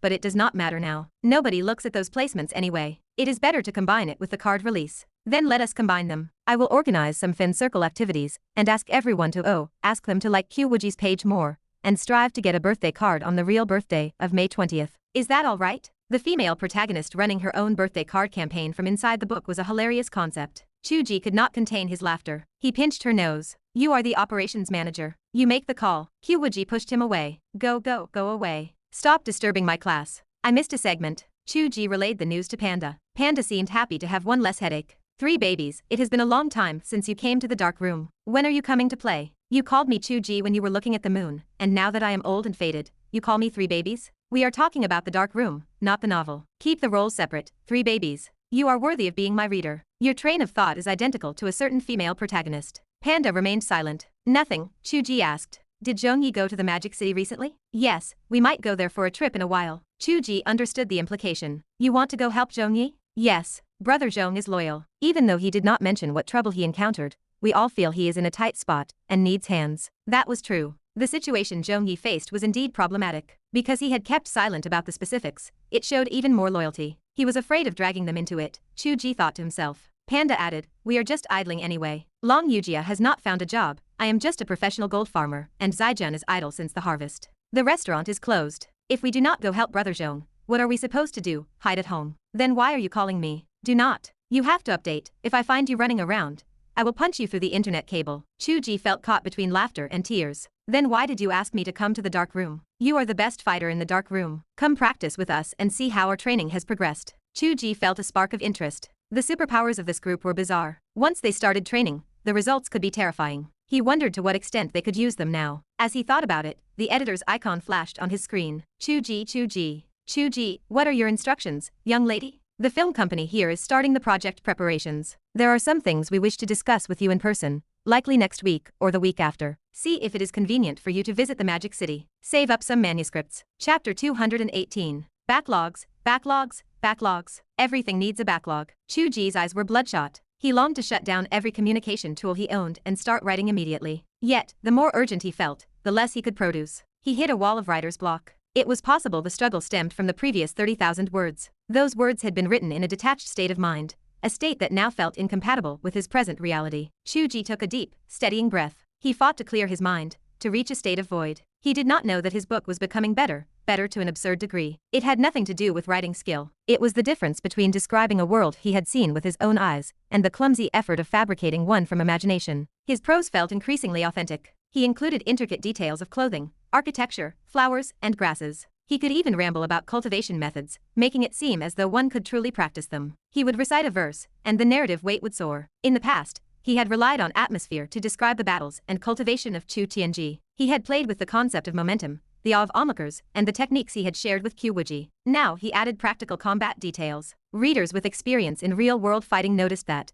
according to his descriptions, one could truly simulate a real fight. The scent of immortality clung to the pages more intensely than ever. His writing style had not changed, yet it felt wondrously ethereal, as if the reader stood at the very center of the action. Could this author truly have practiced immortality? In the beginning, the story had followed the routine path of an outer sect disciple rising through the ranks. The later ensemble cast had functioned well, a testament to Chu Ge's own solid writing ability. But as the world expanded, the tone grew increasingly magical. Could an author really improve so visibly while writing a single book? Could it be that because he had shamelessly written about Qiu Wuji taking the background character Chu Ge as her apprentice, he had actually learned how to do it? Whatever the readers speculated, the book's reputation grew. Its fame spread. Combined with the publicity from the two of them as internet celebrities, they were on the verge of becoming the top book on the site. The entire distribution channel was buzzing. This was the confidence that fueled Zhu into pushing for the early project initiation for Xia Wenaiyuan. Initiating a project while a book was still serializing carried risks, but it also offered benefits. The most significant advantage was that the serial phase generated the highest heat. By the time the book had been completed for years, the hype would fade, and the value of a built-in fan base would diminish. Clearly, Chu Ge was in his prime. Announcing the project in the midst of this fervor would generate more heat than it would years later. Of course, initiating the project did not mean filming would begin immediately. A long and arduous administrative process lay ahead, which was why starting early was essential. This project was not limited to film or television. It encompassed the entire copyright spectrum, including animation and games. How they would structure it required careful research. Facing such a massive project, Xia Wenyuan remained cautious. He would not act on impulse. Since Chu Ge demanded participation in the script, meeting with the author was the logical first step. Thus, the invitation was issued. The editor spoke on the other end of the line. Chu Ge, the contract I sent you last time. Chu Ge refused once more. I am really not signing that. The editor fell silent. After a long pause, she spoke again. Wait until you come for the meeting. So we can meet even if I do not go to the annual meeting. I suspect that by then, it will not be me meeting with you. It will be the editor-in-chief, the director, or perhaps even our big boss.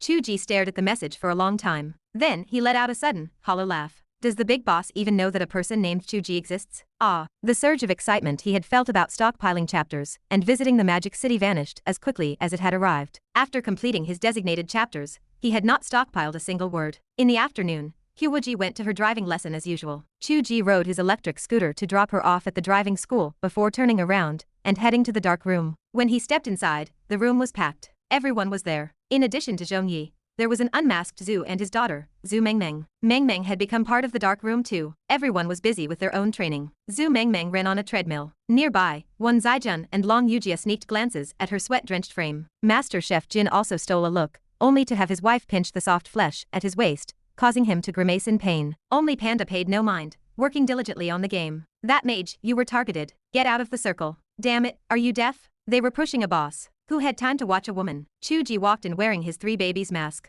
Zhu Mengmeng waved at him with a cheerful smile. The others stared at him with ill will. Hey, you already have 6 babies. Leave something for the rest of us. Chu Ge retorted. What does that have to do with me? If you have the guts, go pursue her. Hiding in the shadows and sneaking glances is embarrassing. Zhu Mengmeng giggled. In truth, a sense of indifference flickered in her eyes. She had no interest in any of them now. The others rolled their eyes. You have the nerve to talk about hiding in the shadows. Take that mask off. Who are you trying to fool? Chu Ge sighed and removed the mask. Is a bit of ritual not good? We are a secret society. In novels, readers spend hundreds of chapters guessing which acquaintance is the masked member of the society. The mystery is finally revealed, and there is only one truth. It was you all along. Everyone laughed. You truly are a writer. Everything you say relates to your trade. Wan Zijun smiled. If you take us as the protagonists, we have been guessing about you and your mask for over 100 chapters. Ha, when you put it in that perspective, I suppose so. Therefore, everyone feels they are the protagonist, Wan Zijun said. Come here to train more often. Do not just hole up at home writing. It is bad for your health.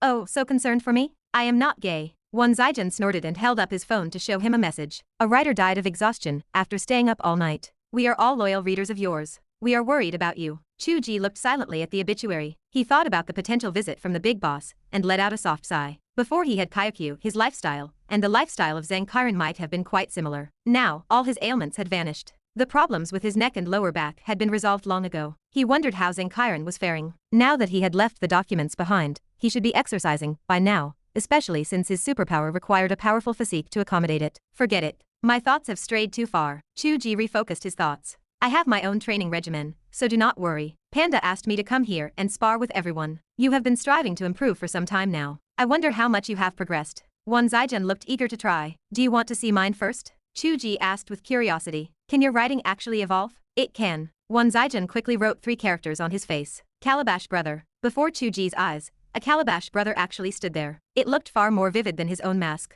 This was a real calabash brother. He was stunned that his spiritual sense could still be affected to such a degree. It was no wonder. Even Kaiokyu had once found Wan Zijun handsome. The conditions for this power to activate were truly bizarre. How is it? The calabash brother asked with pride. Does it not look more vivid than your mask? Chu Ge twitched his cheek. What is the use of looking like a calabash brother? Can you gain his powers? I cannot. This only makes you think I am a calabash brother. In reality, I have not transformed. It is no different from before, when I made people think I was handsome, or their father, Wan Zijun said, not discouraged. However, it was previously limited to human forms. Now, I can take any shape. Chu Ge felt a stirring in his heart as he watched Wan Zijun wipe away the characters and replace them with one. Dragon. A dragon roar erupted. A green dragon reared its head and circled, instantly occupying the entire dark room. Chu Ge had observed dragons in the immortal world, and he knew clearly that Wan Zijun's creation was not merely a visual illusion. The sound and the aura were incredibly close to the real thing, to the point where one felt the actual pressure of a dragon's presence. Chapter 219. Chu Ge stared,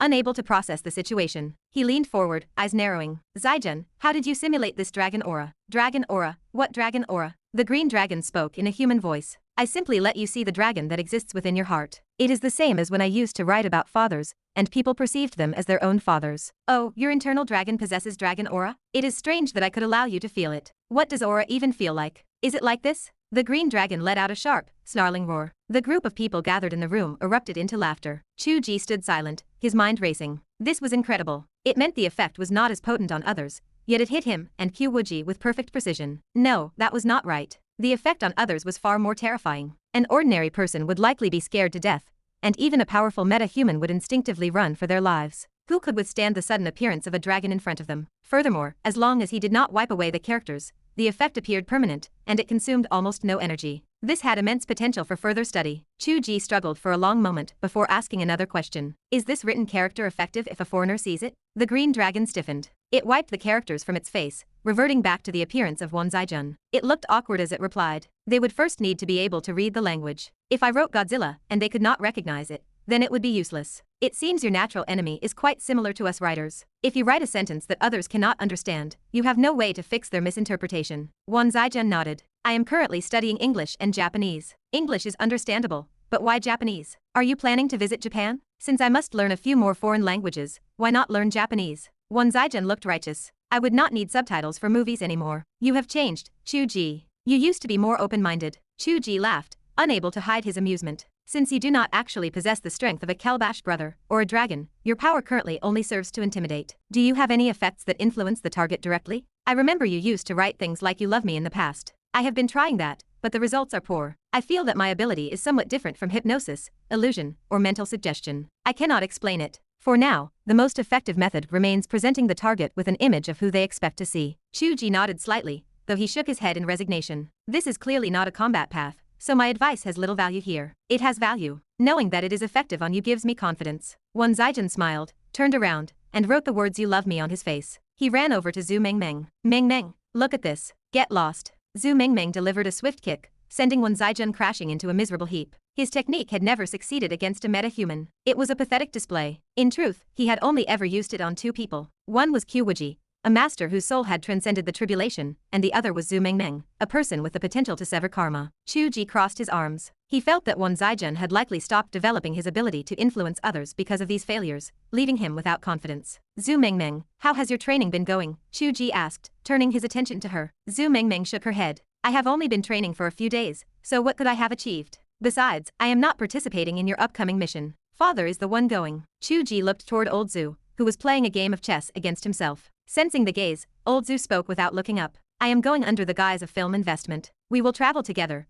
but our path will be separate from the group of tourists. You are playing so poorly, why bother? You are terrible, yet you love to play. Do you really think I am bad? I cannot beat Chi Ching Tai or your partner, but most people cannot beat me. Old Zhu looked annoyed. My chess and cards are tools for divination, not mere toys. By the way, do you want me to read your fortune? Chu Ge felt a spark of interest. Read it, please, read it. Old Zhu glanced at him sideways. What should I read? The fate between me and Qiu Wuji. Is there anything else worth reading? I knew it. A hopeless romantic. Old Zhu pulled out a deck of tarot cards. Close your eyes, be sincere, and draw one. This is it. Why does it feel so unreliable? How is this different from a street con artist? Besides, why are you using tarot cards? My own cards are not like these, but I felt these would suit you. Old Zhu displayed his entire deck with a blank expression. My cards have no faces. They only reveal their nature based on the question you ask after you draw them. Chu Ge hesitated, finding the concept intriguing. It was no wonder old Zhu said this suited him. If it were a matter of genuine divination, Chu Ge suspected that no one could calculate his level, or Qiu Wuji's. But this drawing method did not require high strength from old Zhu. It depended entirely on himself. Chu Ge closed his eyes. Qiu Wuji's every smile and gesture appeared clearly in his soul sea, vivid as reality. In the driving school far away, Qiu Wuji was navigating a turn when a sweet smile suddenly crossed her face. The instructor in the passenger seat glanced at her in confusion. You are driving. Why are you smiling so strangely? Qiu Wuji looked delighted. My boyfriend is thinking of me. The instructor shuddered, turned his head, and remained silent. The student was pretty and smart, but she clearly had a screw loose. Chu Ge silently recited their fate and reached out to draw a card. A flash of light danced across the blank surface. Zhu Mengmeng leaned in to look, spotting a merchant standing on a rocky cliff by the sea, holding a staff, while two others stood beside him. What does it mean? Chu Ge asked, his voice tight with anxiety. This is the Three of Wands. Old Zhu smiled faintly. In terms of romance, it represents a passionate, ongoing relationship. Both parties have created long-term plans and are progressing toward their promises. Alternatively, both are growing according to their commitments, waiting together to welcome a future moment.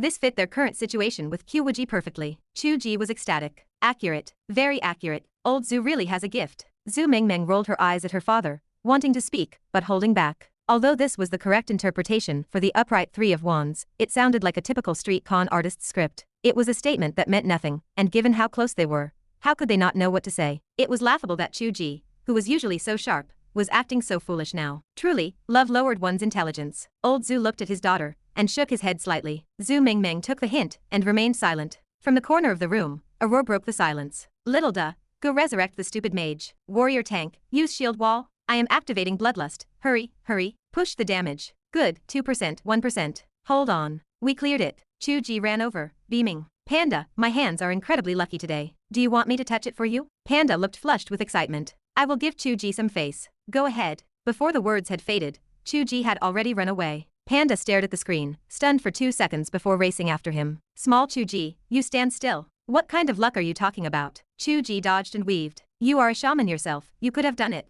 I graduated long ago. This is a gold farming group. I need to sell these items. You have lost your monthly vote. As Chu Ge fled, the phone in his pocket suddenly began to ping. It was a private message on his app. He took it out and saw it was Panda. He opened the message to see a virtual fist flying toward his face. Chu Ge braced his face with his golden bell power, intending to take the hit, but he saw the fist snatch up a ghost image of a keyboard and smash it into his face. Chu Ge felt a sting of actual pain. He turned in shock to see Panda happily tossing a keyboard in his hand. I can use objects to hit people now. Chu Ge felt a chill. This was serious. If he could carry actual weapons, he could kill without leaving a trace. And the fat man had developed from controlling computer cables to reaching through phones. He did not know if a voice call was required, but regardless of the limitations, it was absurd. His power was far too strange, more unreasonable than a mortal cultivation. As the two of them chased each other in a ruckus, Zhu Mengmeng quietly asked her father, Father, that was not an upright Three of Wands. Was your interpretation incorrect? It was reversed, old Zhu whispered. But the Three of Wands is such a positive card that even in reverse, it does not suggest anything disastrous. Then what does it mean? You should tell him. It means the expectations or promises between them are currently fragmented, or their logic is inconsistent, so they will encounter some twists and turns. This does not mean there is a problem with their feelings, and the result will ultimately be perfect, so there is no need to worry. I cannot explain what this inconsistency refers to. If I spoke nonsense, it might only lead the young couple to doubt each other, which would cause actual trouble. Divination's greatest taboo is exactly that. Since the outcome is perfection, I will not speak nonsense. As long as the outcome is perfect, it is fine. Father, your divination is truly too vague. Old Zhu looked dejected. It is already much better than usual. If I were reading for others, it would certainly not be this vague. There is something strange about these two. Zhu Mengmeng looked toward Chu Ge, who was still bickering with Panda. She thought of the red thread of love connecting the two of them, which was as thick as a dragon binding rope, and she laughed. Why worry about them? That line of love is so thick that no saw could ever cut it. I suspect if they had 10 lifetimes, they would still be bound together. Chapter 220. Chu Ge verified the progress of Master Chef Jin and the others once more before leaving the dark room, feeling satisfied. He hopped on his electric scooter to head toward the driving school to pick up Qiu Wuji. The abilities of this group were becoming increasingly fascinating. Master Chef Jin made food taste terrible, while his wife made food shimmer with light. In essence, these were not matters related to the food itself, as the food was neither unpalatable nor glowing. The issue resided entirely within the perception of the senses: taste, smell, and sight. Although the sense of taste required food to manifest, the ability did not act upon the sustenance itself. Instead, it worked directly on the senses of taste and smell. Chu Ge wondered if, with continued training, these powers might extend to the other senses. If the couple combined their efforts, they could potentially strip someone of all 5 senses. It was a Golden Saint-level ultimate ability, yet he recalled how they had once been bullied by Rong Fu. Fortunately, after much reflection, they seemed to have become quite formidable. The reason he was only using the word seemed was that these abilities held no sway over Chu Ge. Having focused his path on divine sense, he no longer required the 5 senses to perceive the world. He had managed to subdue the couple with a single punch each. Seeing the gloomy expressions on their faces, he remained uncertain of how effective they would be against other powerful meta-humans, but it was evident they were far stronger than before. 5 senses deprivation, that is quite powerful. Qiu Wuji wrapped her arms around his waist as she sat on the back of the scooter. She listened to him recount his findings and laughed. The meta-humans in this world likely lack the ability to replace everything with divine sense as we do. I observed that your mother. Chu Ge looked back at her. Qiu Wuji corrected herself with a look of grievance. Your aunt. I suspect she would be helpless against it. Perhaps those who specialize in such abilities might endure, but I suspect that for an average meta-human, no matter how strong, being forced to fight, while their 5 senses are shrouded would not only cripple their combat capabilities, but likely severely impair their own powers as well. Chu Ge nodded in agreement. There is also that young man with the surname Long. I am not particularly familiar with him, and he seems rather shy and soft-spoken, so we did not interact much. However, his ability to merge his body with the wind is intriguing. It is quite different from our wind element techniques. Come to think of it, he is the only one in the dark room who specializes in combat. His footwork is precise, his agility is high, and he fights quite competently. And then, Qiu Wuji asked. He traded 3 moves with me before he was pinned to the floor. His movement was elusive. I failed to land a hit on him with my first 2 strikes. 3 moves against you is quite an achievement, Qiu Wuji said with a relaxed tone. You spent 4 hours on the first floor of the sword testing cave, and the inner sect disciples were all astonished by your talent. I believe he could transition to immortal arts, Chu Ge replied. If he mastered a few basic wind element techniques and combined them with his inherent ability, he might become even more powerful. However, we are not very close, and even if we were, I would not want to reveal too much. There is nothing to worry about regarding leaks, Qiu Wuji laughed. If you truly feel that young man shows promise, you can simplify and modify some wind element techniques using the same methods you use to teach him how to train his abilities. It is quite simple, but we can talk about that later. Chu Ge agreed. He sighed, acknowledging that the dark room was developing into a potent force with all sorts of bizarre capabilities. If Sister Mengmeng also managed to master her potential, it would be even more terrifying. It was clear that Zhongyi had his reasons for assembling the dark room in the beginning. That is certainly true, Qiu Wuji replied. He could not have merely organized a social club for idle chatter. Zhongyi must have had his objectives. As long as the people involved harbor no malicious intent, we need not concern ourselves with the details. Chu Ge nodded. True, everyone is entitled to their secrets. Qiu Wuji did not want to discuss others for too long. She shifted the conversation. Tell me, after sparring with them, do you feel any difference when you use the folding plum hand? Chu Ge smiled. Indeed, it feels different. I have integrated many sword moves and sword intents into the technique. Not only those I learned myself, but also the sword intents I sensed within the sword testing cave are now at my disposal. That is the unique nature of the folding plum hand, Qiu Wuji noted. It encompasses everything, which is why it was chosen as the primary cultivation technique for the Father God. Do you ever feel that it is strange for us to be discussing these things while riding on this electric scooter? Chu Ge asked. Qiu Wuji glanced to the left and right. It was clear that the pedestrians around them could not hear their conversation, yet the situation felt absurd. She could not suppress a laugh. Then what should we be talking about? Old Zhu calculated our marriage fortune, Chu Ge said. He explained the card interpretation he had received. He felt quite happy. Should we not say something sweet and affectionate? For example, you could say, Chu Ge, I love you. Get away from me, you fool, Qiu Wuji retorted, sounding irritated, though she felt a rush of happiness in her heart. She was not a practitioner of divination, but as an expert in the immortal path, she possessed an intuitive sense of the world. She had never felt that anything would go wrong between her and Chu Ge. Her inner voice simply told her that his love was so intense it threatened to overflow. She felt as though his heart was filled with nothing but Kaiokyu, over and over again. Unlike those who merely spoke the words, his heart was truly occupied by her, creating the feeling that if she asked for the moon, he would run to pluck it from the sky. She thought of their moments of intimacy. She knew how much Chu Ge desired her, yet whenever she showed the slightest hesitation, he would stop instantly, showing no signs of being forceful. In truth, she had recently added a psychological suggestion to herself, viewing this as operating a secondary account. If she needed to maintain a certain stance, her primary persona could hold the line, while her secondary persona could be more relaxed. Chu Ge was likely aware of this. Had he been more forceful at certain times, she might have been persuaded, as women often require a convenient excuse to yield. She would have told herself that she could not resist him, or that he was too strong, excuses he had written into his own stories multiple times. Yet, he cared too much about her feelings to force her into anything. He loved her too deeply. When he had drawn the cards, the Qiu Wuji that appeared in his heart had reached into his soul, as if they shared a single mind. Qiu Wuji hugged his waist and leaned her head against his broad back, lost in thought. A long time passed before she whispered so softly it was barely audible, Chu Ge, I love you. He could not hear her. So I am not a fool. How is your driving going? He asked. Qiu Wuji fell silent. Hey, I am asking you a question. Qiu Wuji lost her temper. It is not going well, you fool. Chu Ge looked confused. He kept his head down and kept writing, wondering if it was that time of the month for her again. Never mind, Qiu Wuji grumbled. The instructor told me to go back and study for the written exam. I will take it in a few days. That fast? Chu Ge asked. I recall it taking me a month to learn how to drive, and in the past, it could take 3 to 6 months. I am registering for the theory exam first. There is plenty of time for the rest. Qiu Wuji hummed with annoyance. Besides, why would I need a whole month? After only 2 or 3 days, the instructor told me that I already drive better than she does. I just need to learn the traffic rules. Why do I feel like I am witnessing the birth of a road menace? Who was the pig that said my control as a cultivator would make this a piece of cake? She asked. I suppose it should be fine. It was always going to be fine. I am Qiu Wuji. You are a pig, Chu Ge. Who told you that you still do not know how to ride this electric scooter? He teased. It is not that I cannot ride it. I told you, I do not want to. I want you to drive me. Very well, I will drive you for the rest of our lives.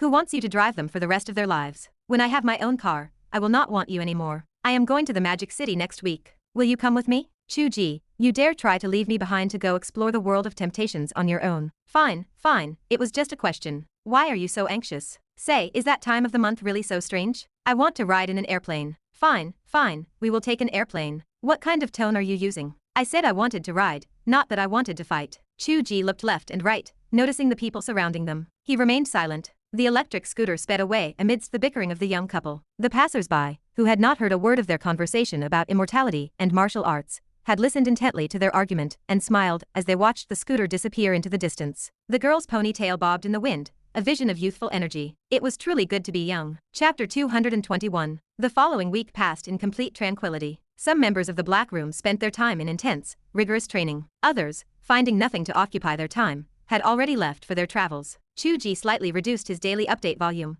choosing to stockpile a portion of his manuscript each day. Qiu Wuji maintained her routine. She studied manga in the mornings and practiced driving in the afternoons. Every evening, she memorized the study materials for the traffic theory exam. After completing several practice mock tests, she felt it was not enough. To be safe, she memorized the entire set of traffic laws. On the day of the exam, Qiu Wuji walked in, spent 10 minutes filling out the form, and stepped back out. She turned to Chu Ge, who waited outside to pick her up. It is embarrassingly simple. I wish I had known it would be this easy. I wasted so much time reading the book. The examiner glanced at her, stunned. Chu Ge covered his face with his hands. When it came to modern affairs, Chu Ge felt that he had been completely surpassed by QQ in certain aspects. At the very least, he knew he could not memorize the entire traffic law code. Why do you have to be so diligent about it? It is only a basic theory exam. In truth, she had not been that diligent. While she claimed to have memorized the laws in the evening, she actually had other plans every night. She and Chu Ge would spar using the folding plum hand. Between the practice sessions, they would share glances and exchange playful advances. Eventually, they would end up pressed against the wall, eyes closed, faces flushed with heat, before finally breaking off to take their showers. Despite juggling so many things, she never once fell behind on the daily chores of buying groceries and cooking. The apartment remained in perfect order. It always reminded Chu Ge of his own childhood confusion, wondering where his mother found the time for everything. He barely had time for himself between writing his book and practicing his martial arts. He also had to carve out time to cuddle with QQ. Yet she managed to find time for cuddling while keeping up with everything else. The current state of his life was an improvement. In the past, any minor distraction would break his focus. If Zhang Kairan next door opened his door to fetch tea or head to the bathroom, or if he had to pause to eat a meal delivery, or even if he received a notification from a group chat, his train of thought would vanish. It would take him half an hour just to get back into the writing zone. He would struggle through a single chapter, and he might not even squeeze one out over an entire afternoon. His nickname, Shorty Chu, was likely a relic from those days, when he averaged only 4,000 characters a day. The name stuck, even though he was no longer short of words. He had not wanted to be a short writer back then. Who would not want to write more and earn more? Yet, the conditions had limited him. It was not a lack of hand speed. No matter how fast his fingers flew, they could not overcome a frozen brain. Fortunately, QQ had cured his mental block. He could actually build up a backlog now. He inspected the 20,000 words of saved manuscript he had accumulated over the past few days. Chu Ge uploaded the chapters one by one to the backend, carefully scheduling them for the next 2.5 days. He finally let out a long breath. Old Zhu has booked the tickets. We will board the plane early tomorrow morning. The feeling of having a reserve of grain was wonderful. Qiu Wuji, having just finished her exam, was in high spirits. She had experienced the exam of a modern girl, and tomorrow she would experience her first flight. Seeing that Chu Ge was actually able to build a backlog made her even happier. It meant they could truly go to Hainan for the new year. Well, there was no need to wait for Hainan. This trip to the Magic City was already a long-distance journey. What should we bring when we go out? Our identification cards. I need to bring your laptop. I can write a few words when I have the time, just to make sure I have enough for 3 days. Qiu Wuji sighed with pity. Very well, Chu Ge, the responsible writer. That is too difficult. How many outfits should we bring? It is only for 2 or 3 days, so one change of clothes should be enough. Chu Ge answered instinctively, but he realized something was wrong as he spoke. That is not right. I will bring one set,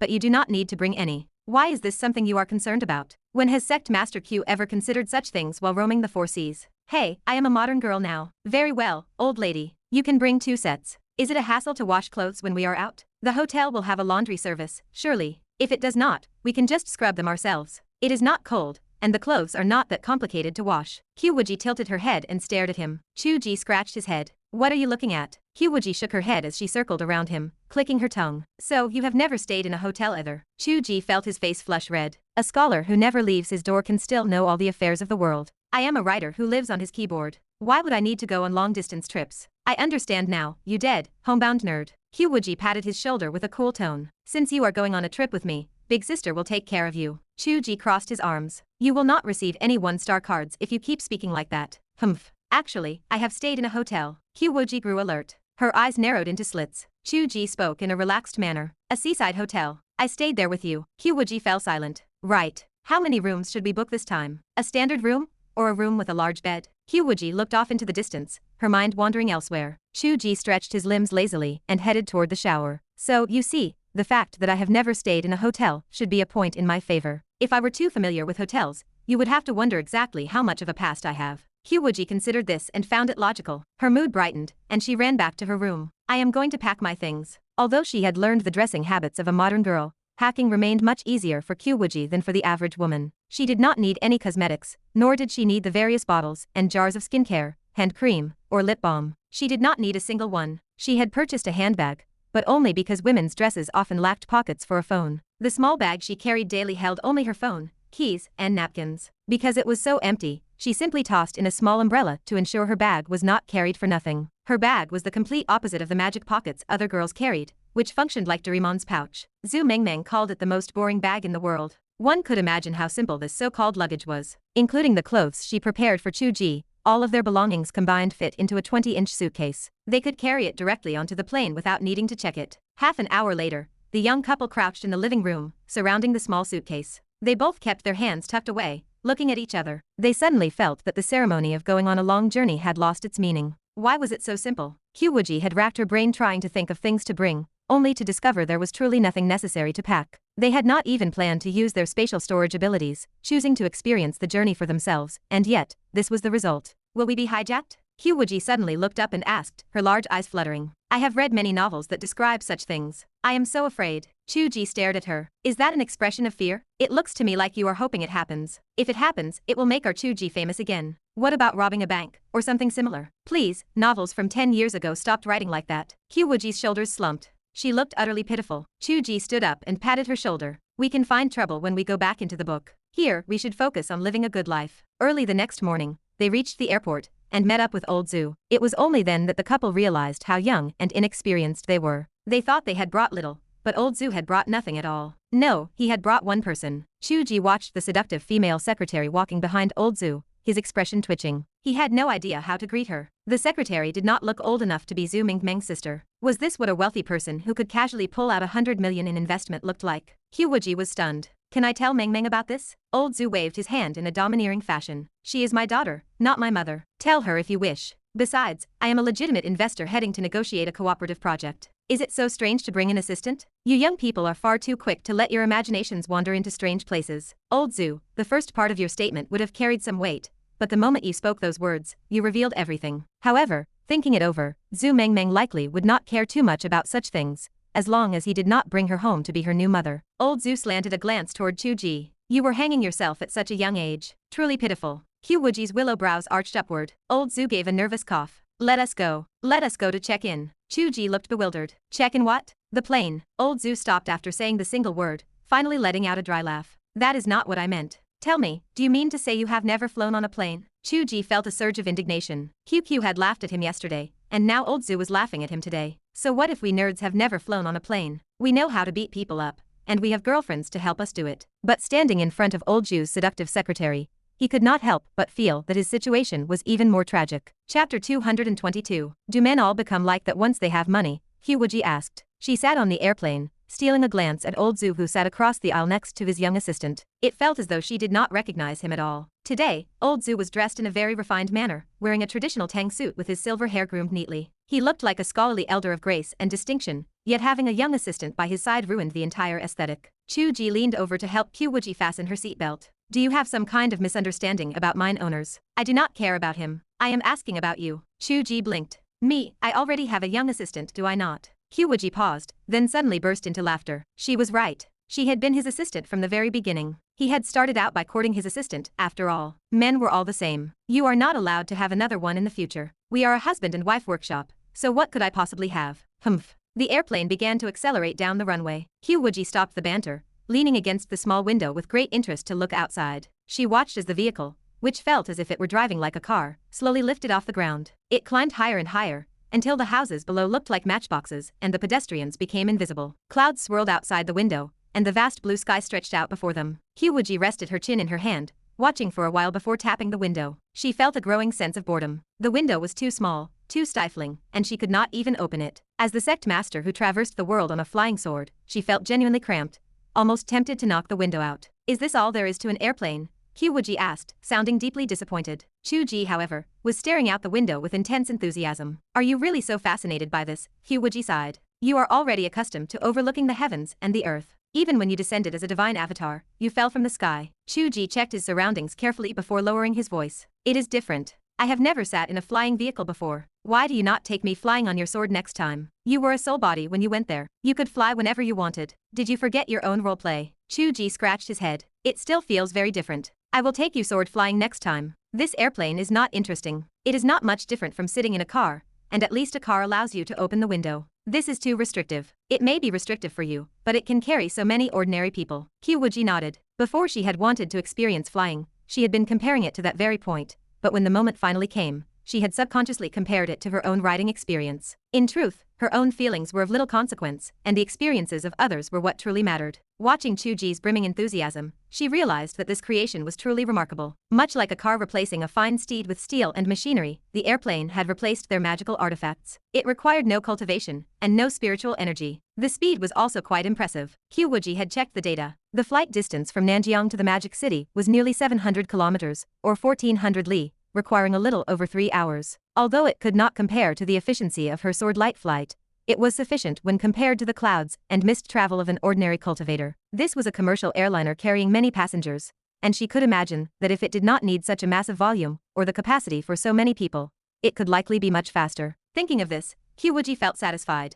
Was experiencing the differences between the two worlds not the whole point? If she were just going to compare whether things were better than her own powers, she would be missing the mark entirely. Tell me, do you think I should learn the principles behind these things? I could build a car for fun later, Qiu Wuji asked. Chu Ge covered his face with his hands. Learn if you wish, but I do not think it suits you. He imagined Qiu Wuji holding a wrench to build an automobile. The image was too beautiful to contemplate. Is it because you do not know how, being a humanities student, that you fear I will learn and become better than you? Chu Ge, struck by the truth, smoothed his face and said, you have always been better than me. I am the one living off your success. Go, go, go. If you really want to learn these things, the disciplines involved are too vast and complicated. I think you should just focus on learning how to paint. Chu Ge sighed. Why is it that the more I think about it, the more I miss the QQ from before, who knew nothing and was so adorable? Qiu Wuji looked around, then reached out to pinch his waist. I know you just want to keep me as an assistant you can support. You prefer it when I know nothing. Chu Ge winced and turned to look at Old Zhu. Old Zhu was wearing an eye mask, leaning back in his seat with one large hand draped over the thigh of his female assistant,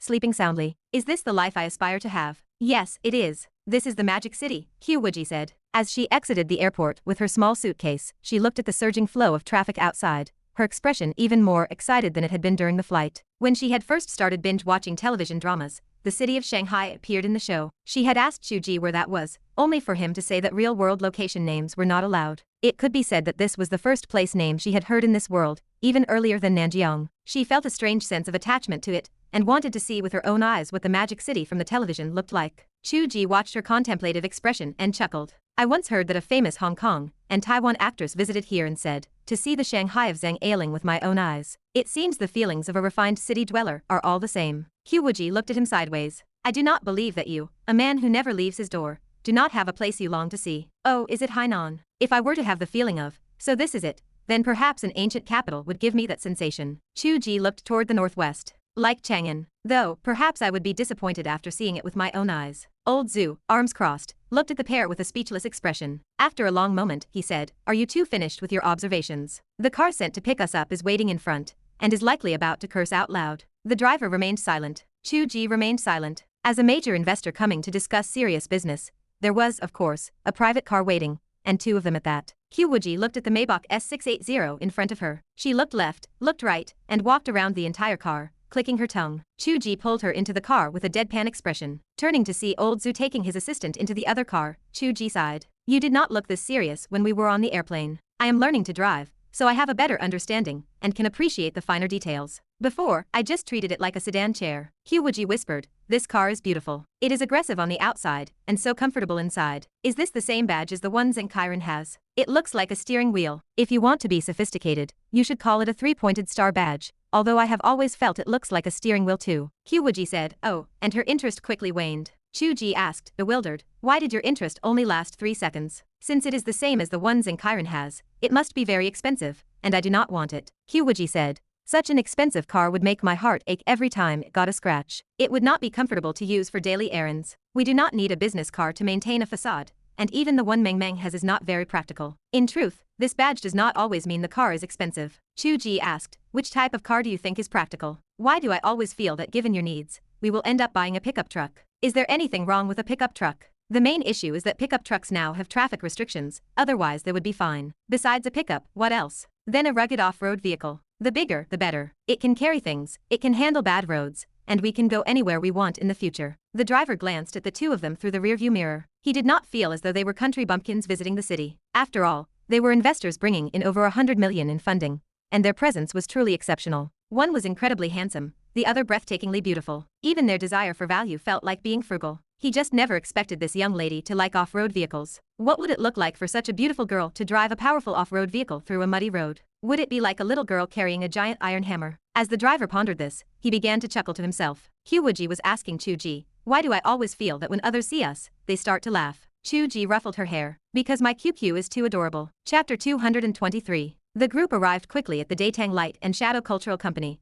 where Xia Wenaiyuan greeted them personally. Xia Wenaiyuan had once been a major director, though he had long since moved away from directing films himself. He had shifted into behind-the-scenes production and operations, becoming a well-known producer and distributor within the country. The company was backed by various capital interests, making it not only a leader in the domestic market, but also maintaining deep connections with Japan, South Korea, and Southeast Asia. Rumors suggested they even held cross-shareholdings with international entertainment groups. Even Old Zhu did not fully understand the specific details, knowing only that Xia Wenaiyuan was essentially a primary representative. However, he possessed the authority to make final decisions on the vast majority of matters, particularly concerning standard production projects. To say his word was final would be an accurate assessment. While it was said he had not taken on a project in a long time, the company and its various subsidiaries and studios were anything but inactive. They were fully engaged in a vibrant array of film, television, and animation projects, covering both big screens and online media, blooming everywhere. The lack of projects specifically referred to Xia Wenaiyuan's own planned direction. They had spent 1 or 2 years searching for a major costume fantasy production that satisfied his vision. They had purchased some intellectual properties and allowed their own screenwriters to develop original scripts, but none had passed the final review. Chu Ge's book had not passed the initial review either, until Old Zhu intervened with his own capital, making it feel like a destined alignment of circumstances. It raised the question of why there was so much need for review, investigation, and research, when often all it took was for the key person to make a single decision. It was evident that Xia Wenaiyuan and Old Zhu were well acquainted. Without much polite posturing, the group went straight to Xia Wenaiyuan's office to drink tea. They took their seats as guests and host, and Xia Wenaiyuan brewed the tea himself, speaking in a leisurely tone. Be honest, you have not been involved in this industry for many years, so why are you suddenly putting in so much effort? What is your relationship with Mr. Chu? Old Zhu smiled. A friendship across generations. Xia Wenaiyuan blinked in surprise. He had genuinely believed Chu Ge was some sort of illegitimate son, imagining Old Zhu wanted to boost a younger relative. Receiving an answer of friendship across generations struck him as strange, for one would never introduce a younger relative with such a term. He examined Chu Ge and Qiu Wuji with a touch of regret and sighed. Is it truly the case that neither Mr. Chu nor Miss Qiu wish to debut as actors? Old Zhu laughed.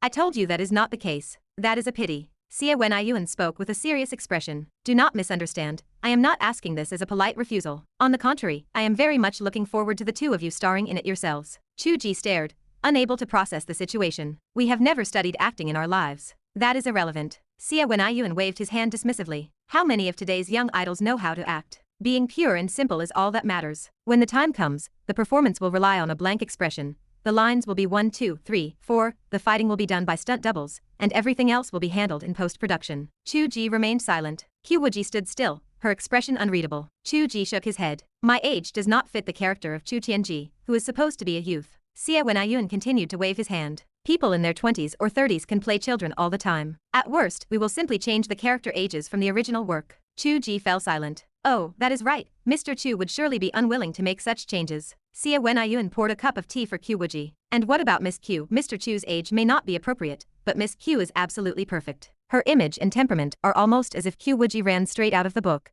even sharing the same name. Chu Ge cleared his throat. It was originally written with her as the prototype. He had reversed cause and effect, yet everyone believed it to be the truth. Qiu Wuji was not as delicate and silly in front of strangers as she was with Chu Ge in private. From the moment she entered the door, she had sat quietly beside Chu Ge, not saying a word. Her expression was cold and clear, and she surveyed her surroundings with a detached gaze. This was a natural sense of caution and wariness that came from being on someone else's turf, something cultivated over 10,000 years that she could not change. Her image and temperament were truly similar to the Qiu Wuji in the book. As for her dignity and imposing aura, one only needed to change her clothes to match. She met Xia Wenaiyun's gaze and spoke coldly. "We will not act." She said only those two words and nothing more. Xia Wenaiyun twitched his cheek. If someone knew, they would say she was Chu Ge's assistant and girlfriend, but if they did not, they would think she was his boss. Is this truly not the actual Qiu Wuji in the flesh? There was no need for her to act at all. She could just go straight on camera as she was. Chu Ge sighed. "Mr. Xia, we want a production that strives for excellence, not the kind that relies on cutting and pasting images or counting numbers. Besides, we have barely begun, so why start talking about this now?" It was only because I felt the image was so fitting that, from a director's perspective, I could not help myself. Xia Wenaiyun recovered and laughed. "As for us barely having begun, that is not entirely true. Our progress will be very fast. In fact, many projects have their project initiation tied directly to the confirmation of the roles, something Mr. Chu may not fully understand. However, you are right to speak of striving for excellence. Let us set this matter aside and discuss it another time." Old Zhu watched their dispute with a beaming smile, only interjecting then. "It seems you value this highly, perhaps even to the extent of wanting to direct it yourself. I do feel a bit of an itch to take it on." Xia Wenaiyun smiled. "To be honest, this involves some internal disagreements regarding our path. Part of the management believes that given the current climate, we should not be making such large productions. They argue that urban light comedies and workplace dramas have lower costs and yield faster results, or that if we must do costume dramas, costume romances are more appropriate." Old Zhu pondered this. They are not wrong in what they say. Xia Wenaiyun sipped his tea and spoke softly. "From the perspective of making money, there is merit to their logic, and I do not wish to argue that point. But I still have some dreams. Must people only consider making money, or should they think of something else as well? For example, Western fantasy stories are understood by everyone here, but conversely, when will our ancient martial arts and immortal tales ever walk out into the world for them to understand?" Chu Ge felt a surge of respect and raised his cup. A toast to Mr. Xia. Even Qiu Wuji's expression softened considerably, and she felt the old man was becoming more agreeable. Their immortal arts were, of course, the best, and she almost wanted to show him her flying sword to prove it. Xia Wenaiyun was not one to be overly formal, and accepted the toast. After the two finished their tea, Xia Wenaiyun continued to fill Chu Ge's cup. "I have exchanged opinions with the Korean company regarding this matter. Their boss is of Chinese descent and has always been very interested in these themes. He indicated that if I do a good job, he will try to increase our efforts to promote it in Japan and South Korea." Chu Ge looked curious. "Will it be well received? I heard that some web novels have already been translated for Japan and South Korea. I know an author who even had a Korean comic adaptation, but according to him, the market was only average. It is average because of the cultural disconnect. However, compared to the West, Japan and South Korea are closer to us, so understanding immortal fantasy is not difficult. As long as one is willing to put in the effort, one day it will open up. If one is unwilling to put in that effort, it will never open up." Old Zhu gave a nod of approval. "Tisk, you sound so lofty and idealistic all of a sudden. I never saw you as having such ideals before." "Ha, I had different ideals in the past. Once those were fulfilled, I needed to have new ones. That is all. In truth, filmmakers have always thought this way, and they have never stopped striving, one after another." "Well said." Old Zhu stroked his chin, lost in thought. Xia Wenaiyun continued. "Since this project has added such a mission, it has sparked my own desire to take the helm. Others may not be able to achieve the expression I want. It is precisely because of this that communication with the author himself is very important." Chu Ge felt more at ease. "Mr. Xia, your heart is in the right place. Tell me, what do you need me to cooperate with?" "First, our initial plan is still to release the comic adaptation and simultaneously translate it for the Japanese and Korean markets to test the waters. To be honest, the results of this test will determine the direction of the film and television production, including the scale of investment, the intensity of the promotion, and even the final selection of actors." Xia Wenaiyun's expression turned serious. "I heard you intend to draw it yourself. This is not a matter for play. If you cannot shoulder the responsibility, it would be better to find a well-known studio to complete it." Chu Ge glanced at Qiu Wuji. Qiu Wuji smiled faintly, then suddenly dipped her finger into her tea and drew a portrait on the coffee table with quick, sweeping motions. She even drew it upside down, so that it faced Xia Wenaiyun perfectly. This gesture alone caused Xia Wenaiyun to let out a surprised sound. As the portrait was completed, Xia Wenaiyun could not even find words to utter, his expression becoming solemn. It was a simple painting made with tea, created with only a few strokes, yet it clearly showed him a resolute youth. The features bore a slight resemblance to Chu Ge, yet he appeared younger and more rustic, the sharp intent in his eyes seeming to pierce through the table. "Chu Tianji," Xia Wenaiyun whispered to himself. He did not need to ask. Anyone who had read the original work would have that name flash in their mind the moment they saw the image. The artistic skill itself was deeply moving, a crushing victory over the level of an ordinary artist. More importantly, it possessed a strange sense of form and spirit, as if she had met Chu Tianji in person and drawn him from life. Even if she had met him, it was magical. No one else had seen him, so why did they know at a glance that this was Chu Tianji? Chapter 224. Chu Ge had described the appearance of Chu Tianji in his writing. To be fair, there were at least 800,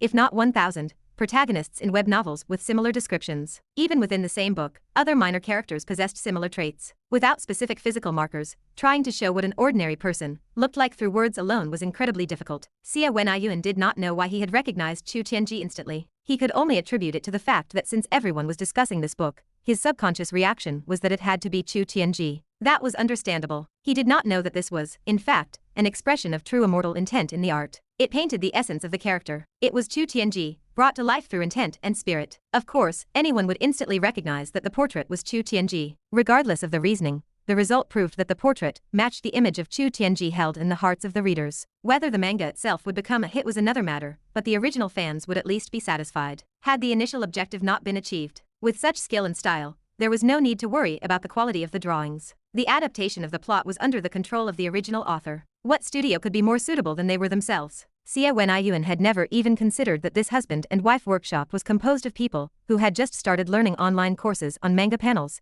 and had not even graduated. Who on earth could ever guess such a thing? He made his decision on the spot. Then the two of you can sign the manga contract with us later. Chu Ge asked cautiously. Is a contract necessary? Can we go register a studio right now? Xia Wenyuan stared at him in confusion. Old Zhu intervened. Signing under your personal names is also possible. The taxes are just different. Taxes. That means you are still giving me money. Chu Ge looked perplexed. We are drawing my own book and you are paying me? Xia Wenyuan twitched. That is correct. You are the creators we are looking for to work on our project, so we are paying you. Qiu Wuji confirmed the details once more. You have already given us 3 million for the book rights. You are helping us with the manga promotion and you are also paying us for the artwork. Xia Wenyuan could not hold back his laughter. That is right. I am giving you more money. And if the manga generates revenue, you will also receive a percentage of the profits. Qiu Wuji asked carefully. How much? Xia Wenyuan finally burst into laughter. Originally, we were going to negotiate this, but now I do not want to talk about it anymore. We will go by the maximum market rate. We will give you the same amount as a top-tier studio. You two are just too funny. Old Zhu joined in the laughter. You are not even the one responsible for negotiating these things.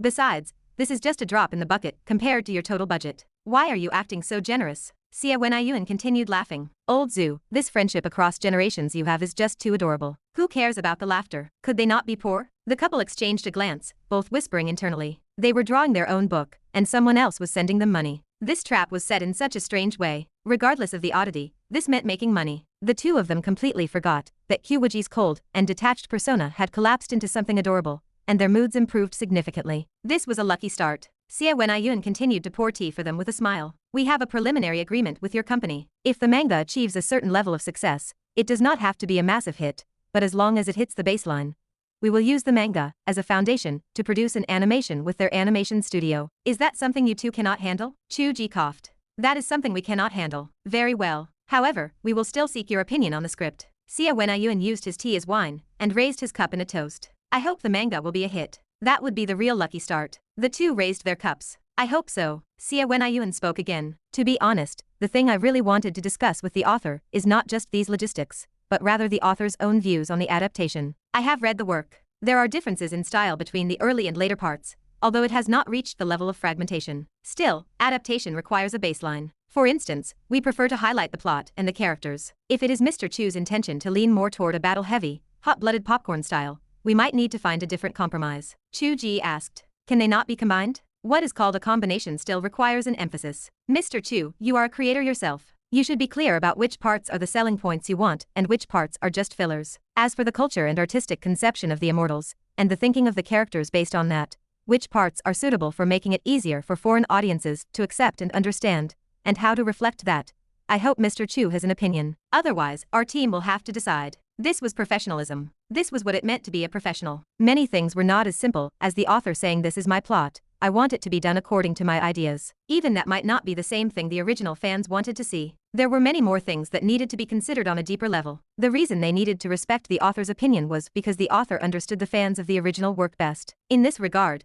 they could combine the elements most effectively, avoiding a situation where the story went 10,000 miles off course. Chu Ge spoke cautiously. Popcorn stories are easy to make satisfying, but what truly spreads are the plot and the characters. We have the foundation for a large ensemble cast. We could refer to the Game of Thrones model. He glanced cautiously at Xia Wenyuan, wondering if he thought he was being too arrogant. Seeing that Xia Wenyuan was smiling slightly without expressing an opinion, Chu Ge decided to do as Qiu Wuji had done. He dipped his fingers in the tea and began to draw on the coffee table. I have a complete world planned for the later stages. It involves overseas Western lands, utilizing their fantasy worldview and medieval kingdom system, as well as various dungeon monsters belonging to their realm. Combining that within our immortal martial arts is in itself a form of cultural interaction. The initial plot could be interpreted as an academy. We could design it like this. Chu Ge continued for a full 15 minutes. The more he spoke, the more he had to say. His words flew, and he did not even pause to take a breath. Qiu Wuji sat beside him, watching his profile with a smile. In truth, this fellow could really talk, especially when he was speaking about his specialty. That soaring confidence was very attractive. Xia Wenyuan was also smiling. His desire to meet with the author face to face was not as pleasant as he had claimed.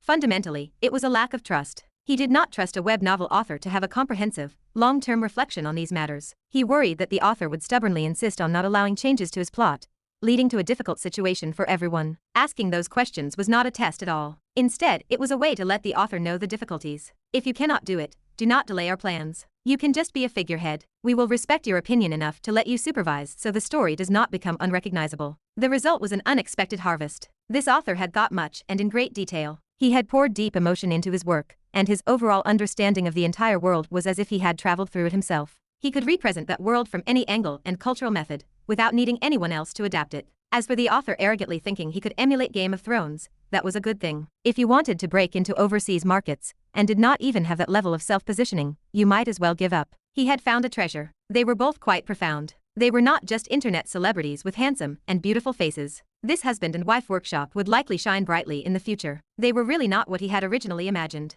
No wonder old Zhu had taken the initiative to throw money at them. This was not an investment for face. He had real expectations. Xia Wenyuan fell into thought. After talking for more than 15 minutes, Chu Ge finally finished his segment and drank some tea, feeling thirsty. No one in the room had interrupted, and he felt a little awkward. Seeing his small, quiet manner as he drank his tea, Xia Wenyuan finally returned to his senses. He smiled and reached out his hand. Welcome to our project team, Mr. Chu, as our specially invited consultant and advisor for the screenwriting team. Chu Ge was stunned, and his expression turned strange again. Do not tell me that you are going to pay me for this too. Xia Wenyuan clapped his hands and laughed. That is correct. We are going to pay you for that too. Seeing the atmosphere where both host and guests were happy, old Zhu spoke at the right moment. These things cannot all be discussed while sitting in a tea room. This was just a simple exchange of opinions. There will be meetings later on. I have my own investment meetings, and I am not just here to keep you company. Let us stop here for today. Since we traveled a long way, we should go to the hotel to settle in. Xia Wenyuan said. I have already booked your rooms. Go settle in first.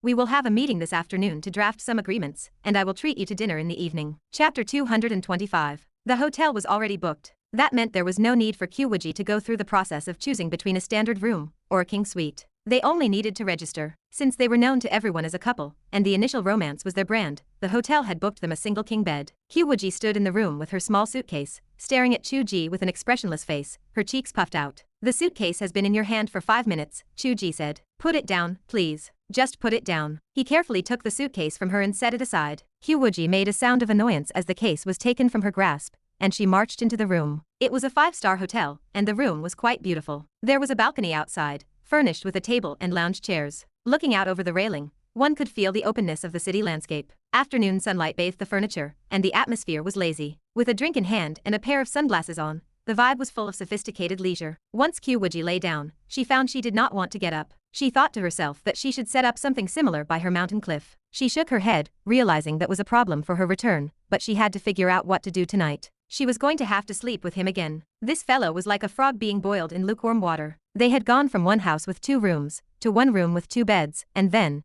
after being tricked by his mother, she had rested her head on his arm. She had made the excuse that she was too tired and had fallen asleep in his arms, and she had pitied him too much to pull away. Now, they were openly sharing a room and a single bed. Even if nothing had happened and they remained innocent to outsiders, it looked as if they had done everything. She sighed softly. Her reputation was in ruins. Qiu Wuji sat clutching a cup of freshly squeezed juice, staring blankly as her thoughts drifted away. Chu Ge pulled his laptop from his suitcase, booted it up, and tested the internet connection. Finding everything in order, he turned to look at Qiu Wuji's small, pouty expression, and could not help but laugh. He walked over though he did not settle into the other lounge chair. Instead, he leaned down and kissed her forehead. Qiu Wuji did not even have the instinct to dodge. It was only after the kiss that she remembered to glare at him. Chu Ge giggled, pinched her nose, and swayed away. Qiu Wuji was fuming. You think we are an old married couple now, she thought. Chu Ge looked out over the railing and sighed. It is no wonder there are so many ancient poems about leaning on railings. This feeling of looking into the distance is so open, as if all the poetry in the world is pouring out.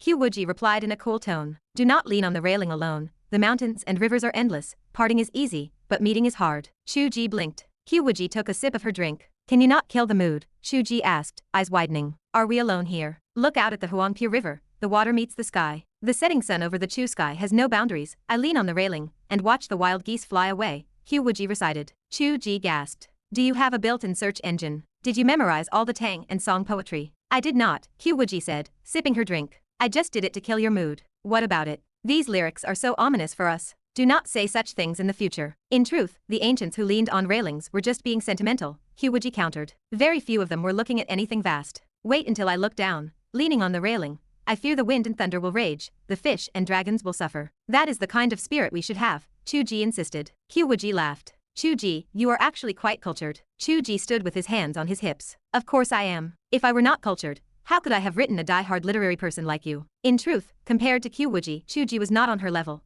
but she would never point that out. For a modern person, having the amount of poetry Chu Ge had in his head was already impressive enough, and he could not be compared to someone like her who was an ancient being. However, just as it was easy for her divine sense to memorize the poetry of this world, it would be easy for Chu Ge to memorize more if he wanted to. In other words, there was still room for growth in his writing. He did not know if he would ever write another book. Chu Ge shifted the topic. This afternoon, we will split into two paths. You and Old Zhu will attend the investment meeting here, and I will go to the website to talk to them. You are not allowed to flirt with the female editors, Qiu Wuji warned. I do not even know what they look like, so who would I flirt with? That means if you knew they were beautiful, you would flirt with them. Where did all this jealousy come from? Chu Ge asked. He suddenly reached out and scooped Qiu Wuji up into a horizontal hold. Qiu Wuji struggled. Hey, what are you doing? I have not finished my drink, it is going to spill. Chu Ge leaned over and drank the remaining juice from the cup with a quick slurp. Qiu Wuji sighed and tossed the empty bottle, which landed perfectly in the trash can. The next moment, she was pinned down on the large bed, and Chu Ge licked the lingering juice from her lips. What are you doing? She asked, struggling and turning her head away to avoid his kisses. You get excited as soon as I mention female editors, do you not? Chu Ge whispered into her ear. Is the correct approach not to drain me first?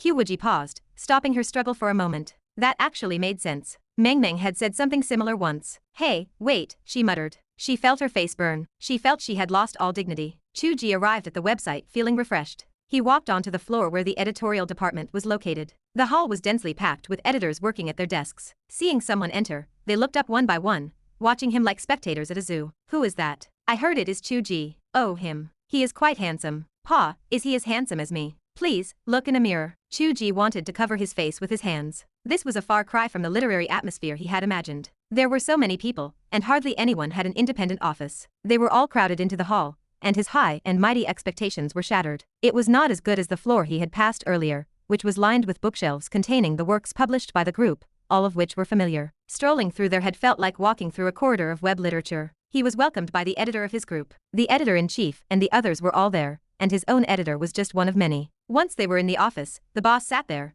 and a group of them chatted together. Although the editor was indeed a delicate and pretty girl, she was a world away from the scene Qiu Wuji had imagined of him meeting a beautiful editor in private. She had wondered why she had drained him earlier. Now, she had made his legs feel like jelly just from walking into a room to talk. The boss was quite amiable, and was even willing to address him as Great Master Chu. Great Master Chu, your book is being taken very seriously by Xia Wenyuan. Chu Ge knew that the man respected Xia Wenyuan, not him. He responded with a calm heart. Mr. Xia is a man with great ideals. The nervousness he had once felt about meeting big figures was entirely gone. Whether he was meeting his own boss or Xia Wenyuan, Chu Ge could not see any difference between them and ordinary people. To the father god of a world, they were, in fact, just ordinary people. Seeing Chu Ge's attitude, a look of surprise flashed in the boss's eyes before he smiled. I heard from the editorial team that you do not want to renew your long-term contract. Chu Ge used his standard excuse. There may not be another book. It has no meaning. The boss knew the real reason, but just smiled. What if it is just a cooperation? Chu Ge paused. What kind of cooperation? If there is a next book,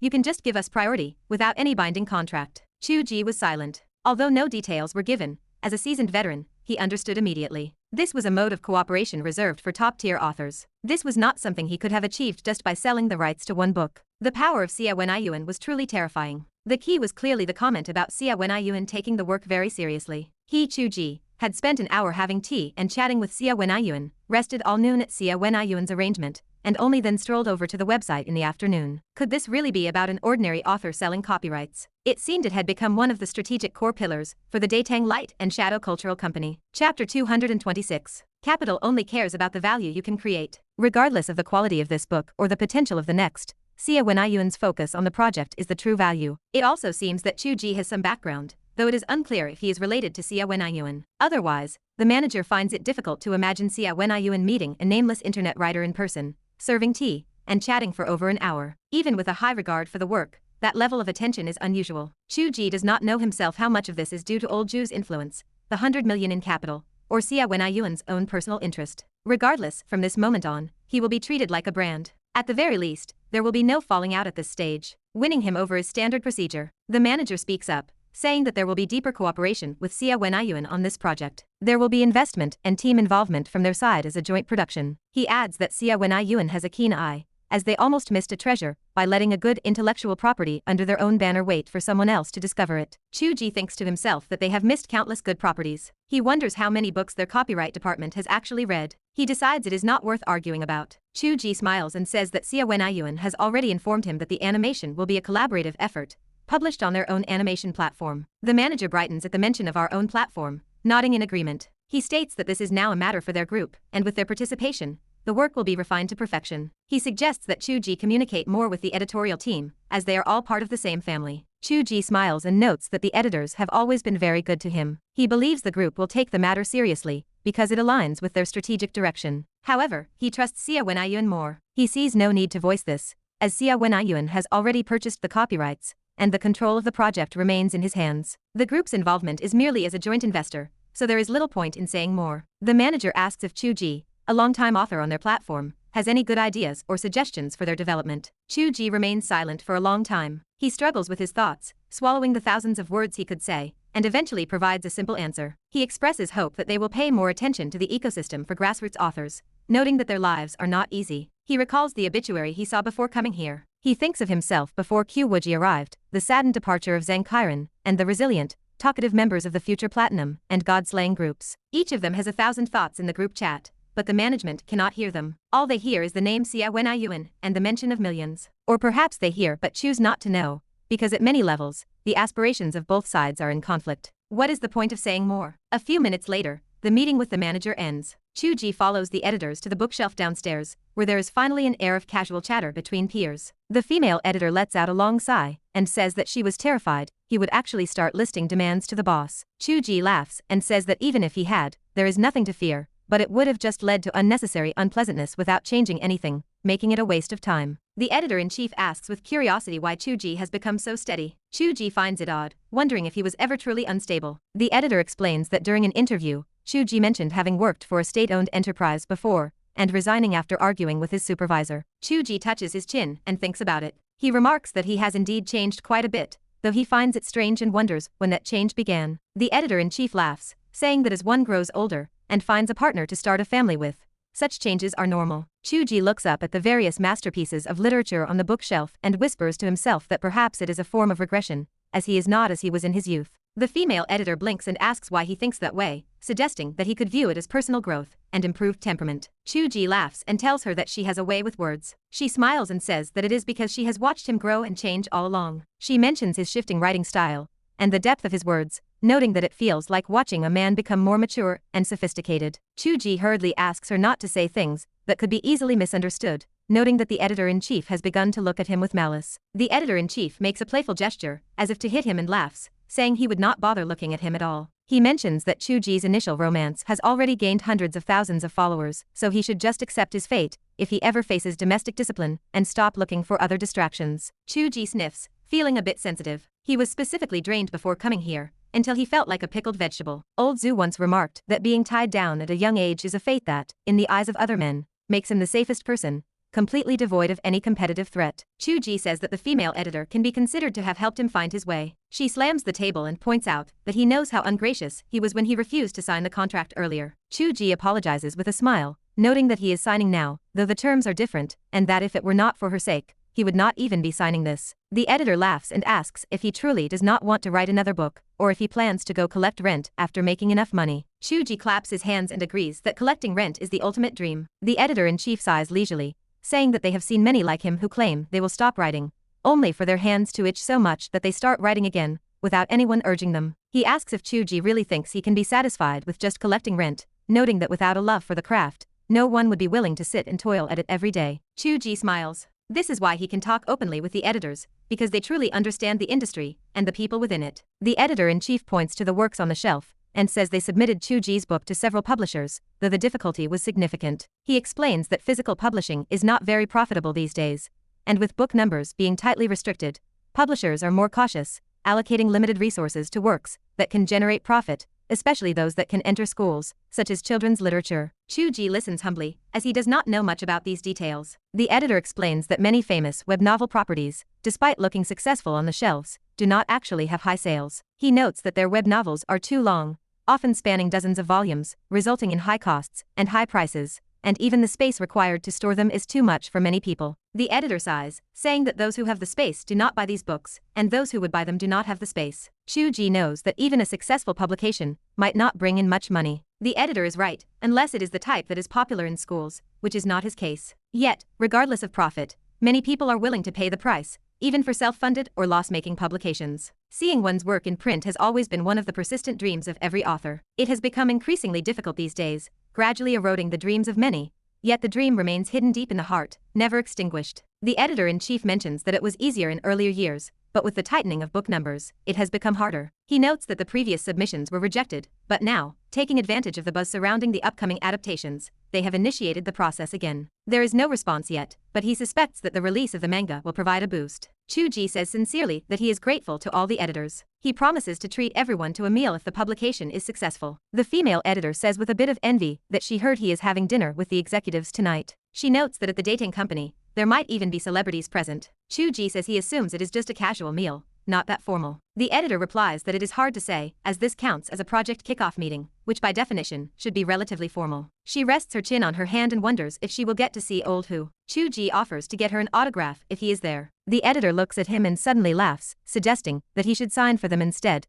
as she suspects it will become very valuable in the future. Chu Ge feels very pleased. He pretends to be humble and refuses for a moment, before yielding to their persuasion and leaving an autographed bookmark for each of the editors. The editor-in-chief tucks the autograph away and adds, seemingly unintentionally, that they say this to every author they meet, just in case a blind cat happens to catch a dead mouse, and they make a small fortune. Chu Ge says to himself, damn it. Chapter 227. The visit and idle chatter at his own website still gave Chu Ge a strange sense of satisfaction. The annual meeting he had once longed for held a similar appeal, as did the feeling of being part of the leading tier of the site, chatting, drinking, and joking with editors and other top authors. Though it lacked practical value, working in an industry naturally created expectations of reaching the upper echelons, rather than hiding alone in a dark room, content just to sell words for money. He had joined various writer associations. Beyond the simple ability to introduce himself as a member of this or that association, the feeling of belonging to a collective and having a base of operations was a vital reason for doing so. It prevented the sensation of being a ghost drifting through the network. It offered the comforting feeling of being alive and subject to social expectations. Unfortunately, the associations mostly held superficial meetings,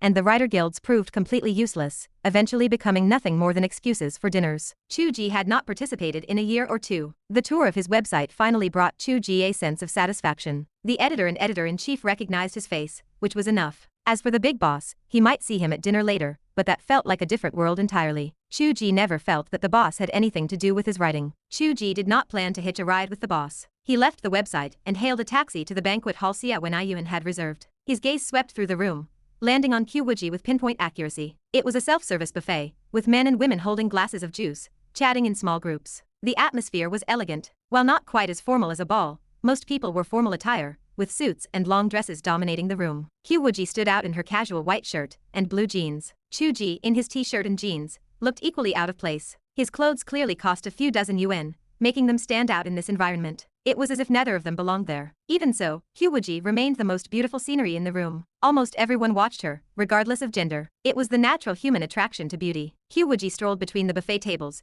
watching others select food with curiosity. She learned to pick up a glass of orange juice and sipped it as she observed the room. Her curious, naive charm perfectly blended with her elegant and lazy demeanor, creating a unique allure. It was impossible to tell if she were a country bumpkin or a woman of the world who had seen everything. The banquet hall was large. Before Chu Ge could reach Qiu Wuji, someone else approached. A handsome young man in a well-tailored suit stood beside her with a charming smile. He asked if she were here with Director Zhu and inquired about how she knew him. Qiu Wuji blinked, feeling a touch of excitement. This was the standard treatment for a novel heroine to be hit on, and it had been nearly half a year since she arrived in this world. It was the first time it had happened. She wondered if she had lost her charm, but clearly she had not. She sensed a sourness wafting over from Chu Ge and chuckled to herself. Chu Ge stopped in his tracks, hands on his hips, watching her with annoyance. The young man looked confused. In the eyes of the onlookers, Qiu Wuji swirled her orange juice, looking at the man with a faint, enigmatic smile. That expression, mocking or otherwise, made one's skin crawl. Qiu Wuji smiled slightly. She told him that she was there with her grandfather. The young man looked pleased.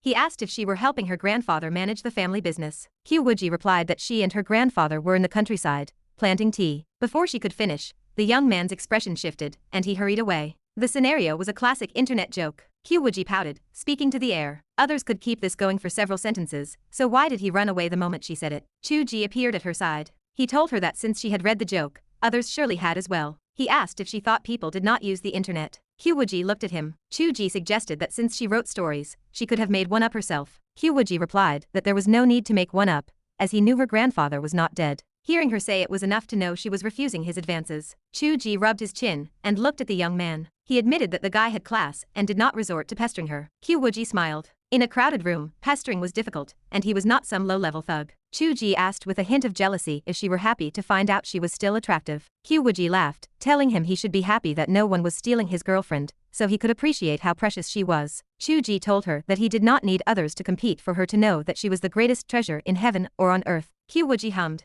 She asked if he had met the female editor. Chu Ge pointed toward the door. He told her he had met him. Qiu Wuji turned to look. A middle-aged man, in a suit walked into the banquet hall, and headed straight for Xia Wenyuan, appearing very familiar. Qiu Wuji asked if he were their boss. Chu Ge confirmed it. Qiu Wuji's expression changed. She could imagine the scene of Chu Ge meeting him there, making her wonder what she had been doing at noon. She gripped the glass of juice tightly, teeth gritting as if she wanted to crush it. Chu Ge added that it was impossible to be exhausted like that, and there was more to come tonight. Qiu Wuji nearly splashed the juice onto Chu Ge's face. As she moved the cup, Chu Ge leaned down and took a sip, making it look as though she were feeding him. Qiu Wuji paused, her eyes curving into crescent moons. She asked if his cultivation was meant for such things, and if he did not feel ashamed. Chu Ge sipped the juice and mumbled that it was not shameful at all, pointing out that everyone was looking at them with envious eyes. Qiu Wuji looked around, her face slightly reddened. Many people were observing them quietly. Some wore indulgent smiles, while others looked disgruntled. Clearly, they had thought Chu Ge was just another man hitting on her, and expected to see him get rejected. Instead, the pair chatted as if no one else existed,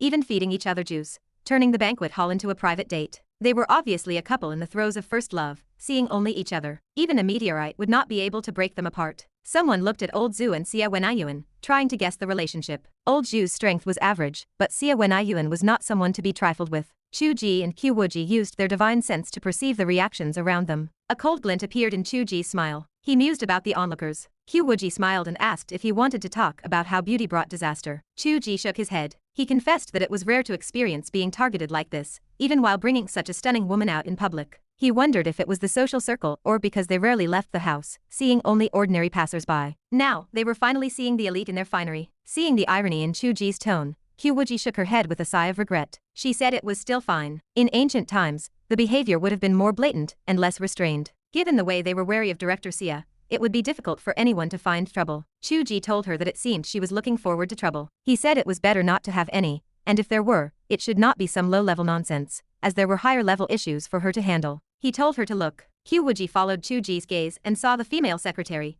who had worked for Du Lianfeng. She stood there with a smile, raising her glass to toast Xia Wenyuan as if they had something to discuss. Her gaze glanced over at Chu Ge and Qiu Wuji, showing a hint of seductive charm. Qiu Wuji's expression quickly turned cold. Arriving in Shanghai meant there would be intersections. The world was small. Chapter 228. We meet again, two of you. It is a pleasure. The female secretary approached as they watched, holding her glass out in a polite gesture. She smiled, noting that they had been in such a rush last time that they never exchanged names. She introduced herself as Mi Xylan and said she was happy to see them. Chu Ge and Qiu Wuji stared at her with narrowed eyes, offering no reply. Their synchronized reaction made Mi Xylan chuckle. She told them there was no need for such expressions. She reasoned that even though they had worn masks last time, their poise and demeanor remained the same, and given that they had stood up for Director Zhu then, and were with him again now, she had guessed their identities easily enough. Chu Ge considered this and replied that her logic held up. Mi Xylan laughed, noting her curiosity about why they chose to be so visible if they wished to keep their identities hidden. Chu Ge spoke with indifference, explaining that they did not hide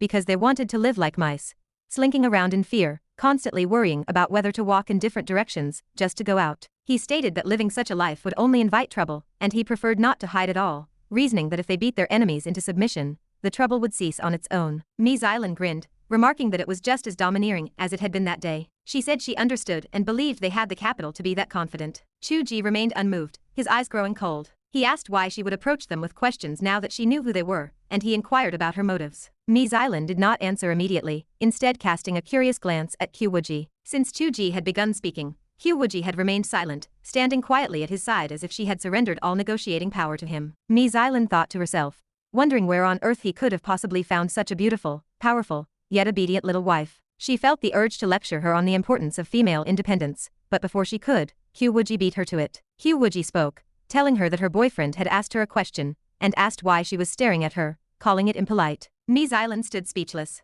Damn it. She sighed and said that she had sought them out to talk, to see if they could find some common ground. Chu Ge smiled and told her it was a strategy of courtesy before force, adding that she should feel free to speak her mind. Mi Xylan stopped smiling, and looked them directly in the eyes, asking if they hoped for the recovery of spiritual energy, and for everyone to gain special abilities, or if they preferred the world to remain as it was, or perhaps they had once wanted powers themselves, only to wish others would not have them now that they had achieved their own. Chu Ge stiffened, momentarily unable to answer. He had never considered the question. Qiu Wuji also found the inquiry interesting. It felt similar to the ideological disputes in their world of immortality, rather than the shallow squabbles over treasures or petty grudges. The latter held no appeal for her. If she had once felt the urge to hunt for treasures in the sea, it was only for Chu Ge's benefit, but now that he could manifest items from his book, she had lost all interest in such things. Even when he brought items out, she never pressured him to pursue better ones, believing that greed clouded one's path. She only fought for what was essential to her journey. This ideological dispute, however, was different.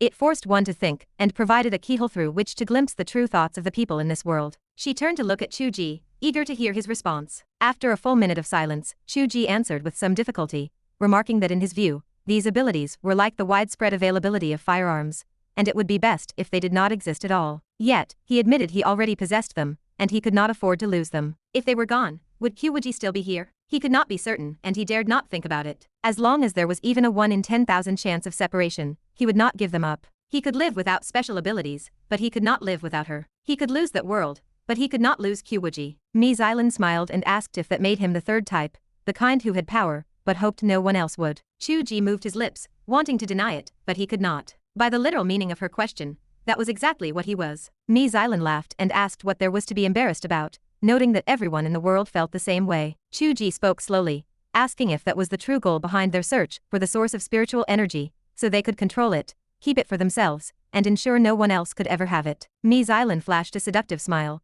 remarking that having special abilities was wonderful, allowing those from the bottom, once like dust, to look down upon the masses, become group leaders, own luxury cars and mansions, and enter high in social circles, creating a shift that was once unattainable, and existed only in their dreams. Chu Ge replied in a deadpan tone that when others rose from the bottom, it was so everyone could be equal, but their goal was to reshuffle the deck to secure better positions and benefits for themselves while cutting off the path for anyone else to rise. Mi Xylan asked if he were any different. Chu Ge remained silent. Mi Xylan calmly stated that it had been this way since ancient times, so he need not be ashamed. She reasoned that since he was much the same, why could they not cooperate? Chu Ge asked about their cooperation and the grudges regarding Du Lianfeng and Qi Qintai. Mi Xylan smiled and said that those losers were dead, and no one would bother speaking up for them. Chu Ge asked if they were dead and if she had killed them. Mi Xylan admitted they were dead, and when Chu Ge asked if she had done it, she replied that in the eyes of the world, it had been the two of them. She added that it did not matter, as if they really cooperated, the fact that they were blamed would only increase their leverage, serving as a deterrent even before they arrived. Chu Ge asked what would happen if they refused to cooperate. Mi Xylan calmly replied that they would indeed find themselves in a lot of trouble.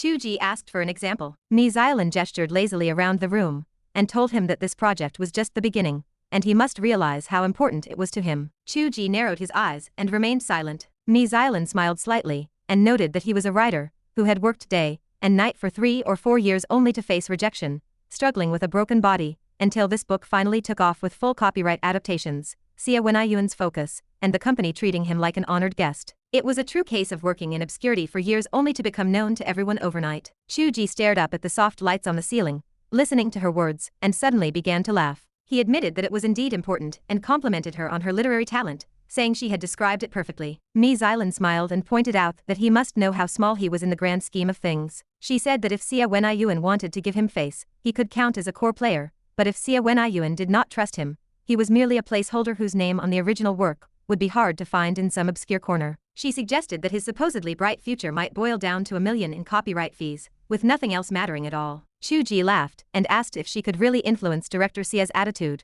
noting that Director Xia did not seem interested in talking to her earlier. Ms. Island remarked that she might not be able to make him value him, but it was very easy for her to spoil things for him. She said she did so with a warm smile, adding that no leader wanted a troublemaker in their project. Chu Ge continued to smile, though a cold light flickered in his eyes. Ms. Island said there was no need for such an expression, noting that she was just speaking plainly, and she felt he had no reason to refuse cooperation. She added that if they worked together, none of those negative things would ever happen. Chu Ge threw out his refusal in 4 simple words. Ms. Island's words stuck in her throat, as if she could not believe what she had heard. She stared in astonishment and asked if he had even heard their proposal. Chu Ge replied that there was no need to hear it, as their paths were different, and they could not work together. The smile Ms. Island had maintained finally faded. Qiu Wuji, who had been listening silently from the side, slowly began to smile. Chapter 229. Xia Wenyuan walked over holding a wine glass and smiled as he spoke. He asked if the two of them also knew the woman standing there. Ms. Island forced a thin smile onto her face. She explained that they had met briefly while she was on an inspection trip to Nanjiang. Xia Wenyuan nodded as if lost in thought. He told them he needed a moment to speak with Chu Ge. This was a clear, public dismissal.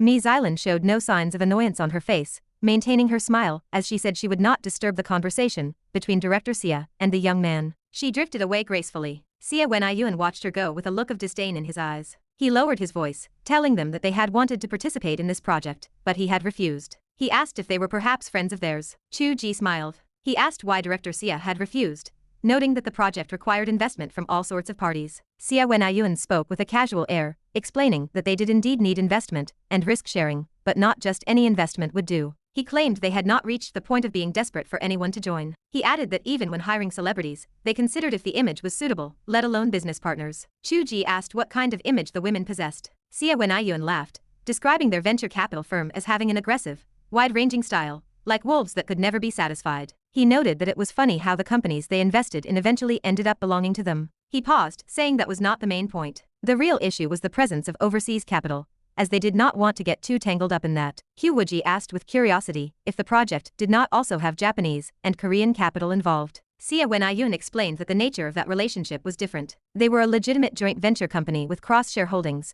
transparent business dealings, and a policy of not interfering in each other's operations. As for the women, he stopped himself and laughed, saying it was hard to describe exactly, but their business nature was chaotic. Given the need to mitigate risk for the project, he would not cooperate with them easily. Chu Ge muttered to himself, questioning why he had invited them to the cocktail party in the first place. Xia Wenyuan heard the remark and chuckled. He explained that in the business world, there was rarely such a clear dividing line. They might not need their investment, but who knew if there were other areas for potential cooperation. He pointed to the animation project, saying that although it was agreed they would cooperate with Chu Ge's animation site, they still invited friends from other platforms to attend, as there might be opportunities for channel expansion later on. Chu Ge nodded. He understood the reasoning, even if it felt a bit distant from his own world. He thought to himself that he was just a humble writer, after all. Xia Wenyuan encouraged him, telling them not to just whisper to each other all night. He said that for young people who truly intended to advance their careers, such networking events were about getting to know people. He invited them to follow him and offered to introduce them to a Director Chen, who would likely have a lot in common with them. Director Chen shook Chu Ge's hand and offered words of encouragement, telling him that what one loves is their life. Chu Ge swallowed the greeting that had reached his lips and put on a bright, professional smile. Networking at a party that Xia Wenyuan considered a chance to move up in the world felt like a physically and mentally exhausting torture for Chu Ge. Even though his memory had become remarkably sharp, he eventually fell victim to face blindness, unable to tell one executive from another manager. His face felt numb from smiling, and by the end, his only lines were variations of polite greetings, unable to come up with anything original. His pockets were stuffed with business cards, but he had none of his own to return, leaving him feeling incredibly awkward. Fortunately, no one cared about him. He was just a small author who had lucked into a connection with Qiu Wuji. Most people were just being polite, and there was not a single person genuinely interested in getting to know him, so whether or not he had a card was irrelevant. The one who was truly in his element was old Zhu, who was mingling and glowing with health, though Chu Ge had no idea how many deals he had actually closed. In fact, there were no strict rules at such parties. No one cared if one left early, and Qiu Wuji certainly did not. Chu Ge grabbed Qiu Wuji, making sure they had eaten and drank their fill, and then they slipped away. The couple walked down the street after leaving early. Chu Ge looked at the flow of traffic on both sides of the road, feeling a bit melancholy, as he said that it seemed he would never step into the so-called upper class in this lifetime. Qiu Wuji held his hand, smiling as she told him that the ancient poetic ideal of picking chrysanthemums under the eastern fence and looking out at the southern mountains was exactly why people held expectations of immortality and transcendence compared to such environments. She pointed out that this was why his heart's story was about immortality and cultivation, not about historical empire building. Chu Ge remarked that it was not necessarily true, as that would not affect how a novel was written, and he could just as easily write about historical power struggles, as that might be his next book. Qiu Wuji asked if this one was not the one he had invested the most emotion in. Chu Ge agreed after a moment of thought. Qiu Wuji smiled and said that was his temperament, which included the decision to reject Mi Xylan. She quoted a line about paths being different, and people not working together, jokingly asking to hear the teachings of the Father God. Chu Ge shook their joined hands, back and forth. He laughed, telling her there were no such profound teachings. He said he was no leader, and did not need to view problems from a high level. He argued that the impact of spiritual energy recovery on the world was not something he needed to consider. He joked that he was not in a group chat, and with a salary of 3,000, he did not have the leisure to worry about global trends. He said he would rather use that time to write a few more words. Qiu Wuji giggled. She teased him, asking about the idea that everyone is responsible for the rise and fall of the nation, noting that his attitude did not seem entirely indifferent. Chu Ge replied that whether others had special abilities was none of his business, and whether they sought profit was also none of his concern. He said that as long as they did not harm anyone, he would admire them if they had the ability to earn billions or even establish a nation. He argued that he only needed to focus on the key point of whether or not they caused harm, and asked if those people looked like the type who would not. Qiu Wuji agreed that they did not. Chu Ge's expression darkened. He said that although they were being blamed for old Zhu's jump from the building, the reason for the blame was that they had moved against old Zhu first. He found it unacceptable that they had bullied someone just because they wanted a mine. He added that Mi Xylan mentioned Zhu Lianfeng and Qi Qingtai were dead. He did not know if she was telling the truth or just trying to scare them,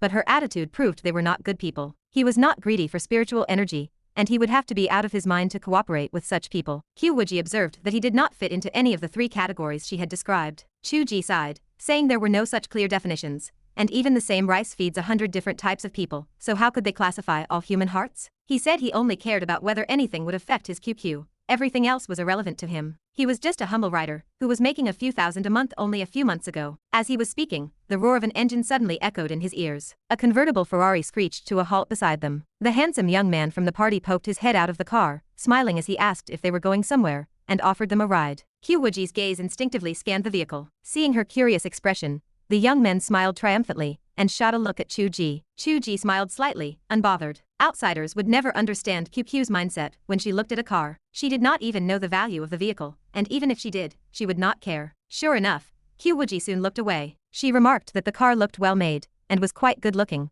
but it was noisy. The back seat was unusable, and it did not look like it could carry any cargo. Chu Ge laughed and agreed. The young men stared, confused. Qiu Wuji asked how he planned to take both of them when the car only had a passenger seat. The young man laughed, saying he obviously only intended to take her. Qiu Wuji replied that she would see him later. She grabbed Chu Ge's hand, walking away as it swung back and forth. The Ferrari followed them. The driver suggested that the cocktail party was just a business banquet, without anything good to offer, and asked if the lady was interested in going to the best club to drink the best Lafite. Qiu Wuji sneered, asking why he was so annoying. She pointed out that he had looked like a decent person at the party, but had turned into a stray dog the moment he stepped outside. The young man kept his smile, saying that was the only way to prove his persistent passion for her. Chu Ge finally lost his patience. He asked if the man could not see that she already had a boyfriend. The young man did not even bother to look at Chu Ge. He dismissed him, saying that to him, even glancing at such a person would make him feel dirty, and saying another word to him would lower his own status by dozens of levels. He claimed such a person was no different from someone who did not exist. Chu Ge was not even angry, instead laughing out loud.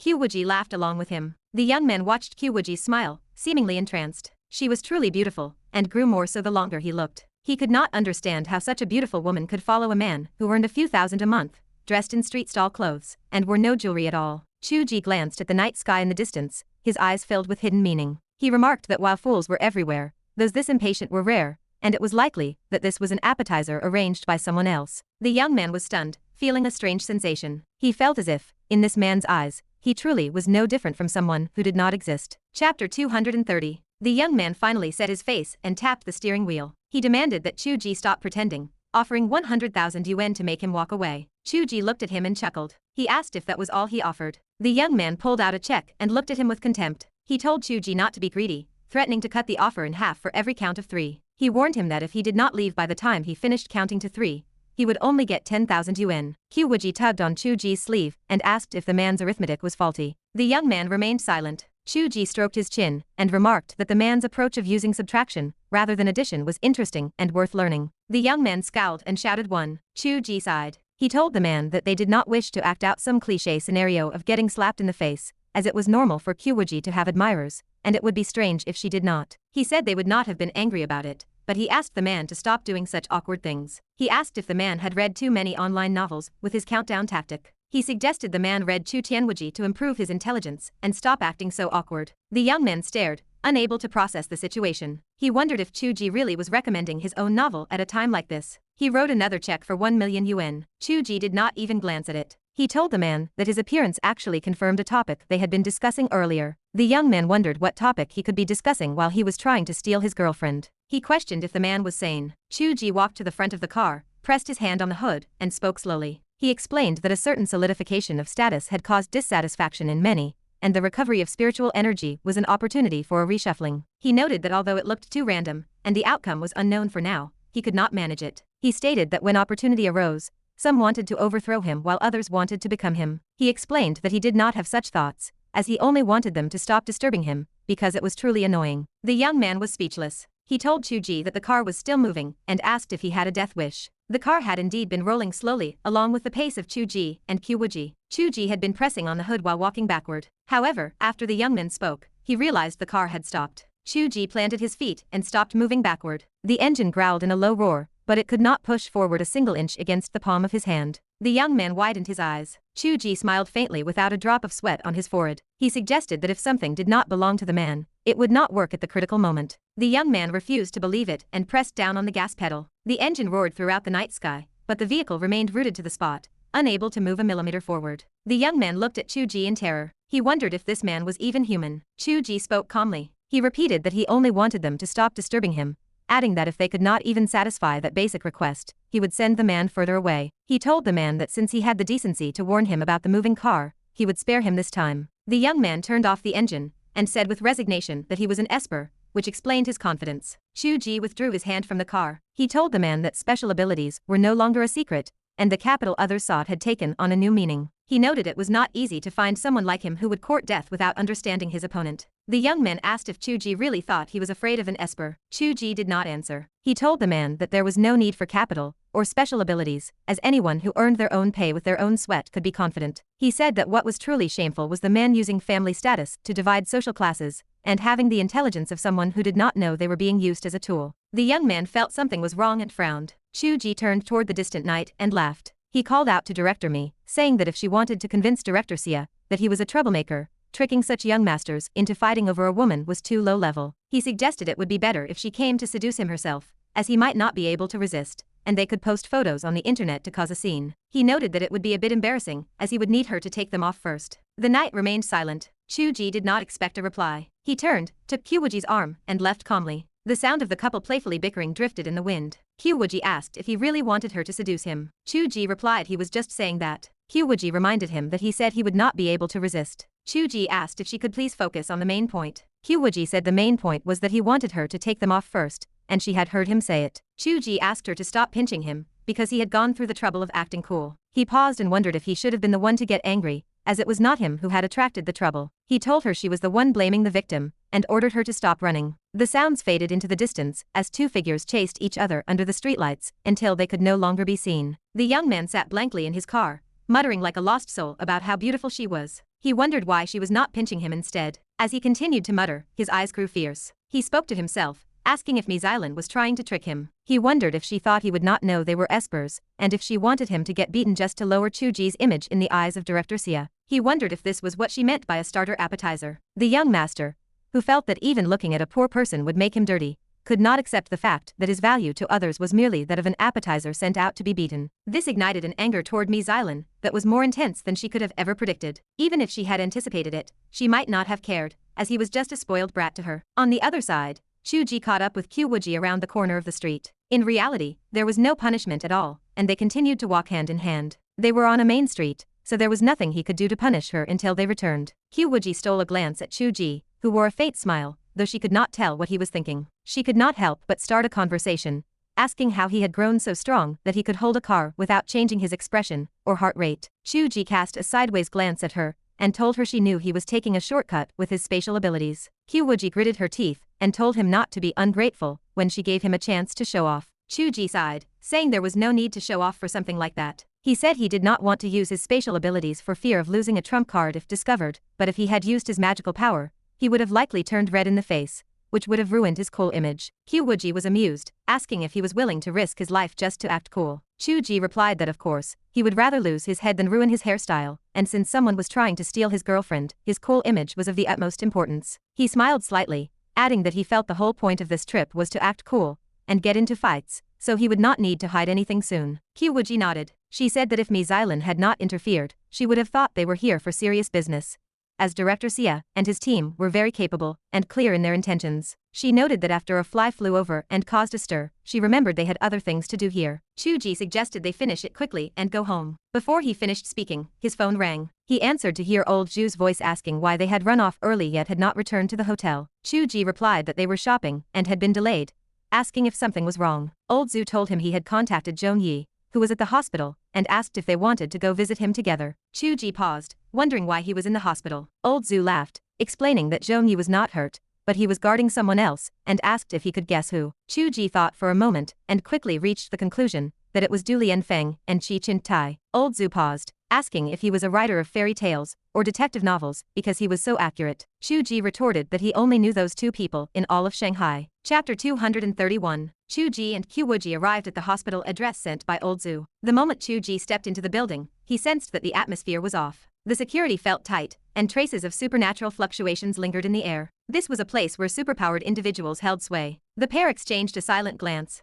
They followed the room number provided by Old Zhu to a hallway guarded by several men. Old Zhu waited for them near the entrance, smiling as they approached. Chu Ge observed the guarded hallway. He realized that without Old Zhu waiting to usher them in, he and Qiu Wuji would never have made it past the threshold. Chu Ge pushed down his confusion and followed Old Zhu through the corridor, eventually entering a double room. Inside, Du Lianfeng and Qi Qinj lay on separate beds, both in a catatonic, vegetative state. Zhong Yi stood off to the side, engaged in a quiet conversation with a white-haired female physician. Although Chu Ge already knew their condition, the sight still felt surreal. Old Zhu stood nearby with a strange expression on his face. Chu Ge mirrored that discomfort. The two men on the beds had been the ones to bully Old Zhu, leading to the confrontation, where he and Qiu Wuji had rendered them into this state. Now, the situation had inverted, and it appeared that he and his companions were the ones responsible for their care. Ms. Island had suggested that the two men were dead. It seemed that when she made that remark, she was testing their reaction. Fortunately, at that moment, Chu Ge had truly been in the dark, and it was clear that she had gleaned nothing from him. The female physician turned to Zhong Yi, asking if these were his friends. Zhong Yi looked back at them and offered a smile. He told her that yes, they were people he could trust. The doctor nodded, uninterested in who these newcomers were. She spoke with a stern face, noting that their physical injuries were largely healed, but the trauma to their spirit was severe. She admitted she had no way to cure their vegetative state. Zhong Yi smiled, suggesting that as long as their other wounds were treated and their lives preserved, that was enough. He remarked that he lacked the standing to even decide whether they should be cured, let alone consider anything else. The doctor looked at him with curiosity, asking why he felt he had no say in the matter. Zhong Yi glanced at Chu Ge and his partner before saying that, because it was his companions who had injured them, he had no right to decide whether they deserved mercy. The doctor let out a soft sound of frustration, leaning in to ask why he had returned to save them, given that he had broken ties with the Du Lianfeng circle a long time ago. Zhong Yi seemed to be explaining to her as much as to Chu Ge. He gazed out the window at the pine trees, his expression drifting into memory. He spoke slowly, explaining that once, a group of them had explored the secrets of the spirit energy recovery together. He thought they were like-minded, but as time passed, he realized that while their goals were the same, their paths were not. He remained by the window for a long time. He continued, saying he would skip the specifics as they served little purpose. He simply realized that while they complained about injustice, and claimed they wanted to use their new abilities to change the world.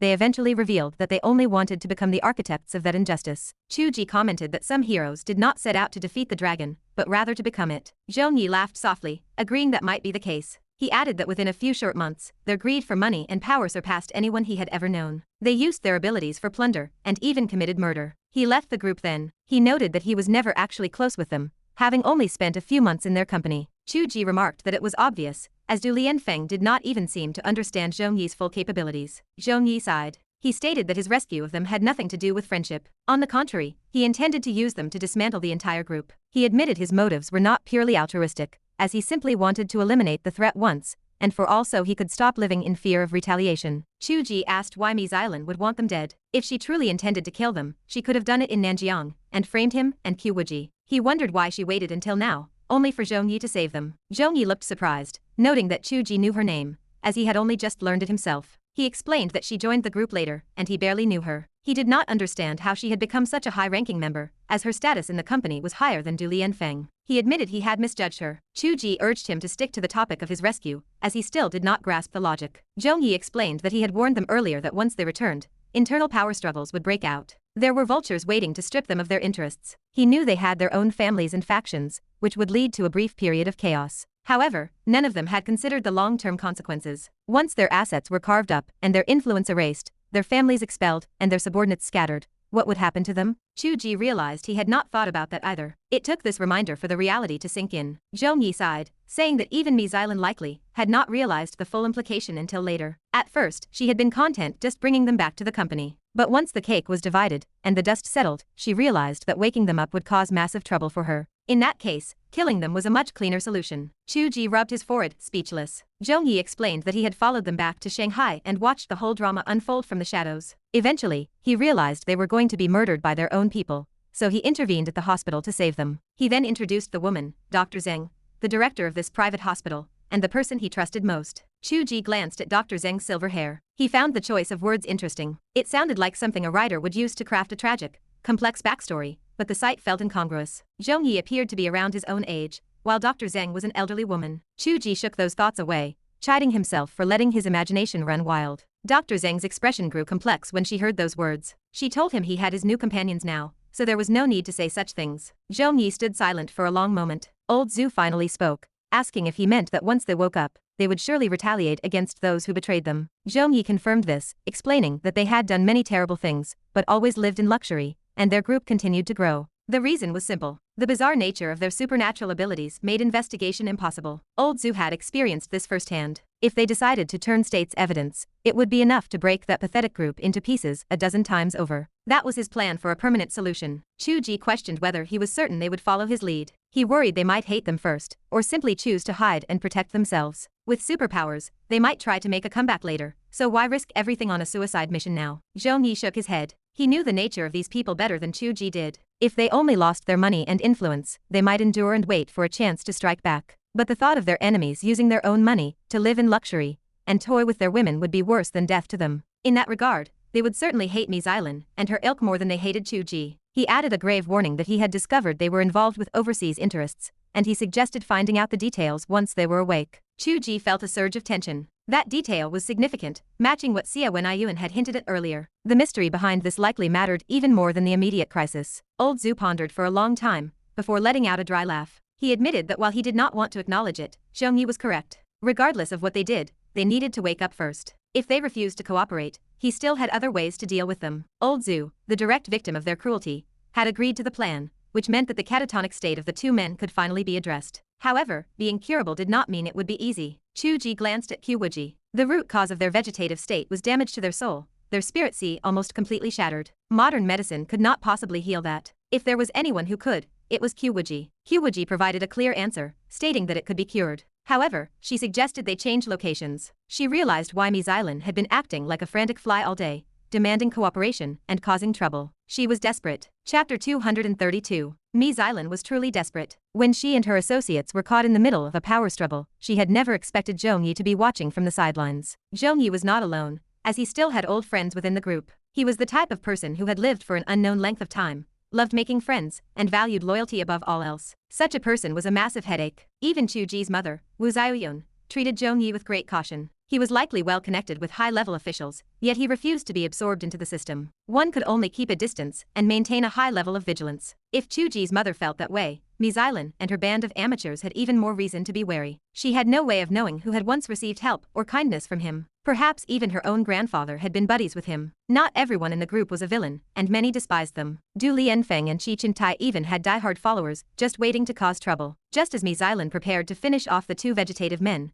Zhong Yi swooped in and snatched them away. No one even knew who had leaked the information. The fact that they were rescued was not the only issue. Those two had once been core members of the group, and knew far too many of their secrets. If they woke up and turned on them, it would be a devastating blow. Modern medicine could not wake those two vegetative patients, and there had been time to handle the situation slowly. Then, the couple who had turned them into vegetables arrived in Shanghai. Ms. Ailan's heart sank the moment she saw Chu Ge and Qiu Wuji. She knew immediately that things had taken a turn for the worse. She reached out to Chu Ge at the first opportunity. She tried to probe his intentions while attempting to threaten and lure him into cooperation, but the negotiations fell apart within moments. Their paths were different, and they could not work together. In a villa, Ms. Ailan stood before a floor-to-ceiling window. She sipped red wine and watched the night view with a dazed look in her eyes. She sighed softly. Zhong Yi had placed those two in the hospital owned by Zhang Xiaolin, and had secretly notified the police to guard them. They had not dared to act rashly, but now that those two had arrived, they had to move, whether they wanted to or not. A bearded man beside her pointed a finger and glared, shouting at her. The foolish woman should have killed them before coming back. There would have been no problems at all. Instead, she had brought them back, and now the situation was a rotting mess. It was all her fault. Ms. Ailan spoke in a seductive voice. She asked if Lei Zhongyang was so far-sighted. Why had he not taken action when she first brought them back, given he had countless opportunities? She asked why he was blaming her now. Lei Zhongyang stifled a retort, then sneered. Since she had brought them back, they certainly did not want to lose such powerful assets. It would have been best if they could be cured. He had not expected her foolish woman to start devouring the shares of others, leading to this unstoppable spiral. Ms. Ailan sneered as well. She noted that it was easy to talk, but it was hard to say who had started the devouring first. Lei Zhongyang glared at her, but ultimately chose not to continue the argument. Everyone was the same, so who was he to judge? It was a pack of wolves fighting over scraps, and it was not just the two of them. To be honest, that was just the atmosphere. If one showed public spirit, one would only end up watching others take the initiative, and in the end, one would be the only one to suffer. Who was right and who was wrong had long become impossible to distinguish. Lei Zhongyang still found it difficult to swallow his anger, so he found another angle to attack. He asked what she had said to that writer, Chu Ge. Before offering any incentive, she had started with threats. He told her Chu Ge was right, and that she would have been better off seducing him. Ms. Ailan spoke slowly. She asked if he really thought that would have worked. The woman by Chu Ge's side was far more beautiful than she was, and she likely remained a virgin. She added that as for incentives, that little idiot from the Xia family, Xia Zhenjia, had written a check for 1 million, and Chu Ge had not even glanced at it. People like him were not motivated by profit. Lei Zhongyang spoke coldly. He did not believe there was a man in this day and age who did not care about sex or money. It was just that she had not identified his needs. Ms. Ailan sneered. She said Chu Ge cared about his reputation. There was no writer who did not want to be famous. How many people lived in poverty and were willing to borrow money for self-publishing, all for the sake of these ridiculous literary ideals? That was why her threat was the most effective. If Xia Wenyun's project truly cut out the original author entirely, it would be worse than killing him. Lei Zhongyang argued that Chu Ge had not cared about her threat at all. Ms. Ailan replied that it was because Xia Zhenjia was too useless. He had tried to steal a woman to his face, yet he could not even provoke him into a fight. He had been terrified the moment his car was pressed down. He was truly a waste. Lei Zhongyang watched Ms. Ailan, speechless. He said women always did things in such a convoluted way. If she had told him earlier, he would have gone up to start a fight. If a writer arrived in Shanghai for a signing on his first day, and ended up in the police station due to a fight, how would Xia Wenyun view him? Who would care if he was being provoked or not? There was no need for her to trick others into stealing a girl, going through all those detours. Ms. Ailan shook her head. She explained that he did not understand the essence. She did not want to ruin his reputation directly. She wanted him to know they could ruin him, forcing him to cooperate with them. He would realize they could take direct action, and Chu Ge would realize it too. That was the essence of a threat. Lei Zhongyang asked if he was being threatened now. Ms. Ailan gently swirled the wine in her glass. She spoke in a low voice, saying no. But through this incident, she had discovered a blind spot in their perspective. She noted that they were guarding the hospital, where Du Lianfeng and Qi Qintai were located with heavy security, yet Chu Ge and Qiu Wuji were walking outside without any defense. She reminded him that they were afraid they would be able to save the men. Killing them was no different from killing Du Lianfeng and Qi Qintai, so why bother with threats and coercion? Lei Zhongyang narrowed his eyes. He had not considered it from that angle before. Killing the couple would have the same effect as killing Du and Qi. There were even other benefits. For instance, Du Lianfeng was the one Chu Ge had turned into a vegetable. If he killed Chu Ge, he could even win the favor of Du Lianfeng's friends in the name of revenge, thus strengthening his own power. Mi Xilan saw what he was thinking and smiled. She warned him not to blame her for not reminding him, as this Chu Ge was definitely not just the E-grade potential listed in the record of superpowered individuals, which stated he was impervious to blades and guns. Judging from his ability to hold back a Ferrari, one had to add superhuman strength. As for his ability to break free from Du Lianfeng's mental world and counterattack, that ability remained unknown. Lei Zhongyang smiled confidently. He said that superpowers did not overlap in that way. Based on the known imperviousness and strength, he was just a comprehensive strengthener, just like a Superman. He might look like he had no weaknesses, but he did not think it would be difficult to kill him. Mi Xilan spoke calmly, telling him to bring more men. Lei Zhongyang turned and walked out with long strides, telling her he knew that and did not need her nagging. Mi Xilan stood by the floor-to-ceiling window, watching Lei Zhongyang leave the villa. A cold sneer appeared on the corner of her mouth as she whispered the word fool. As the words faded, the air behind her seemed to distort. A ghostly voice came from nowhere, asking if that was not what she had said when she was trying to seduce him into bed. Mi Xilan turned and knelt on the ground. She spoke in a seductive, reverent tone,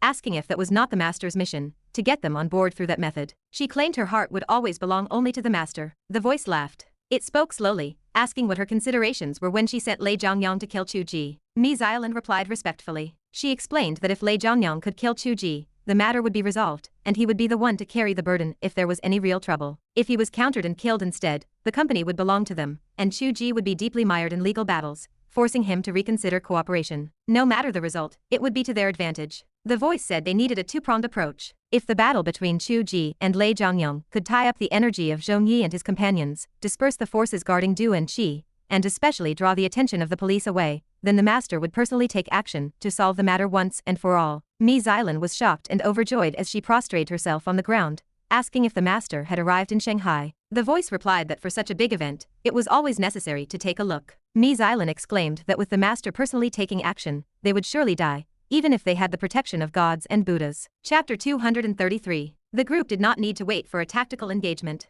They had already actively weakened their defensive position by moving Du Lianfeng and Qi Qingtai out of the hospital. The reason was clear. Everyone realized that with the arrival of Chu Ge and Qiu Wuji, the opposition would fear the two men might be cured. They would likely resort to any means necessary to kill them, regardless of the consequences. If they had kept the battlefield at Dr. Zeng's hospital, it would have risked the lives of ordinary nurses, patients, and local residents. Qiu Wuji's first instinct had been to relocate. Zhong Yi did not want Dr. Zeng involved too deeply. If their enemies were pushed to the brink of insanity, they might target her family. Moving before the situation reached a breaking point was best for everyone. As Chu Ge, Qiu Wuji, and the Black Room tourist group arrived one after another, their collective strength did not diminish. It grew. Dr. Zeng did not stop the transfer, though she sighed with self-mockery. She said she did not deserve to be considered the person Zhong Yi trusted most. Zhong Yi smiled and told her she had a family to look after, unlike in their youth, so there was no need to force the issue. Dr. Zeng told him he still looked like a young man. Zhong Yi replied that he was a loner, which made things different. He told her they were leaving and wished her peace and health.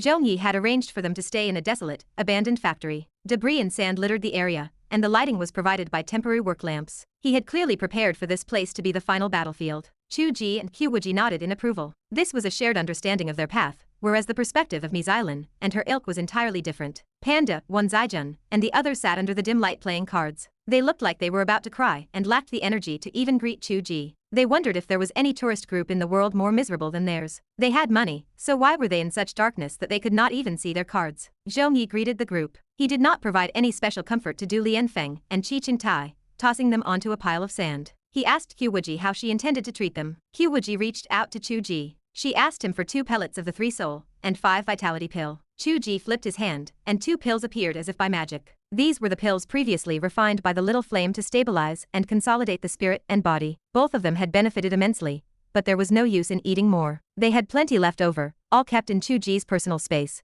and they were perfect for the current condition of the 2 men. The men had their spirits shattered. Conditions like wandering souls or lost spirits were all of this type. If left too long, the spirit would completely disperse, resulting in death. They first had to stabilize the body and spirit, and then Qiu Wuji would cast a technique to help them recondense their souls. Qiu Wuji fed each of them a pill. After checking their spiritual state, she smiled and said it was fortunate that they had shown mercy, as the situation was not difficult to treat. She added that she suspected they would lose their supernatural abilities once they woke up. Zhong Yi paused, his entire body tensing. He asked if she possessed the power to strip people of their abilities. Qiu Wuji explained that their abilities originated from spiritual power, or the soul. Since their souls had been shattered and reshaped, their previous abilities would naturally vanish. She seemed to know what he wanted to ask, so she shook her head and smiled. She said the method could not be broadly applied. Zhong Yi remained silent for a long time, before letting out a long sigh. He asked how long the treatment would take. Qiu Wuji thought for a moment and said reshaping the soul could not be taken lightly, as a tiny mistake would turn them into idiots. She wanted to wait for the effects of the medicine to digest while she performed some and sampling to ensure she had full confidence before beginning the formal treatment. She concluded that it would take no longer than the 4th watch, or until dawn. Zhong Yi laughed and said he had thought they would need to guard the place for several days. He did not expect it to only take one night. He suggested he go out to buy food, as everyone had arrived directly and brought nothing. Chu Ge stood up and offered to go instead. Qiu Wuji looked at him for a long time and nodded. On the surface, buying supplies sounded simple, but they were in a state of war. It was best for people not to be alone, and everyone needed to be cautious. Aside from herself, Chu Ge was the only one with invisibility, which would allow him to escape if something went wrong. As the couple looked at each other, they understood the other's intent. While being cautious meant they should not go at all, this was also a good opportunity to swat the fly and go home early. The night was dark and windless, a perfect time for murder. This was the enemy's murderous intent, but why could they not use it to fish for them instead? Did they really need to play a defensive game of protecting the stronghold? If Chu Ge were attacked, she would immediately sense it, and could teleport to support him, putting the initiative in their hands. The couple shared a silent understanding. Qiu Wuji told the others not to crowd around, as she needed quiet. She suggested they help keep watch at the main road outside. Lei Zhangyang was currently feeling frustrated. He had assumed Chu Ge and Qiu Wuji would stay at the hospital to treat people, and would eventually have to return to their hotel. He had expected to wait on the road between the hospital and the hotel. He dragged a group of men to the hospital, only to see Zhong Yi leading people away. He did not dare to openly start a fight on the street, so he followed them in his car to a fork in the road in the suburbs. He did not even dare to continue following them, so he drove down the other fork as a diversion. Otherwise, it would be too obvious and his tailing would be exposed. He parked his car on the side of the road. Lei Zhangyang was debating whether to wait there or seek another opportunity. Before he could decide, he saw headlights flash and a car emerge from the distance. A subordinate with long-range vision immediately reported that it was Chu Ge, and he was alone. Lei Zhangyang was ecstatic. He thought heaven was helping him. This was even better than his earlier plan to ambush Chu Ge outside the hospital. It was difficult to kill someone silently in the city, but it was a heaven-sent gift that he had reached the suburbs. There was no one around and everything was pitch black. The police were no longer nearby as they had been at the hospital. He stared at the distant headlights for a moment, revealing a cruel grin. He told his men to prepare. Chu Ge was driving the beat-up Havel that Zhong Yi had driven all the way from Nanjiang. He felt that Qiu Wuji's insistence on a car capable of handling rough roads was proving to be increasingly wise. He wondered how a Ferrari would fare on this broken path. Moreover, he did not feel heartache if anything happened to the car, whereas he would cry if a Ferrari got a single scratch. Of course, that thought was fleeting. His alertness was currently at an unprecedented level. He expanded his spiritual sense without reservation, clearly feeling the flow of the air around him. The insects of the night, the dust, and the trajectory of the breeze were all crystal clear under the reflection of his spiritual sense. He felt a sense of excitement and anticipation, even wondering what he would do if the opponent did not come for him. He questioned whether he would be wasting this fishing trip. He knew this was the impulse of a swordsman hidden in his heart, becoming more intense as it was drawn out by various events. He just never thought this of licking blood off a blade would occur repeatedly in reality rather than starting in the world of books. This must be what his parents had been experiencing all along. The world of superpowered individuals after the recovery of spiritual energy. As soon as that thought entered his mind, he sensed a slight whistling of air approaching from a distance. Chu Ge laughed instead of feeling alarmed and slammed on the brakes. Something grazed the front of the car, striking a tree on the side of the road and leaving a clear scratch. A wind blade. The thought flashed through Chu Ge's mind. He stepped out of the car, rolling away from the vehicle. A cracking sound rang out as the car window shattered and the headrest of the driver's seat was shredded. It really was a wind blade. It sounded mundane, but it was incredibly effective. Once someone wanted to kill,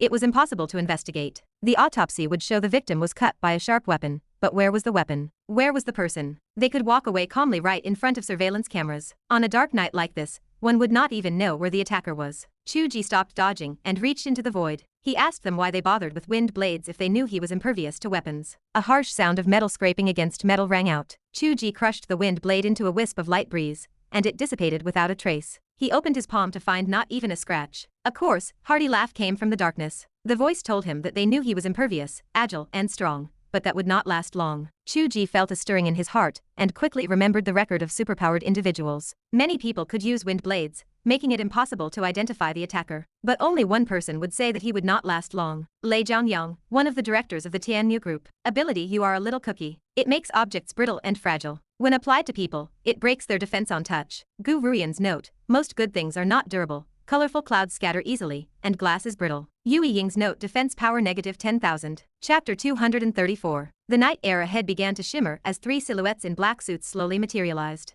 They stood before Chu Ge, watching him with smug amusement. Chu Ge glanced to his left and right, then chuckled. There must be others. The person who used that wind blade has quite the skill. Lei Zhangyang stood with his group, shaking his head in mock pity. Of course, not everyone needs to show their face. Chu Ge tilted his head, clicking his tongue. That makes you look rather inferior to them, does it not? Think about it. They can launch stealthy long-range attacks to take a head without a sound. And you were unable to strip me of my defenses earlier, because you could not even see me from such a distance. You could not apply your ability to me until others forced me to stop. Lei Jianjiang's expression darkened. Chu Ge continued his taunt. Now look at the situation. They are hiding in the shadows, while you are standing here blocking my path. Are you the boss or just a pawn? That is truly pathetic. Lei Zhangyang spoke slowly. I could have stayed in the shadows too. Do you want to know why I am standing here? Chu Ge tilted his head again. Lei Zhangyang cracked his knuckles, the sound echoing sharply. His expression turned savage. Because I enjoy crushing the hands and feet of people with stiff mouths. I like to see if they can still talk tough while they scream. As he finished speaking, a massive fist lunged directly toward Chu Ge's face. Chu Ge smiled faintly, his feet shifting with ease to avoid the blow. At the same time, he pointed his fingers like a sword,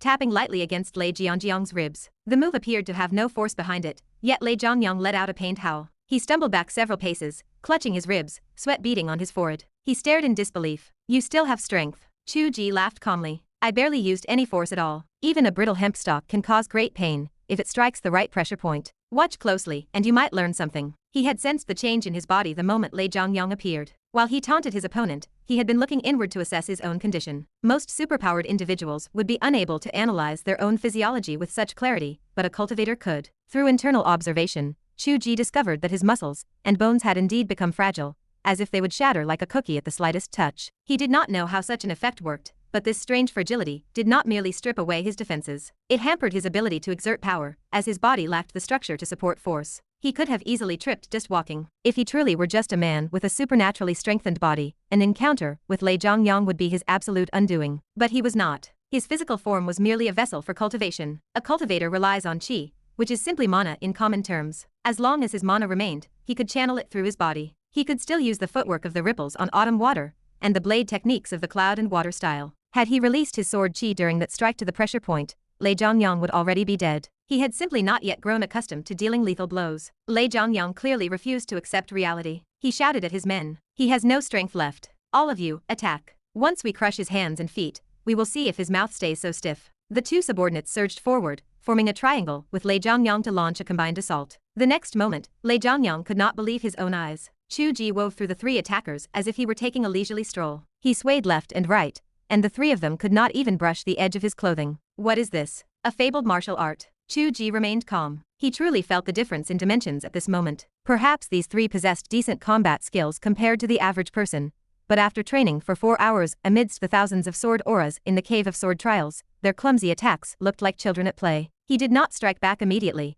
opting to guard against any hidden abilities the other 2 might possess. In truth, they might have already used them, but ordinary powers had no effect on him. It was possible the ordeal was already over. He suddenly felt it did not matter. What if they had more tricks? The disparity was too vast. It was a perspective from a higher dimension. This was the pride of one who holds the only truth. A wind blade whistled past his leg. Chu Ge dodged, offering a sharp laugh. I was waiting for you. I have found you. Lei Zhangyang watched as a sword-shaped phantom manifested in Chu Ge's hand. The blade was silent, fast as light and chasing thunder. It vanished into a large tree in the distance. A scream rang out, and a body thudded to the ground. A flying sword is quite useful even when used as a hidden weapon. Chu Ge spoke as if to himself, or perhaps to someone listening in the distance. In the far factory building, Qiu Wuji offered a faint smile. Chu Ge did not even look at the fallen user of the wind blade. His gaze returned to Lei Zhangyang. I must admit, your ability might be invincible against others, which has left you far too confident. It is a pity you happened to run into me. Lei Jianjiang's face was ashen. He could not comprehend how this was possible. Chu Ge had clearly been struck by his ability, so why was he completely unaffected? He had thought he was the natural counter to Chu Ge,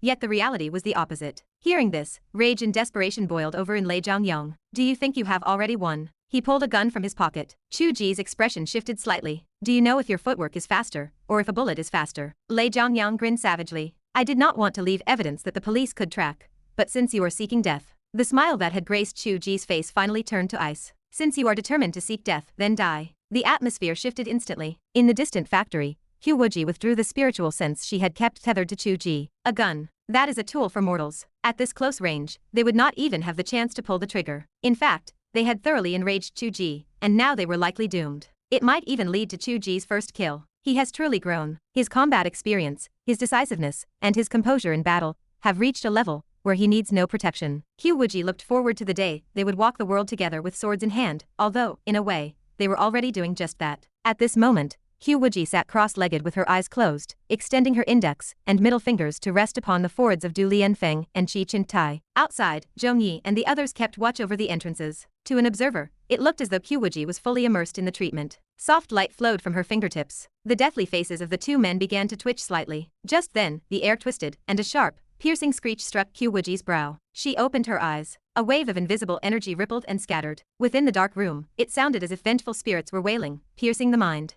Qiu Wuji felt her blood resonate and boil at the sound. Her heart began to race in a frantic, disordered rhythm, and her internal organs felt as if they were about to burst. As her fingers remained on the foreheads of the two men, she knew clearly that if she did not intervene, their bodies would be torn apart until nothing remained but flesh and blood. Qiu Wuji smiled faintly, playing tricks with sound waves and minor illusions in my presence. She withdrew her hand and flipped her fingers. A sound like a zither string rang out, dispersing the sonic wave. The invisible ripples collided and churned, forming a massive, bizarre vortex. The vortex roared like a dragon, smashing through the factory roof and surging into the clouds. The night sky swirled into the shape of a dragon. Far away, Chu Ge whipped his head around. Damn it, you actually dared to provoke QQ. You are just begging for death. In front of him, Lei Zhangyang and his two companions stood stunned, clutching their wrists as they backed away. They had not even realized what happened before their wrists burned and their guns hit the ground. Seeing Chu Ge look toward the factory, Lei Zhangyang turned to run. They did not fear offending ordinary people. They acted without restraint because ordinary people, even if they won a fight, would never dare to kill. They would simply leave, plan their next move, and research Chu Ge's true abilities before returning to finish him. Just as this thought crossed his mind, he heard Chu Ge's voice from behind. Did I say you could leave? Lei Zhangyang did not look back, sprinting toward his car while shouting empty threats. What can you do? If you have the guts, kill me. Do you dare? Even if you do it perfectly, the police will hunt you down for the rest of your life. Chu Ge sighed softly. Why is it that you people never understand? You think you can leave the police without a killer to find, but others are capable of that too. As he spoke, a small cluster of flame manifested in thin air in the direction Lei Zhangyang was fleeing. The flame expanded against the wind, instantly transforming into a giant of fire. Lei Zhangyang screeched to a halt, eyes wide. What is this? The fire giant grinned savagely. This bug is interesting. He actually wanted to break my defense. Chu Ge asked. Did you break it? It broke. But why would he want to break the defense of a ball of fire? Lei Zhangyang stood frozen. Drag them to a place where everyone can see, and then burn them to ashes. Chu Ge said calmly. There will be countless witnesses to testify that they died in a sudden, divine fire. What they encountered or who they saw beforehand will have no relation to me. It will simply be divine punishment for a life of evil. Lei Zhangyang finally realized death had arrived. He screamed in terror. No, this is murder. Chu Ge's gaze was indifferent, as if looking at blades of grass. If I, Chu Ge, lacked the strength, my corpse would be lying here today. When you used your abilities to kill others at will, did you ever think about this day? Looking at Chu Ge's eyes, the fire giant threw its head back and roared with laughter. Good, good. This is becoming interesting, my father god. Chapter 235. Chu Ge did not worry at all. He assumed the opposition had a death wish, and that they were foolish to provoke Qiu Wuji. In reality, the situation on her side proved far more difficult than his own. His battle was one of perfect containment. His opponent relied on an ability that made them feel invincible, a power that turned 99% of their targets into useless scrap. Against Chu Ge, however, that power meant nothing. When it came to pure combat ability, how could they hope to compare to someone who had trained in the world of immortals and martial arts? It was a total, crushing defeat for the other side. Qiu Wuji, on the other hand, faced a battle of pure, raw strength. The mysterious soundwave attacker possessed considerable power. If they were weak, they could never have matched Qiu Wuji, nor could they have caused their clashing sonic waves to spiral up into the clouds. The opponent was clearly an expert who had delved deeply into this art. Their control over sound and its destructive potential had reached terrifying heights. Even though the attacker remained hidden somewhere in the city, their control over the sonic waves spanned vast distances, shaking the very space around them. If Qiu Wuji were a master of sound, she could have used sound to shatter sound. But she was a master of the sword. She would shatter it with her sword. The sword did not know where to strike. It did not need to strike, for a sword has its own song. High above, around the wind dragon formed by the sonic waves, countless phantom images of divine swords appeared, circling the wind. The sword shadows trembled, weaving together a grand and resonant sound like the ringing of a massive bell, followed by the echoes of thunder. In the distance, the ocean surged. Seawater rose into the air, condensing into thousands upon thousands of swords, all rushing toward the sky. Waves towered like mountains. The water swords hummed in harmony with the sea, creating a symphony of heaven and earth. The night sky became a breathtaking spectacle. The special effects of a fantasy world filled the modern night, making the city neon lights seem dull, and insignificant in comparison. In the neon-lit city of Shanghai, countless people looked up in wonder. Someone asked what that was. Another person shouted, asking which fellow Taoist was undergoing tribulation here. Some wondered if it was a nebula phenomenon. Others suggested it was just some airflow phenomenon in the ocean,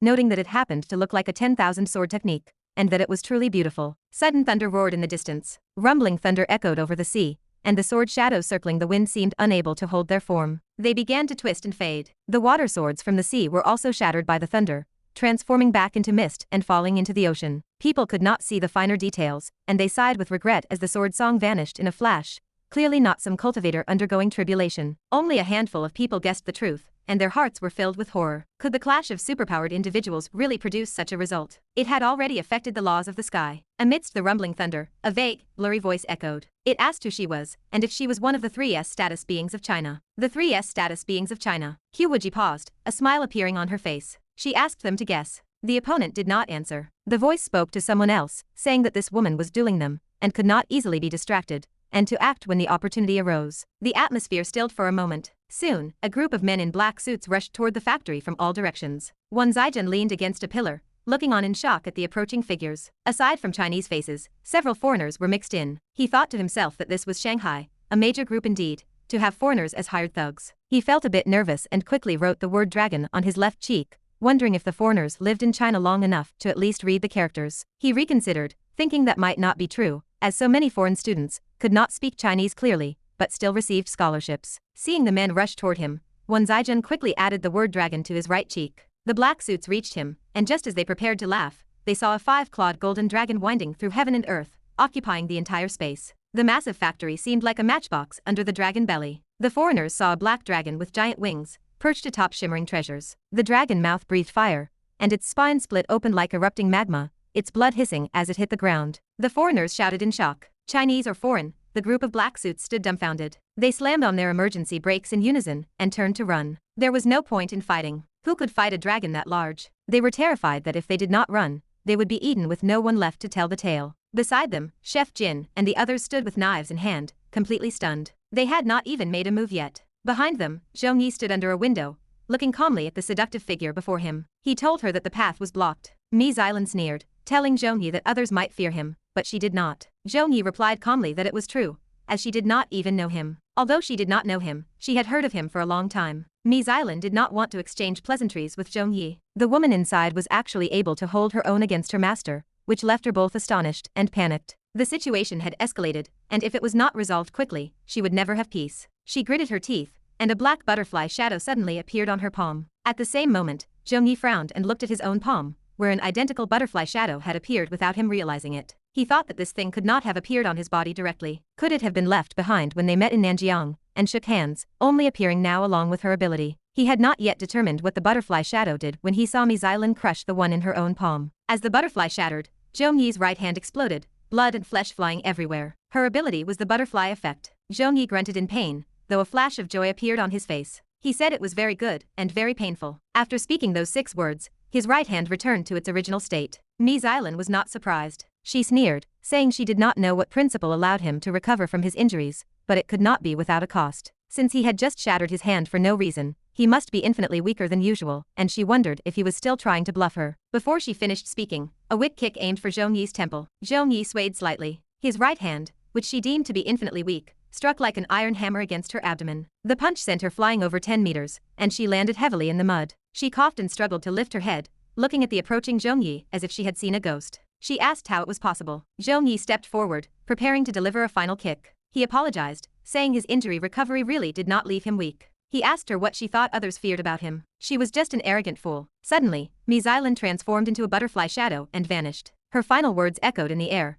telling him that he was the same. Zhong Yi frowned. This woman had a strange ability. He would have to be careful in the future. What if someone was caught off guard, and she planted a butterfly on a vital part of their body? Would they not be dead? He wondered how many people she had slept with. No wonder. The attackers behind the front line had scattered like birds and beasts, and the sound wave clash at the core area reached its conclusion at almost the same time. After Qiu Wuji's 10,000 sword formation was shattered, she became competitive. She withdrew the Song of 10,000 Swords and condensed them back above her into a single, massive, and ancient sword. The surrounding air seemed to collapse and shrink due to the sword's appearance. All signs of life vanished, leaving only a primal void. It was as if there were a vacuum. Did any sound remain? In terms of the basic goal of protecting Du Lianfeng and Qi Qintai, Qiu Wuji had already won a complete victory. The enemy could not even penetrate the area protected by her sword shadows. Within the protection of her sword, she was the ruler. But merely guarding felt insufficient to Qiu Wuji. She looked up slightly toward the sky above the factory, where the sound wave vortex continued to rage. Qiu Wuji's long hair drifted without wind. She whispered the command to go. The shape of the ancient sword rushed toward the sky, breaking directly into the heart of the vortex. There was no sound of impact. It was silent and invisible. The space where the vortex had been became a vacuum. It was as if a drawing had been erased by a rubber. As the ancient sword passed through, the space became clean. How could there be sound in a vacuum? If one looked closely, they would see that it was not a vacuum, but rather tiny fireflies scattered in the air, flickering in and out of existence. It was Qiu Wuji's exclusive tags of fire, a remnant left behind after she unleashed her ultimate technique. The sword shattered the tags of void. In a villa somewhere in Shanghai, someone coughed up a mouthful of blood and collapsed to the ground, whispering in horror about who this could be, and if they were truly the gods and Buddhas of China. A black butterfly shadow crashed onto his back, transforming into Mi Xilan. The master, who had been injured remotely, could not even block this collision. The two of them rolled along the ground in a pathetic display. Yet at this moment, they had no heart to dwell on their own wretched state. The only thought in their minds was Mi Xilan's earlier words about how with the master personally taking action, they would be dead even if they had the protection of gods and Buddhas. How dare mortals? How do they speak lightly of gods and spirits? Chapter 236. Like every urban hero film, the sirens only wailed in the distance once everything had concluded. Chu Ge drove the battered Havel back to the scene. He wondered if the police's late arrival was a result of a silent understanding with Zhong Yi. If they had been secretly watching the hospital earlier, but vanished when the group relocated, it was highly probable that the absence was intentional to facilitate their actions. When he saw the person leading the squad, his suspicions were confirmed. The leader was none other than Gu Ruian. "President Gu, why is it you?" Chu Ge asked with genuine surprise. "You are a Beijing official, are you not? I frequently need to travel for various assignments. I only arrived in Shanghai 2 days ago, and this situation just happens to be a matter of being in the right place at the right time." Gu Ruian studied the cracked windshield of the Havel and the shredded driver's side headrest, her eyes gleaming with deep meaning. "You were attacked while you were out." Chu Ge laughed it off. "Yeah, they were vicious. Fortunately, I am fast, and domestic products really are built to last." Zhong Yi twitched. "Damn it, that is my car." Gu Ruian stared at Chu Ge with intense focus, though she did not press for details. She simply extended her hand for a handshake. "This matter may involve international interests, and it might be connected to several cases that have been under investigation in Beijing. I will be taking charge for the time being." It felt a bit like pulling strings. Chu Ge wondered if Gu Ruian would connect his earlier battle, or the potential fiery deaths of their enemies to her investigation. Looking at her, he suspected she would not dig too deep. Was this the benefit of having powerful connections? Chu Ge looked down at her jade-like hand and felt his expression tighten with inner conflict. He felt as if the factory was filled with the pungent scent of aged pickles, a sensation far more shocking than the earlier sonic tornado. If anyone else stood there, he would not feel this way. But this was Gu Ruian, the only woman who held even the slightest connection to Chu Ge and Qiu Wuji's mind, and she was currently helping him smooth things over without asking questions. Even if Chu Ge and Gu Ruian viewed themselves as having absolutely no relationship, this unspoken protection existed clearly because his parents had paved the way. Chu Ge steeled himself and shook her hand. "Look, the situation here is mainly something Zhong Ji is managing. I am just a helper. Why tell me so much? You should be coordinating with Zhong Ji." The handshake was brief and light, an ordinary gesture to any observer. Only heaven knew that Chu Ge felt as if he were climbing a mountain of blades inside. Gu Ruian did not dwell on the complexity, simply stating, "Mr. Zhong has been in contact with us about this matter for some time, but now that the situation has come to a head, he has cast us aside." She paused, revealing a mocking smile. In Mr. Zhong's eyes, the police are useful when they can help protect someone, but they become obstacles when they might interfere with his plans for murder. Zhong Yi smiled, accepting the assessment without argument. He simply said, "We did not kill anyone. Ultimately, we are here to save lives." Gu Ruian did not expose Zhong Yi's obvious desire to kill. She clearly did not believe that legal procedures could put Mi Xilan or the people behind her into prison, so she chose her own methods. However, she had failed. Mi Xilan had escaped, and they did not even know where the people behind her were, as the enemy had never even shown their face. Arguing about such things now was pointless. Gu Ruian whispered, "There is no need to argue about what happened before. At this stage, I hope everyone here can cooperate with me." Zhong Yi glanced at Chu Ge and laughed. "Since Chu Ge is here, of course we will cooperate with you fully." His meaning clearly alluded to Chu Ge's mother's influence, but his words made Gu Ruian and Chu Ge feel uncomfortable simultaneously. They spoke in unison. "What kind of relationship do I have with him, or her?" A sound of grinding teeth drifted from inside the factory, every syllable distinct. "They are awake." How much longer do you two intend to stand outside flirting? Chu Ge jumped and darted into the factory. Qiu Wuji felt as if she were suddenly riddled with invisible bullet holes. She rolled her eyes helplessly and followed him inside. Once inside, they found Du Lianfeng and Qi Qintai slumped against a pile of sand. Their eyes were slightly cloudy and confused as they stared at Qiu Wuji's stern, beautiful face. First they looked dazed, but soon that confusion turned to fear. They are capable of feeling fear, Qiu Wuji said with a cold tone. This means their memory has recovered and everything is normal. Chu Ge, can we leave now? Chu Ge remained silent. Are you still reluctant to leave? Qiu Wuji asked. The police are interrogating them. Should we be allowed to listen in as well? This relationship must be very close. Chu Ge rubbed his forehead. Why are you making so much out of this? It does not matter who is doing the questioning. Cannot we just do it ourselves first? Qiu Wuji grumbled. Their souls were reshaped by me. I know every memory they have, even back to when they wet their pants as children. Do we really need to interrogate them? Chu Ge winked at her. Qiu Wuji paused and clamped her mouth shut. She realized Chu Ge was warning her not to reveal too much about their abilities to Qiu Wuji and the others. The power to search souls and reshape spirits was too inconceivable to explain. It was better left unsaid. Qiu Wuji felt a pang of regret. Why had she been so jealous? Why had she said so much? She hoped Qiu Wuji had not heard clearly, or if she had, that she would just dismiss it as boasting. Thinking this, she felt a surge of happiness. Chu Ge's preference for her was obvious. She giggled internally. Qiu Wuji, unaware of the complex web of jealousy driving the exchange, glanced at Du and Qi. She felt a sense of astonishment. Her ability to read minds clearly picked up the fear and worship currently filling their hearts. In their eyes, this woman was like a god or a Buddha, the kind of person who could make them kneel with a single soft hum. Was it necessary? Was this woman really that powerful? Qiu Wuji cast a subtle look at Qiu Wuji, who was currently puffing out her cheeks in a moment of minor self-reproach. She looked adorable, no matter how one analyzed it. Qiu Wuji coughed twice, gathered her thoughts, and asked Du Lianfeng, you should know the current situation. Du Lianfeng sighed, we know. During our time as vegetative patients, we actually had some perception, or rather, we had our hearing. We heard everything that happened. So what do you think? Du Lianfeng fell silent for a moment before saying slowly, as long as we can have that bitch Mi Xiaolin and that bastard Lei Zhongyang executed, I would be willing to die along with them. If you can become state witnesses, you will not have to die, Qiu Wuji said. Tell me about their situation. Yes, speak right here, to avoid any awkwardness about who is doing the questioning. Chu Ge turned his head away awkwardly. Qiu Wuji remained expressionless. Qi Qintai sighed softly. Actually, Zhongyi knows quite a bit about our past activities. It is nothing more than a group of people with superpowers who formed an organization. Relying on our special abilities, we earned money through unscrupulous means, grew wealthier, and eventually built a large conglomerate. Zhongyi used to be part of the group, but he felt we were not on the same path and parted ways. Our original intent was not lofty. It was just about making money. The search for the source of spiritual energy was only because spiritual energy is the new capital, and we wanted to hold it in our hands, Du Lianfeng explained. He who masters spiritual energy, masters the future. Those who hold this belief are not just us. There are many others, including top global financial groups. The trip to Nanjiang was only one of our efforts in this regard. Before that, we had already used various means to seize many mineral veins and ocean resources, suspected of being spiritual energy sources. Of course, in the end, we discovered they were just that. They were good for making money, but they were not the true source of spiritual energy. Nanjiang, however, was an exception. It made us believe it truly held many secrets, so our trip to Nanjiang was driven by great expectations. Chu Ge said, we can discuss Nanjiang later. Let us focus on the present. The present matter is the global financial groups I just mentioned, Du Lianfeng said. His haggard face grew twisted with malice. Over the past few years, the group planned to go public.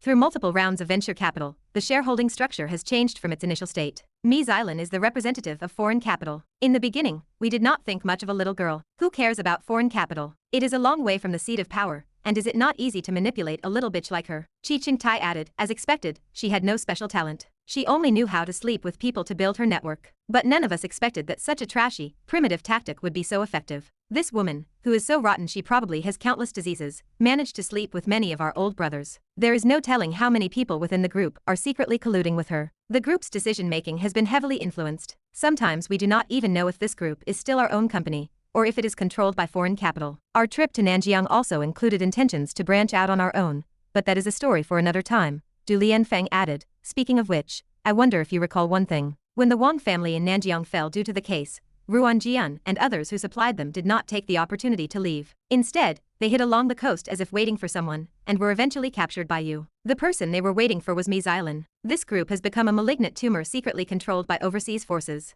Their tentacles have reached many places, not just Shanghai, and not just Nanjiang. Chapter 237. Du Lianfeng and Qi Qingtai's explanation did not exceed Chu Ge's expectations. He had already outlined the gist of this event in his mind. Ever since Xia Wenyuan mentioned that Mi Xilan's company had suspicious foreign capital, he had harbored similar guesses. When he used to argue with people on the internet, he could label his opponent a foreign agent in just a few sentences, so why would this be any different? If those with insight already harbored the belief that spiritual energy was the new capital, this was certainly a global matter, not just the concern of these few individuals. Based on what he knew, Du Lianfeng was not as clean as he claimed to be. For instance, back in the Nanjiang incident, people like the Iron Anvil and the Eastern Osprey seemed to be direct subordinates of Du Lianfeng. Therefore, the person who had likely been in contact with and involved with Ruan Jian was, in all probability, Du Lianfeng himself. Even if that was connected to Mi Xilan, Du Lianfeng was not much better. At the very least, he had already become an accomplice, and whether he had ever climbed into Mi Xilan's bed remained a mystery. Of course, there was no need to dwell on that now.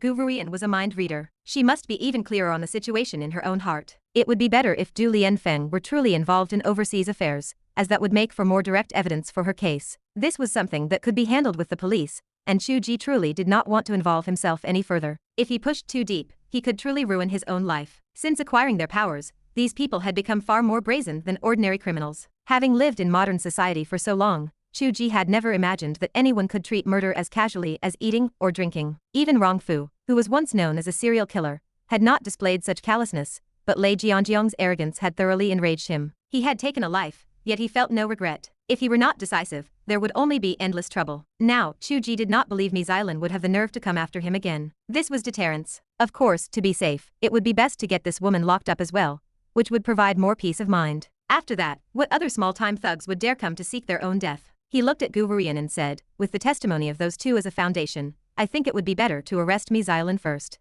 Qiu Wuji nodded, and led her team away immediately. We will take those two into custody first. The rest of you, follow me. We are arresting Mi Xilan immediately. Qiu Wuji held back, wanting to ask why she was so obedient to his words, but she finally kept it to herself. If she said it out loud, it seemed like she would not be the one people laughed at, but rather that she would be the one making a fool of herself. Mi Xilan did not think of running at first. Her master had already left immediately. He would not show his face in front of others. Mi Xilan was currently in her villa, flying into a rage at a group of her sycophants. I was fighting for my life against Zhongyi in the back, and you, a whole group of you, charged the factory head-on, but you all ran away without even a fight. Did you go there for a vacation? Someone mumbled in response. A 5-clawed golden dragon was coiled there. How were we supposed to fight it? A dragon? Mi Xilan froze. If there was a dragon that big, why did I not see it? It is true. If you do not believe me, ask Smith. It was not a 5-clawed golden dragon. Smith waved his arms to describe it. I saw Deathwing. What Deathwing? The black dragon with wings. It even had magma on its back. Nonsense. It was a golden dragon. Black dragon. Golden dragon.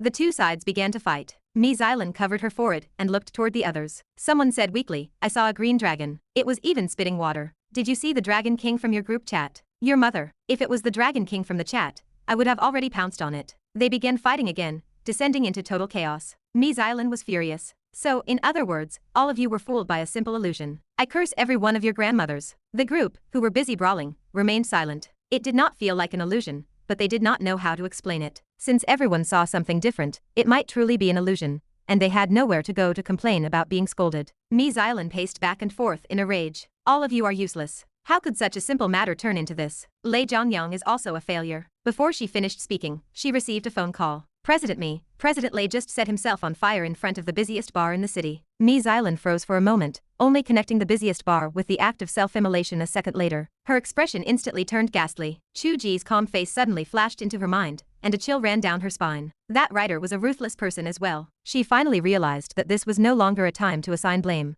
but a time to figure out how to preserve her strength and run away. Otherwise, if the police came to inquire about matters related to Lei Zhongyang, she would not be able to get away for at least 2 days. If Du and Qi truly woke up and turned on her by then, they could extract at least 100 evil deeds from the company. Many things that appeared to have no evidence were everywhere in their eyes, or rather, they themselves were the evidence. Everything would collapse. Taking advantage of the fact that the government offices had not yet started work in the early morning, she needed to transfer her assets and leave quickly. Mi Xilan drove to the company in a panic. She had not even parked the car properly when she saw a group of officials in tax uniforms standing downstairs. President Mi, we have received a signed report claiming that your company evaded taxes during the acquisition of Zijin Mining. Please cooperate with the investigation. Zijin Mining. Mi Xilan went through several thoughts in her mind before remembering the acquisition that took place last year, which involved cooperation with the Xia family at the time. Xia Zhenjia. Why are you causing trouble at this critical juncture? This is the last kind of financial mess that should be happening right now. If it were normal times, taking this hit would be nothing.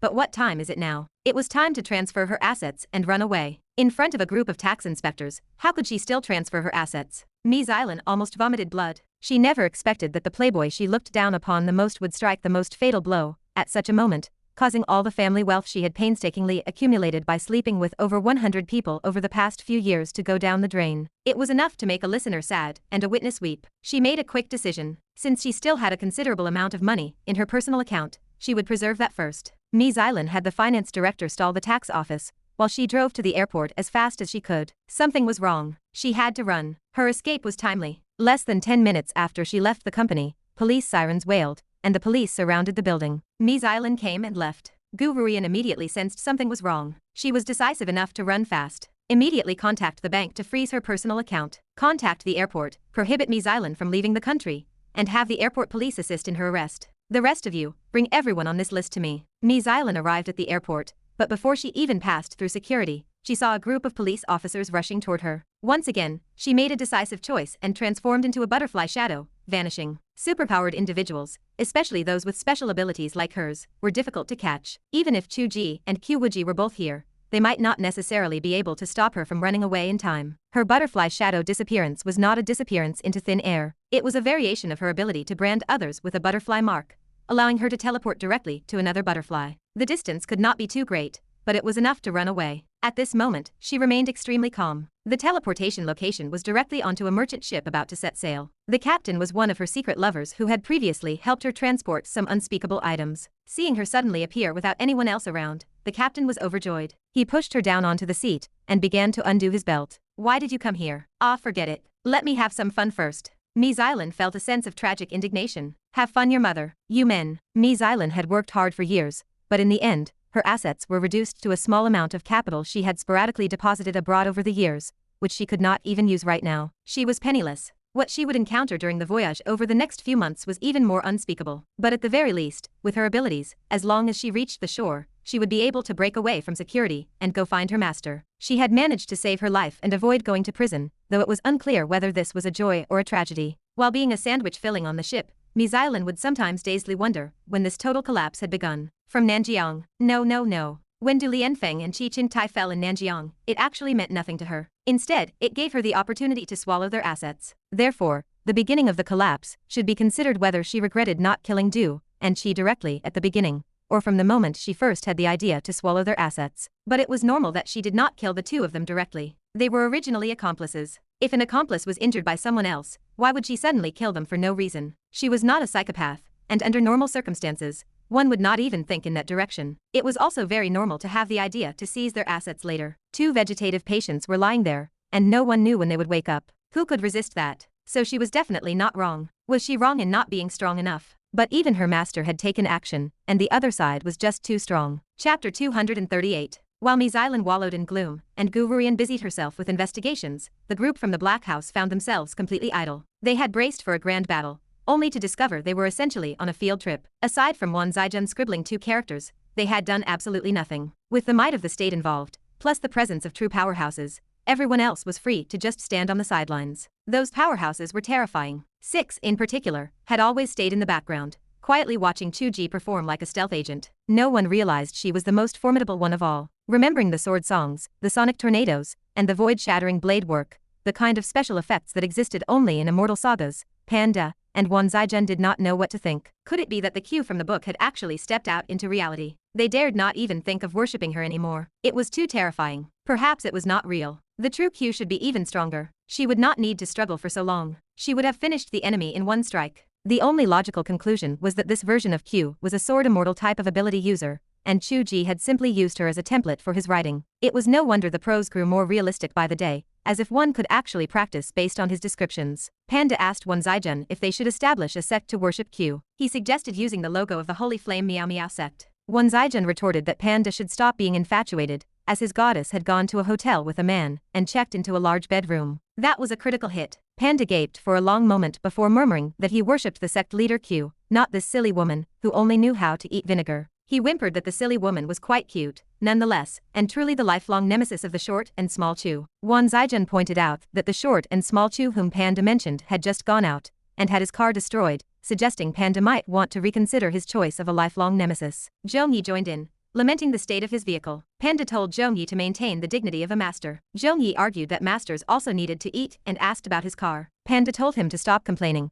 as he only needed to replace a windshield, and anyone who did not know better would think the car had exploded. Chu Ge and his partner left following the police cars. Under the scrutinizing glares of the young officers, who looked at them like wild beasts, he pulled Qiu Wuji straight toward the hotel. Watching their expressions, he felt as if they wanted to conduct a surprise inspection. A beautiful woman was a disaster, always the focus of others' envy, yet he wondered why they did not first envy his own good looks. They probably thought he was dragging Qiu into a room to commit some beastly act, but he could do nothing. A pile of matters remained unfinished, such as the little flame still squatting in the room. The little flame lost its ferocious appearance from when it had been a giant. Its eyes darted back and forth between Chu Ge and the hand Qiu Wuji was holding, and it grinned. It asked if the Father God could remember to call it next time there was such a good opportunity. Qiu Wuji asked what good opportunity it meant. The little flame replied that it had not killed anyone in a long time, and had felt like it was going to burst, and that it felt wonderful. Qiu Wuji remarked that it was disgusting how she could imagine its original form licking its lips while it stayed in the shape of a tiny flame. The little flame had no choice but to swallow its resentment,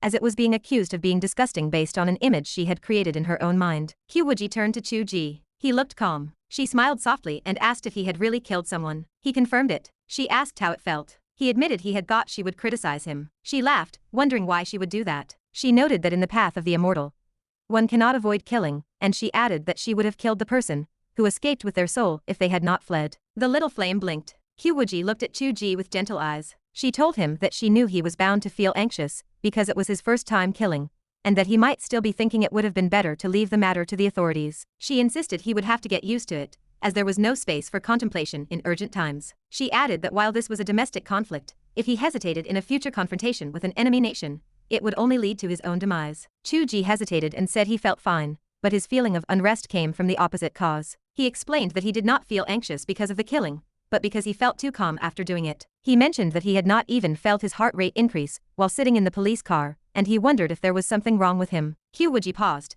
and the little flame burst into laughter. Chu Ge stuffed it back into the world within the book, and told it to shut up. The little flame kicked its legs, still laughing, and shouted that it was right to be detached, and that there was no point in being unable to extricate himself from a love affair with a woman he had created himself. Chu Ge acted to remove the source of the noise by casting the flame back into the book. The room fell into silence. Qiu Wuji turned red, grit her teeth, and told him that he should behead the flame, as he would only learn bad habits from him. Chu Ge folded his arms. Qiu Wuji threatened to go back and kill the flame herself. Chu Ge teased her, saying she was not covered by her small quilt, and if she went back now, her clothes would scatter everywhere. He listed the items that would fall out, like her bra and panties, in a scattering of celestial flowers. Qiu Wuji went silent. Chu Ge hugged her gently and promised he would not turn bad. Qiu Wuji made a face and said he already looked very bad to her. He replied that as long as she was around, he would never be able to go bad. Qiu Wuji let out a huff. Chu Ge changed the subject, noting that today's battle had exceeded his expectations and asking if the opponent was truly that powerful. Qiu Wuji hesitated,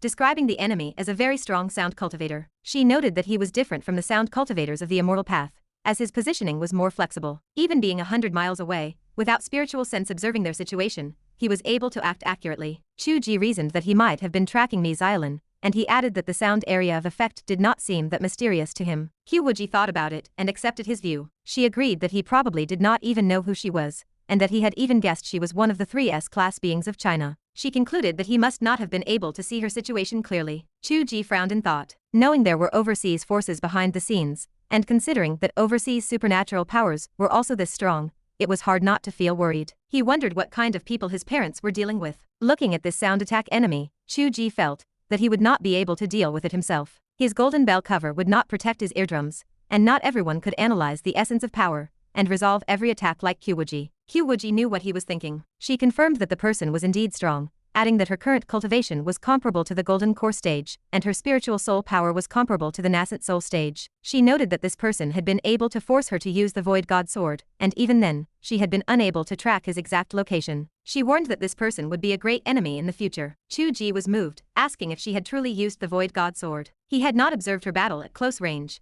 so he could not see clearly from a distance. The void god sword was a top-level masterpiece he had written for Qiu Wuji, one of her signature skills. If she had used it in the book, she would have leveled 1,000 mountains. Qiu Wuji sighed, explaining it was only a pseudo-void god sword, because her current body lacked sufficient power. She lamented that if his mother were here, it would have been easier to defeat him, because abilities were often singular, and the principle of mutual restraint became prominent. She pointed out that spatial abilities were the perfect counter for such sound waves. Chu Ge felt slightly relieved and lay on the bed, exhausted. He said that now that things here had ended, he needed to accelerate his cultivation. He admitted that winning against Lei Zhongyang today was largely due to the factor of restraint, rather than his own excellence. Qiu Wuji asked when he planned to return. He replied that he would wait for news from Gu Ruiyan or Zhong Yi to see if there were any loose ends, and if not, he could sign a few contracts with President Xia today and then leave. He told her she could travel if she wanted, as their time was relatively free. He pulled the covers over his head, complaining that he was tired and wanted to sleep, and that they would see when the phone rang. After a long pause,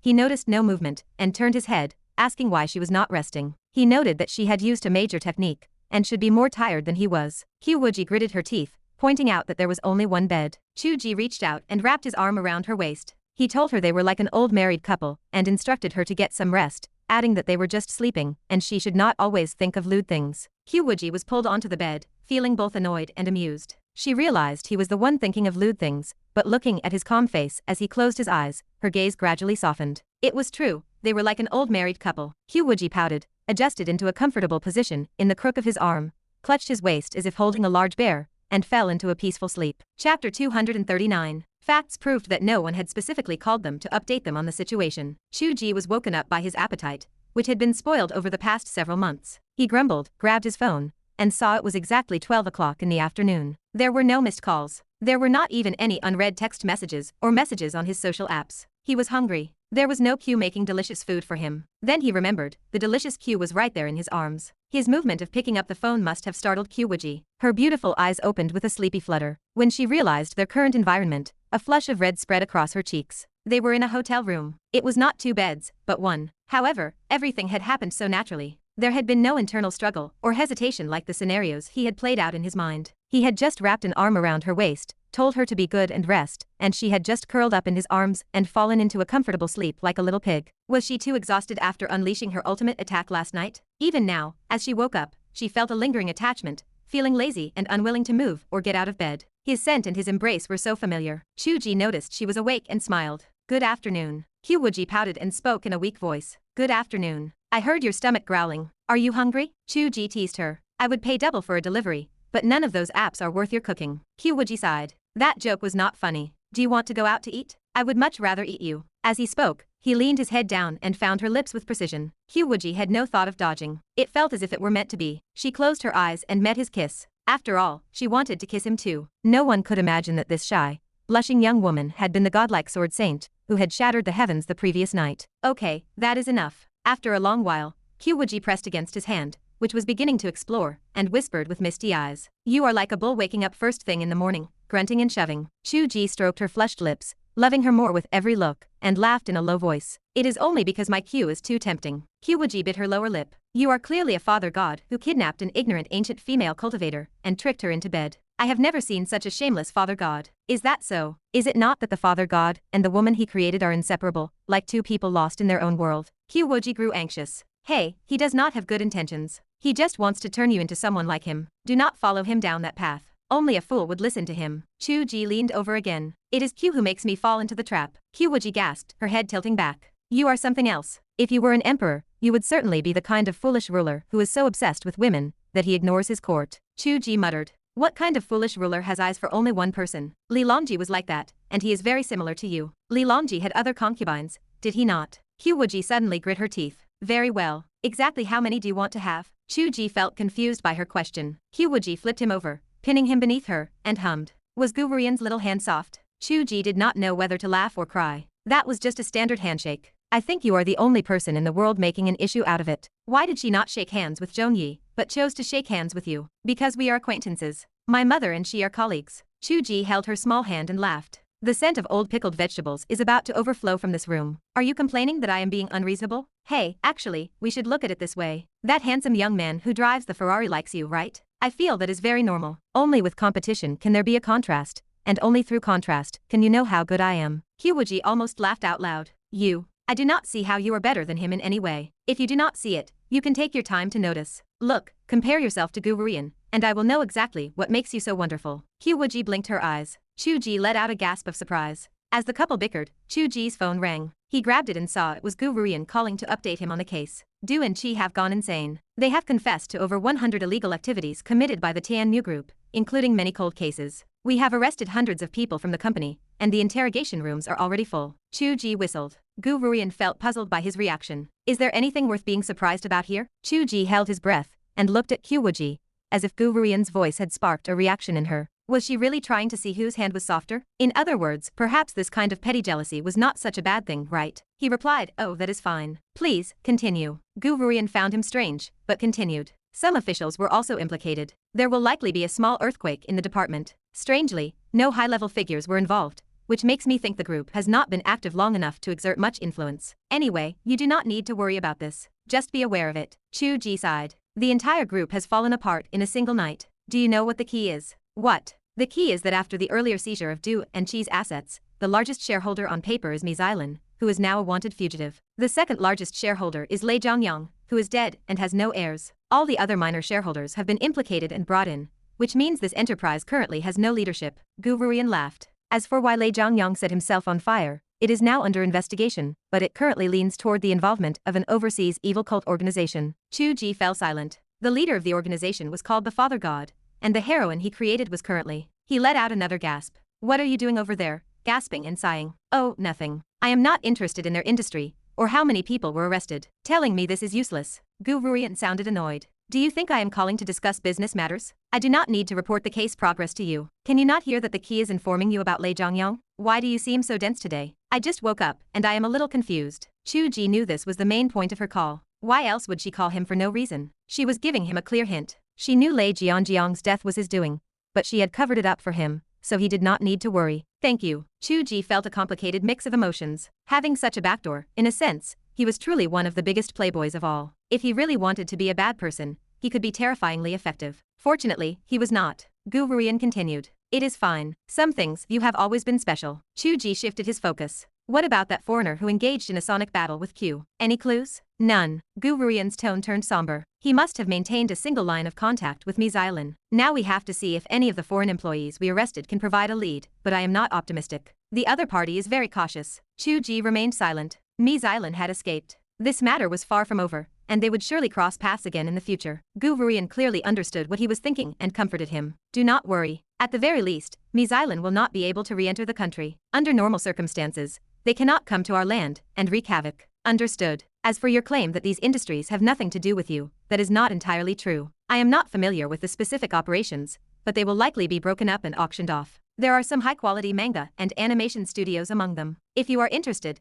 you could buy them. Even if you draw manga yourself, you need assistance and collaborative efforts. It is impossible to draw everything alone, and you will eventually need to hire people. Chu Ge paused. But this is in Shanghai, and I still have to return to Nanjiang. We will see if the employees are willing to move with you. To be blunt, the employees are not at fault. Having someone take over quickly also protects their livelihoods, right? You do not understand this side of things, so let the people from the Black House help you handle it. If you really want to buy, it is best to have someone you trust manage it with you. As for your business skills, forget it. Chu Ge replied, you know me very well, Ms. Gu. He gasped again. Qiu Wuji frowned on the other end of the line. What is with that tone? If Aunt Wu had not known I met with you and urged me to look after you, do you think I would know why you came to Shanghai? Ah, so it was his mother's request. No wonder Qiu Wuji was suddenly acting like an intimate big sister. The way she was provoking Qiu Wuji continued. I looked into it. You are here to sign a cooperation agreement with Xia Wenyuan. A member of your Black House named Zhu Shenghong is negotiating on your behalf, and it is basically settled. You can go over this afternoon and sign. As for the studio, sign it in your own name for now. If you need to change the contract later, you will not need to do it in person. You can just mail a revised agreement remotely. Chu Ge thought for a long time before replying. In other words, once I sign, my business in Shanghai will be completely over. That is right.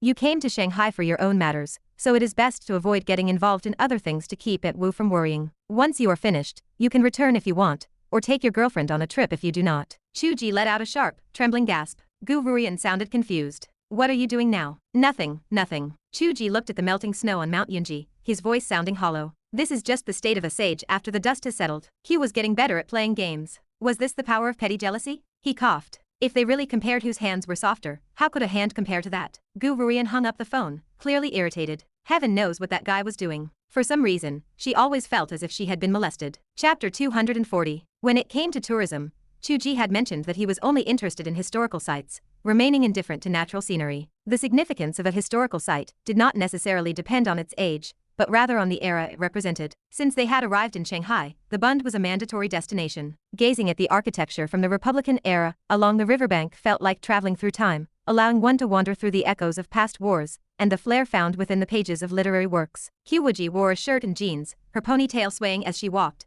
holding a savory crepe. She chewed it with a happy rhythm, completely uninterested in the Shanghai of Zhang Ailing that occupied Chu Ge's mind. There were cultural differences, after all. It was difficult for her to empathize with the myriad thoughts people projected onto this place. Even though she had already consumed Marxist philosophy, and in an effort to master it, had forced herself to read several more books on modern history, the sense of immersion was still different. She could not comprehend the way Chu Ge strolled along the river, lost in thought as if he were about to compose 100 poems on the spot. In Qiu Wuji's eyes, the waters of the Huangpu River were far more worth looking at than those buildings. Of course, none of it was as delicious as the crepe. Chu Ge was actually eating a crepe as well. This was their lunch. Qiu Wuji had misunderstood. Chu Ge was not wandering through the myriad thoughts of history. It was less that his mind was immersed in the scenery, and more that he did not know how to start a conversation with Qiu Wuji in a proper manner. Should he ask how she had learned that move, or should he ask if the car license plates she had seen in the past contained that technique? He felt that no matter how he asked, he would end up being hit. It was better to remain quiet and let the good times roll. Watching Qiu Wuji hold her food as she walked, eating with bulging cheeks,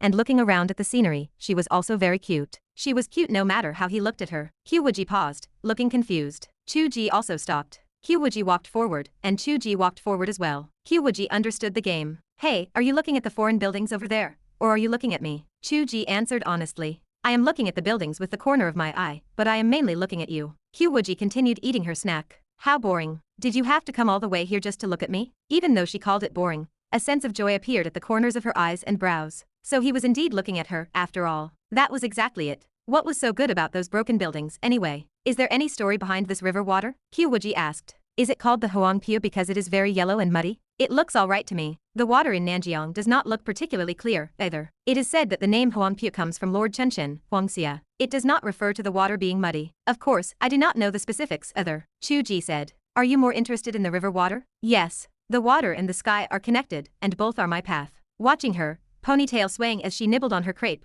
while speaking such serious words, made her seem even more adorable. Chu Ge could not help but laugh. Listen to the songs when we go back. They are very classic. Ever since I arrived here, that melody has been echoing in my stomach. Qiu Wuji nodded. I will listen to it later. Music can truly resonate with people. It is not strange that you are immersed in it. Last night, our opponent, well, never mind. I should not ruin the mood. Chu Ge could not contain his curiosity. What is it? He was playing with sound waves, right? That has something to do with music, does it not? There is music. It can resonate with the human heart, stir up emotions, and trigger the flow of blood and energy. Qiu Wuji said. Someone who practices the way of sound cannot be a pure sound user. To enter the path through sound, one must be a master of music. Although supernatural abilities differ from the path of the immortal, this point must be similar. Awakening a supernatural ability must have a reason, just like your writing, Wan Zaijian writing copy, or Panda playing games. Abilities are often related to these things. Chu Ge paused. A musician. I must tell Gu Rian about this clue. Qiu Wuji arched her eyebrows in anger, but groaned and held it back, turning her head to look at the river. That woman had tricked her into letting his ox cart drift into the mountains. In the future, she must suppress this unnecessary jealousy. It gained her nothing and only served to make him feel better. Qiu Wuji finished her crepe with indignation, tossed the paper bag into a roadside trash can,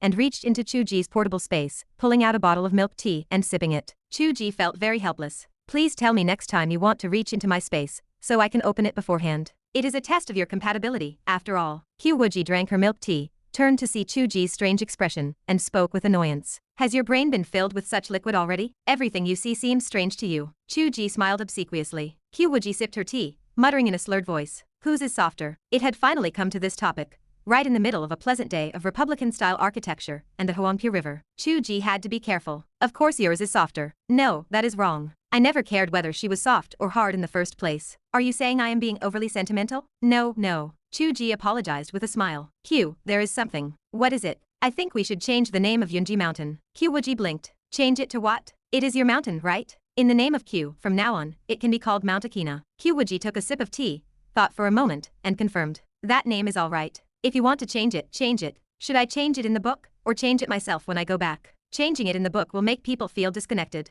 Let us just use it between ourselves in private. What a mess. Qiu Wuji realized his words were definitely not well-intentioned, and she decided to look it up on the internet when she got back. It was infuriating. She felt that she was already very modern, yet she would still expose her ignorance in careless details, whether it was the song he had hummed earlier, or some strange mountain. I am not walking anymore. Qiu Wuji threw a tantrum. Then shall we rest by the river? Or would you like to take that tour boat? Qiu Wuji looked hesitantly at the distant tour boat, but shook her head. It would be better to row a boat by ourselves. She paused, then lowered her voice. The appearance of cities is much the same. I know it now. This trip has allowed me to see buffets, the style of the Republican era, the pearls of the river, the pursuit of playboys, bloodshed in the suburbs, and a powerful enemy using sound attacks. This trip has satisfied all my wishes. My intent is fulfilled. The literary girl had not used these poetic sentences in a long time. The tenderness of the previous night seemed not to have left many ripples in her heart, as she sounded like she wanted to go home. In truth, Chu Ge did not fully understand. He felt that Qiu Wuji's experience was merely a glance at the scenery. For someone who wanted to understand the world, she should not be stopping so shallowly. Ideally, she should want to see the full picture of this modern metropolis. The prosperity of a first-tier city was something one could not truly see in Nanjiang, and Chu Ge had already prepared his wallet for a heavy loss. But her intent really seemed fulfilled. Perhaps it was because cities were indeed similar, and she had no other points of interest. However, he heard Qiu Wuji whisper, as if to herself, "Actually, what I am looking forward to now is not touring this world. Instead, I want to go back sooner and draw our world, to let the world see the splendor of that place, the blood of the human world, the gleam of swords in the sky, the brilliance of magical treasures, the flames that incinerate the world, the waves that cover the four seas, my world of martial arts, my immortal mountains, my qin, chess, calligraphy, and painting, and my void god sword." Chu Ge felt a slight movement in his heart, and turned to look at Qiu Wuji's profile as she gazed at the river. Perhaps he had underestimated the weight of this manga project in Qiu's heart. She valued it very much. No wonder she learned manga with such enthusiasm. She truly wanted to show all of this to the world with her own hands. Qiu Wuji turned to look at him and smiled softly. "If we are talking about travel and sightseeing,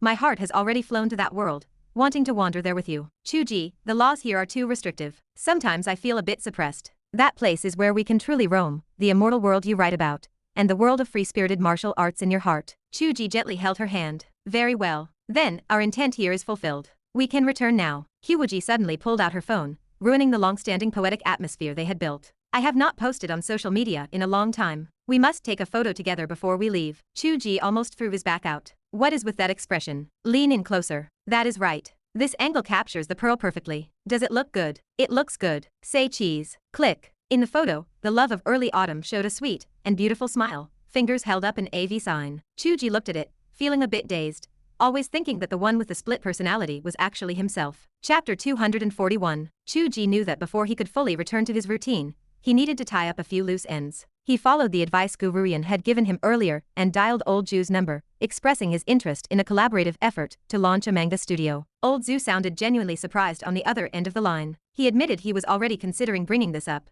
and it was rare for Chu Ge to show that kind of business acumen. Chu Ge stiffened his neck and asked if it was so hard to believe that he had a head for business. Old Zhu laughed it off, suggesting Chu Ge should have a little self-awareness. He explained he had been planning to reach out regardless, as he wanted to find something productive for Meng Meng to do. Collaborating with Chu Ge's partner seemed like the perfect solution. Chu Ge wondered aloud if Sister Meng Meng did not have enough to do at the tea house. Old Zhu dismissed that immediately. The staff could handle sales, and she only needed to stop by occasionally to oversee operations. Sitting around drinking tea every day had no real meaning. He added that the primary revenue source was not individual retail sales, which held a negligible share of their main business income. When Chu Ge asked what actually drove the business, Old Zhu explained it was group purchases from companies and organizations, along with long-term tea supply contracts. Then there were the high-end products used to butter up certain officials. Chu Ge cursed under his breath. Old Zhu brushed it aside, saying his connections were already laid out. Meng Meng had been bored to tears and used to spend her time chasing after younger men, but even that had stopped. She was practically growing mold from inactivity. Chu Ge agreed, realizing that collaborating with Qiu Wuji would indeed be a good fit. Zhu Mengmeng understood company operations, and could at least manage the finances. Qiu Wuji could handle the specific business aspects. Their personalities clicked, so they would likely find a good rhythm. If not, they would have had to hire someone anyway, and Zhu Mengmeng was a better choice. Old Zhu told him to stop worrying about the acquisition, and let him handle it. He noted that with the right connections, things moved quickly. Chu Ge hesitated, asking how much he needed to invest since his royalty payments had not come through yet. Old Zhu dismissed the concern. The studio itself held little value, but the copyright library and existing collaboration contracts made it worth something. He estimated a total investment of 1,500,000 or 1,600,000 would suffice. He told Chu Ge to take 60% and act as the majority shareholder, while he would take the remainder and act as the second shareholder. They could discuss the money when they returned to Nanjiang. Old Zhu said he would cover the initial costs. Chu Ge asked if the deal was really that generous. Old Zhu pretended to be annoyed, telling him to stop being so small-minded. He had previously offered him an entire house, which was worth far more than this. He shouted at him to get lost. In reality, Old Zhu was keeping half the truth to himself. Finding something for Meng Meng to do was secondary. His primary motive was to deepen his connection with Chu Ge.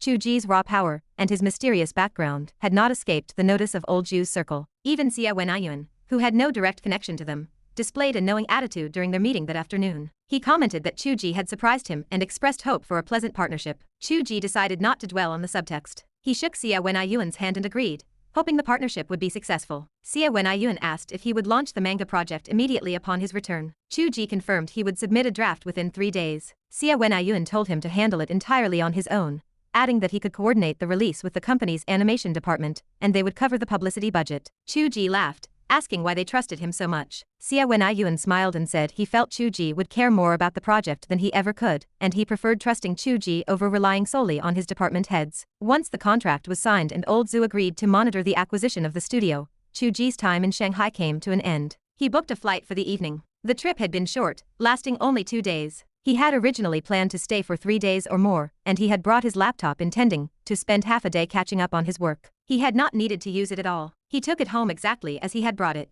2 days might be short, but for Chu Ge, they marked a crucial turning point. He had officially established a connection with a film and culture company, setting the stage for his copyright adaptations. Qiu Wuji had begun preparing to display her world to the world. He had ordered the death of a man for the first time, even if not by his own hand, and felt as if he had opened Pandora's box. He had realized that he was, in fact, one of the biggest, most privileged heirs of them all. He had accidentally drifted an ox cart into a mountain ditch. Even the Mies Island group had collapsed faster than anyone anticipated. He had expected the situation to take 3 days at a minimum. Based on his initial understanding, it was a terrifyingly large group, and people like Iron Anvil were merely subordinates of Du Lianfeng. He had assumed that their conflicts would require years to resolve, but the whole thing had crumbled in a single night. The drama of the two traitors turning on each other had simplified a complex mess into a straightforward fight over guarding territory. Chu Ge wondered if he truly possessed a hidden streak of good fortune, or if the greed of Mies Island and her cohorts had been destined to explode once external forces intervened. Regardless, the matter was far from over. That group was merely the tip of the iceberg,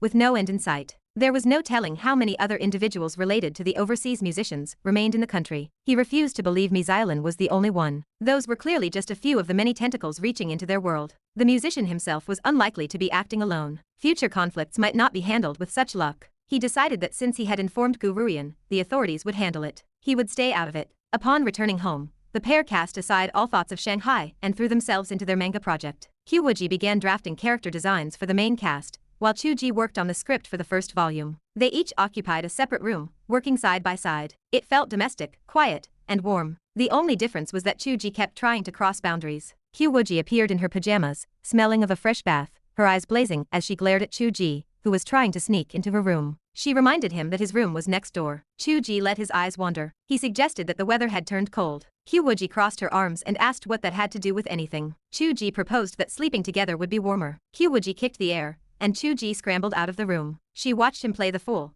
feeling a mixture of annoyance and amusement. She wondered why she had been so eager to return. Avoiding the trap of falling into that same bed was certainly a major reason. Yet, this guy was trying to make it a habit at home. He could keep dreaming. She knew he was becoming increasingly restless, testing the waters and pushing his luck. Just because they had slept together on a business trip did not mean they could do it every day. It was a compromise, not a lifestyle. Still, her face flushed warm. The feeling of holding him while she slept last night had been comfortable and warm. That sensation of clinginess could make one forget everything. It was why she had been reckless enough to perform that maneuver on the mountain road for him. A day earlier, she would never have imagined herself doing such a thing. She had been pretending that it was no big deal, but the shame was still burning in her stomach. Qiu Wuji returned to her computer, opened a document, and solemnly recorded a diary entry. November 6th. Sunny. She told herself she could not continue to degenerate like this. The path to immortality was unfinished, the manga had not been released, and she could not waste her time obsessed with male beauty. Using the excuse of running a side account did not justify letting herself go wild.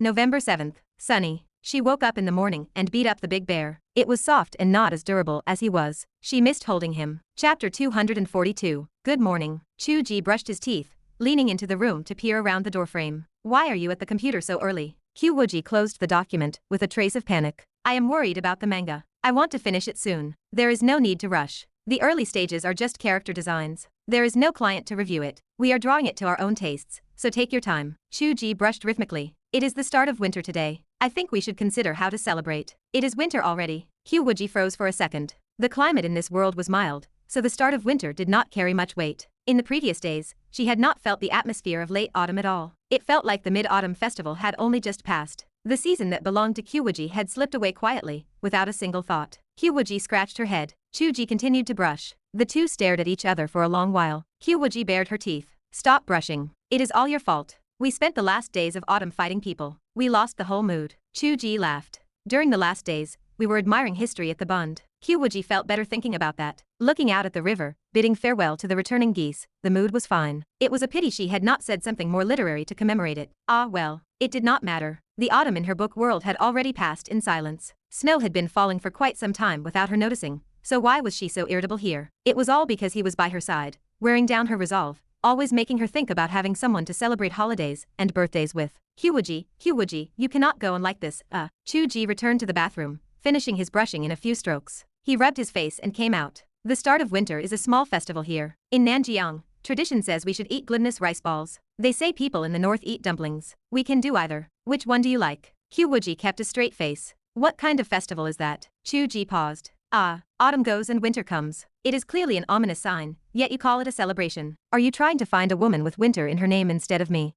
Chu Ge did not know whether to laugh or cry. My fear of marriage just increased by one. Qiu Wuji was only joking. There was no ominous sign. The 4 seasons came every year. Did people have to stop living through the winter? She truly did not want to celebrate though, so she replied, if you have customs, I will buy some rice balls and boil them today. There is no need to make a special occasion out of it. All right. How long until your manga class is finished? If I finish the entire course, it would take 8 or 9 months. We are not doing this to get a certificate though. Learning the tricks is enough. I often ask the teacher in private, so I have long since skipped their slow process of learning drawing and graphics. Then give the teacher more red envelopes. I know. Go away. While we still have a few chapters of buffer, hurry up and get the manga script done. I will make breakfast first, then go buy groceries. Too virtuous. Chu Ge returned to his room in tears. He opened his character design document, stared at the section for Qiu Wuji with joy, but could not write a single word. I am a genius. How did I write such a perfect woman? He opened the group chat. Early in the morning, the group was buzzing with talk about the photo they had posted the previous day. In the picture, he had his arm around Qiu Wuji's shoulders at the riverbank, his smile a bit foolish. Qiu Wuji leaned into his shoulder,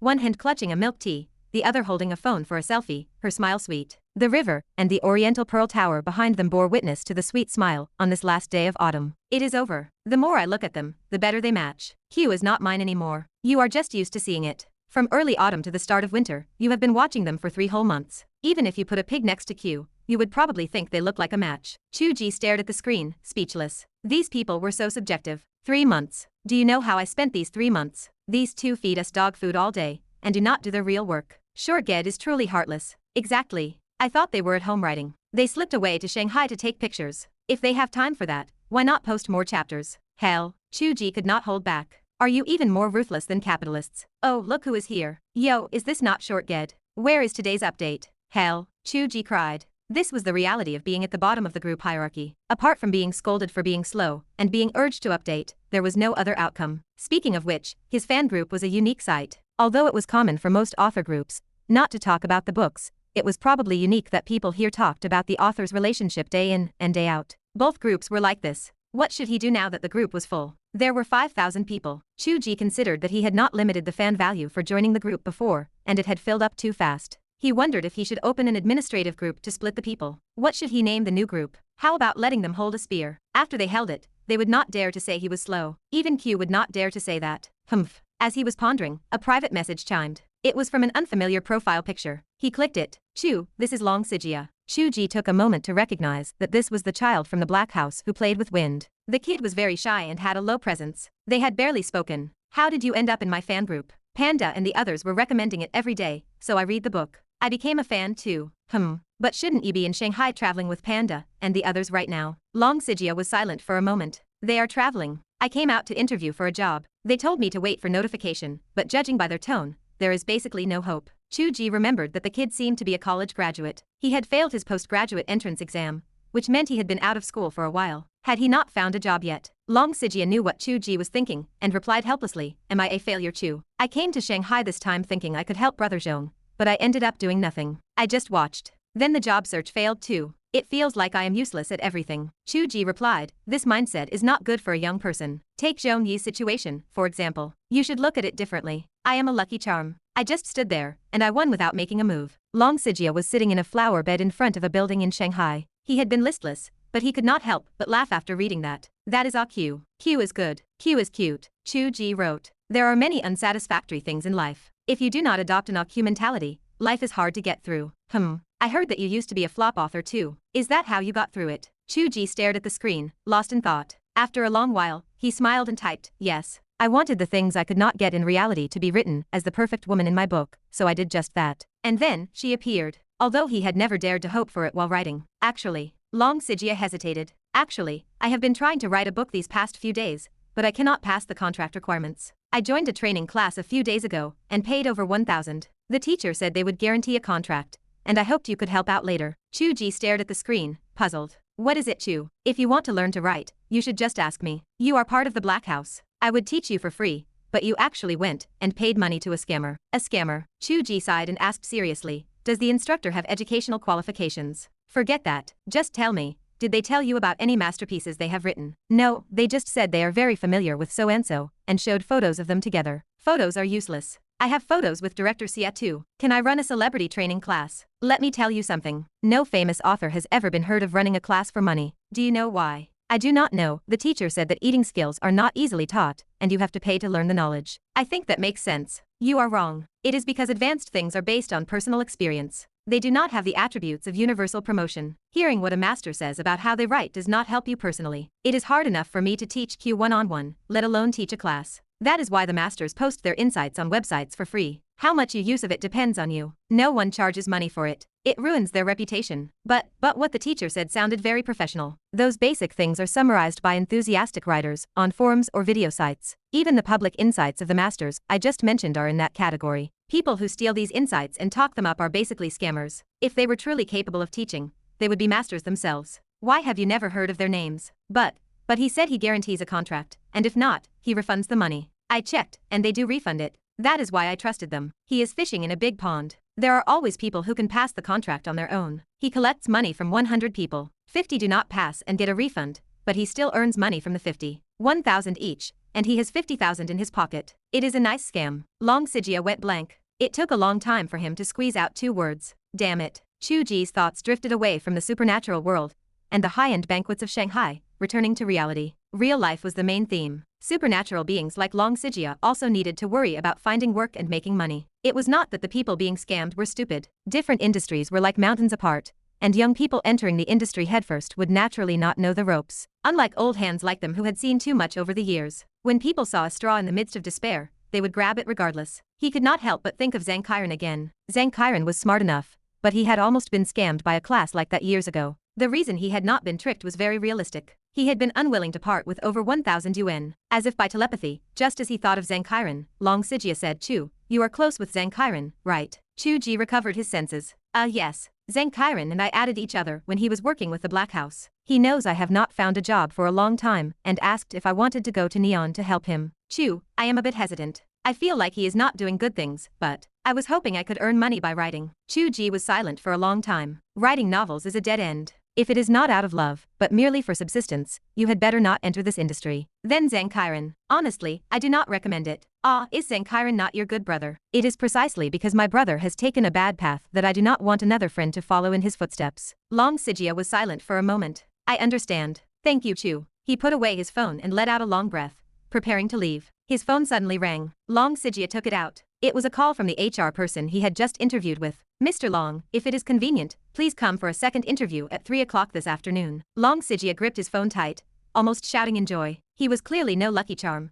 But why did it feel like Chu was the lucky charm? He turned to look at the logo on the building. This was an international music company. Chapter 243. Long Sijia successfully started his job at the music company that afternoon. Chu Ge felt happy for him upon receiving the good news. Long Sijia was a shy and introverted young man with delicate features. He was part of their inner circle. Chu Ge had never spoken much with him, but he had always left a positive impression. Naturally, Chu Ge did not want to see him succumb to the pressure of job hunting, getting scammed, or straying down a dark path. In this day and age, with supernatural abilities available, walking down a crooked path was just a matter of a single thought. It was all too easy to make money by bullying others, just like Du Lianfeng and his group. In the beginning, they were not necessarily that evil. That was why Zhongyi had associated with them once. But once people began to use their abilities for profit, things changed. There was no turning back. They only descended deeper. Chu Ge still felt conflicted about Zhang Qiren. Based on their last conversation, Zhang Qiren was rising quickly. His tone of voice was different now. Did that mean there was more bloodshed on his hands? Even if he was just scamming people from Neon, well, Chu Ge wondered if he had inadvertently sabotaged Zhang Qiren by preventing him from recruiting talent.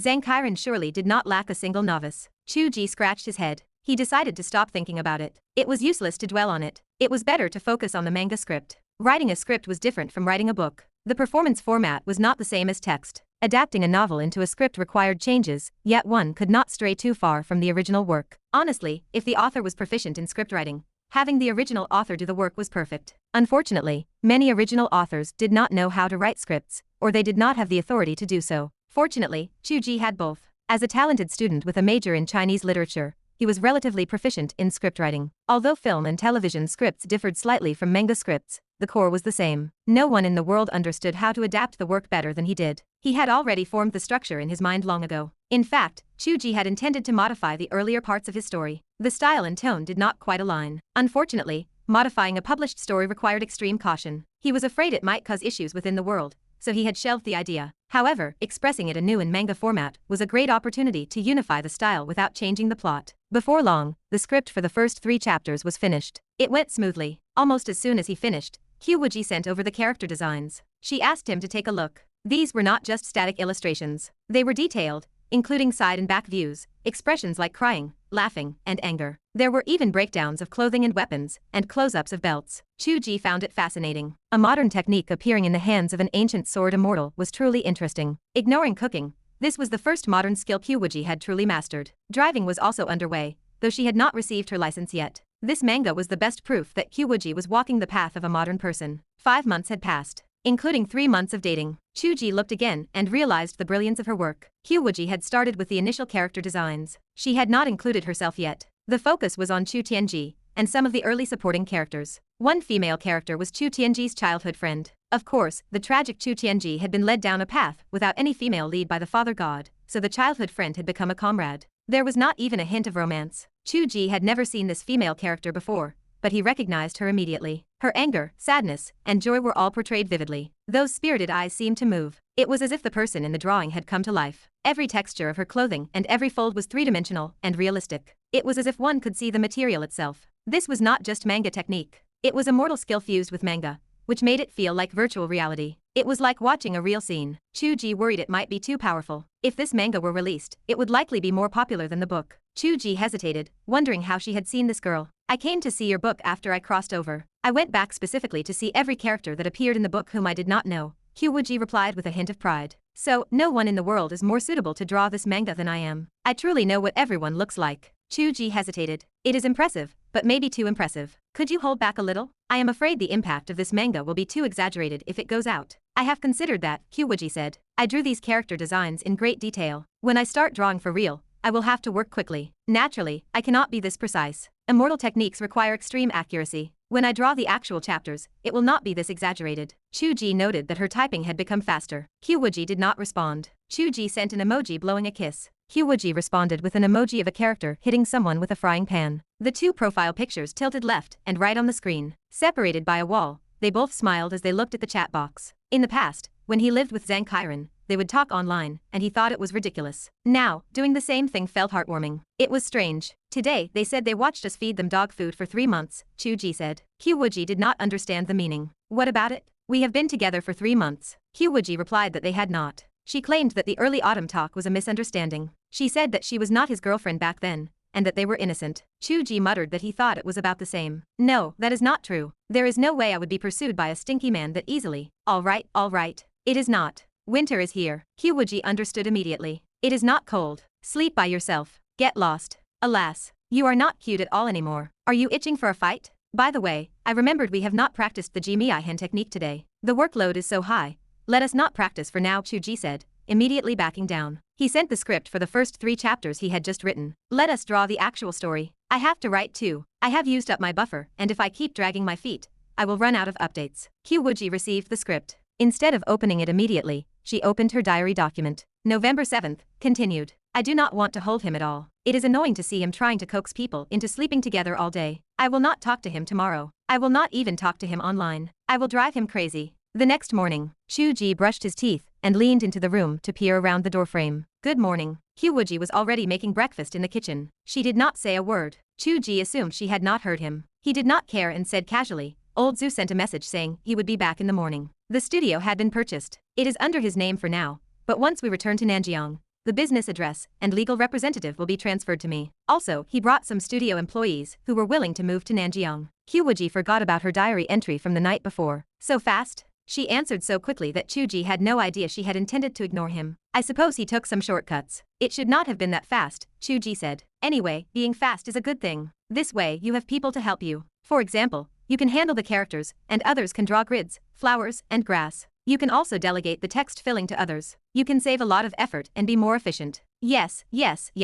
I was thinking about that when I was drawing last night. Drawing it all by myself was indeed a waste of time. Also, Chu Ge laughed. I do not think the legal representative needs to be me. It should be changed to you. From this day forward, Qiu Wuji will be a truly real person in this world. Qiu Wuji looked at him in a daze, and a small ripple stirred in her heart. He was still thinking about this. The path he walked in his heart had never stopped. She had become complacent and thought it was enough. It was not enough. Not to mention that there were still many details she did not understand, but Qiu Wuji herself was just a character prototype that shared a name with a character in a book. Her sense of presence was just an ID on the internet. Even if the love of early autumn had become an internet celebrity with photos, it was still just an internet celebrity. Even if the manga author was signed as Qiu Wuji, it was still just a pen name. Only by registering a corporate entity for the studio would she truly exist in reality, leaving the most solid footprint in mainstream society. If autumn passes and winter comes, then the hollow Q that once existed is drifting away. She is welcoming the fresh snow, waiting for a bountiful harvest. The meaning of this trip to Shanghai had been found here. Qiu Wuji could not suppress the ripples in her heart. She subconsciously stepped forward and wrapped her arms tightly around Chu Ge's waist,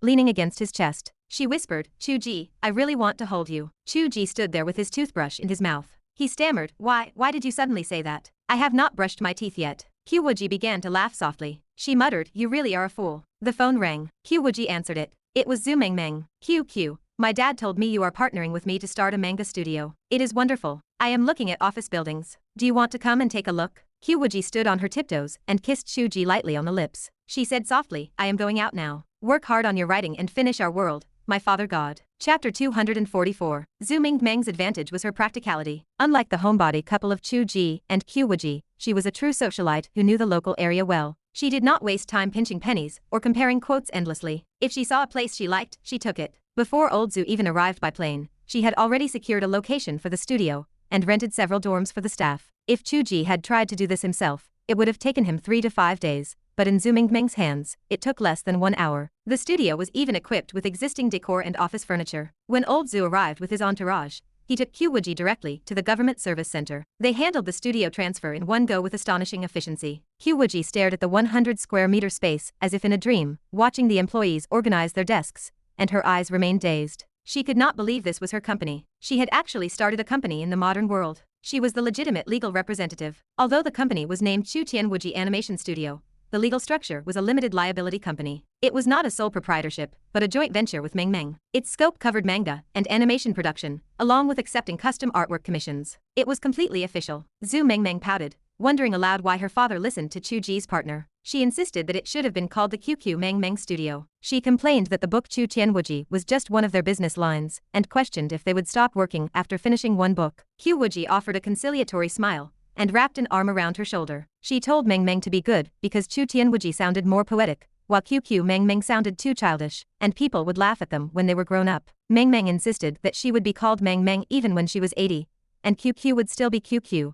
Qiu Wuji thought about that scene and found it amusing, her eyes curving into crescents of laughter. Zhu Mingmeng playfully hooked her arm around Qiu Wuji's, her eyes filled with envy. She remarked that Chu Ge was really good to her, and she felt her heart beginning to stir with longing again. Qiu Wuji paused, wondering where Mengmeng saw that. Mengmeng explained that he was investing over 800,000 into the studio. Even though her father was covering it for now, once Chu Ge's royalty payment arrived on the 12th, it would vanish into the studio instantly. Qiu Wuji did not understand the fuss, asking if that was not normal for a joint venture. Mengmeng looked at her, shocked. She pointed out that he was investing, but the company was in Qiu Wuji's name. Chu Ge did not even have his name on it. Qiu Wuji paused, asking if there was a difference. Meng Meng stared at her as if she were an alien, explaining that they were not married, so their assets were not shared. She realized Chu Ge was treating her like a wife, giving everything without a second thought. Qiu Wuji fell into a trance. They were not married. Meng Meng lamented her own tragic marriage and turned green with envy. She noted that Chu Ge initiated this, and Qiu Wuji had not even thought to use her own name. Qiu Wuji looked out the window and smiled. He never viewed them as separate families. In fact, ever since she emerged from the book, he had likely viewed her as his own daughter in his heart. Meng Meng raved about wanting to find such a man,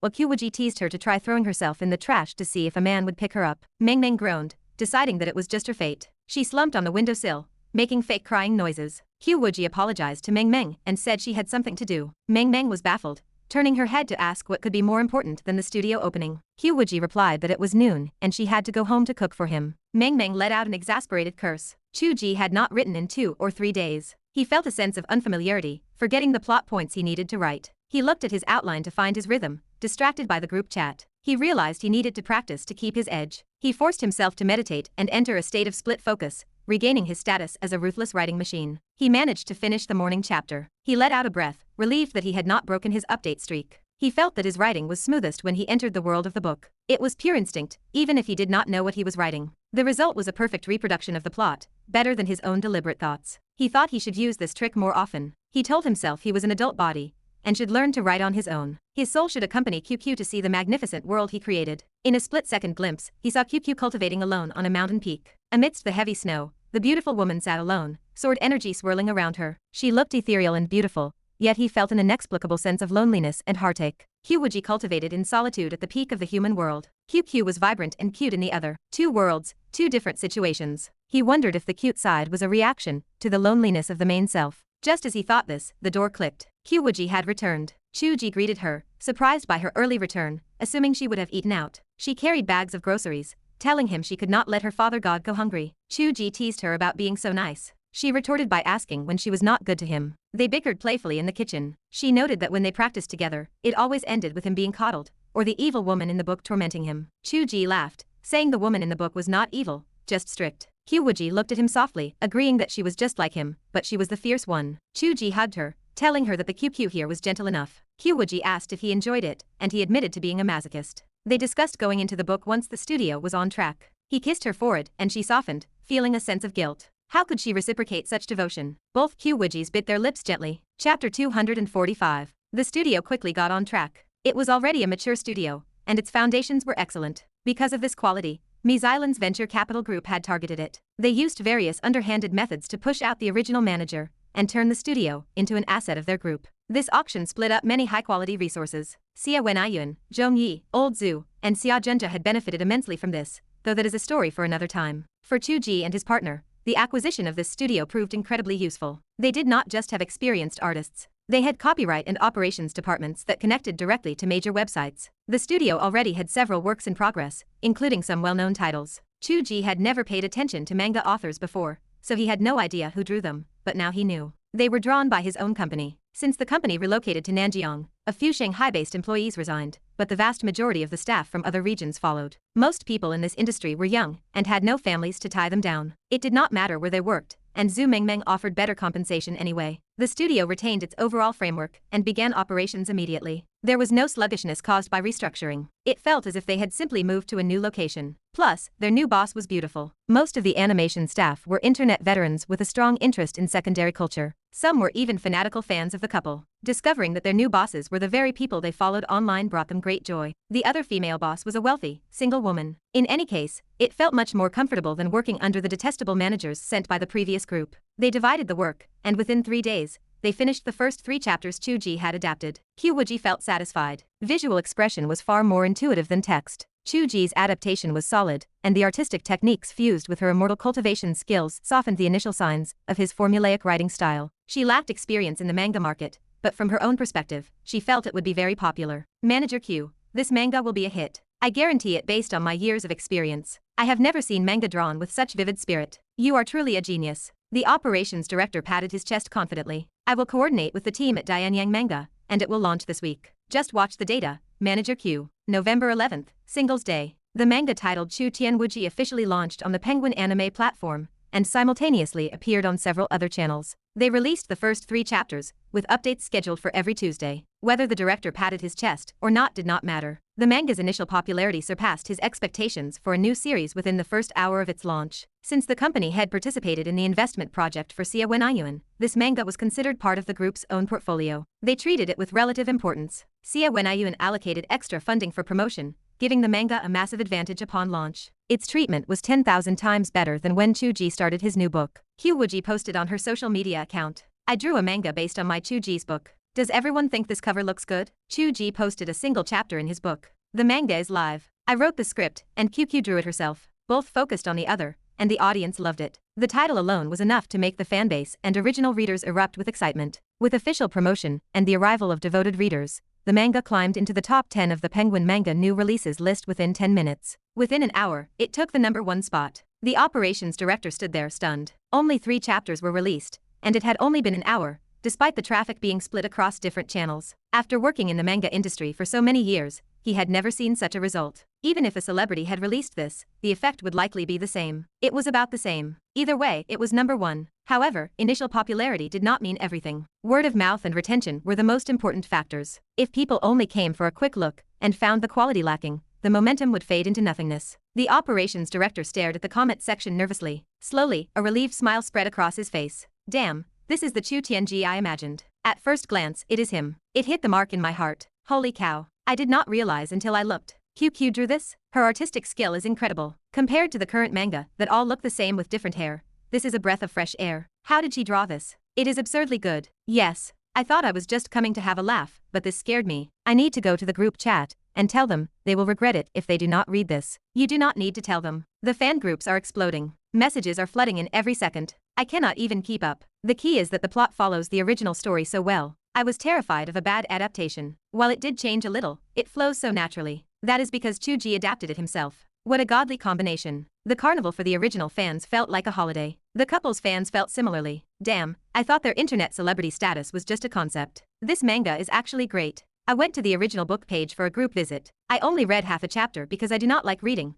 but a manga is perfect. This art is truly top tier. QQ posted manga drafts before. People said she was an apprentice. I knew her character illustrations could not have been drawn by an apprentice. She is a master. Do not just talk about the art style. The plot is excellent too. Do not forget this is Chu Ge's book. So this is a match made in heaven. Otherwise, why would we be fans of this couple? While many of them looked at the work with bias, many others arrived purely through the app recommendations. They had no idea who these people were and looked at the discussion in confusion. What are you guys talking about? Who is this Chu character? No one in the manga is named Chu. Are you newbies? Tell us as bystanders, is the art good or not? I do not know about this Chu or Q character, but based on my experience in the manga world, the art alone is enough to keep me reading. As long as the plot does not turn into a disaster, I will follow it. Rest assured, how could Chu Ge's plot ever be a disaster? I think the first 3 chapters are quite compelling. How often does it update? Twice a week. That seems fine. Oh, I cannot wait. I am going to read the original book first. The operations director knew it was a hit. The biggest fear with novel adaptations was that original fans would reject it. Relying on newcomers who had never read the original to spread the word was difficult. Now, the praise was exploding from all sides. While the total number of people was not huge yet,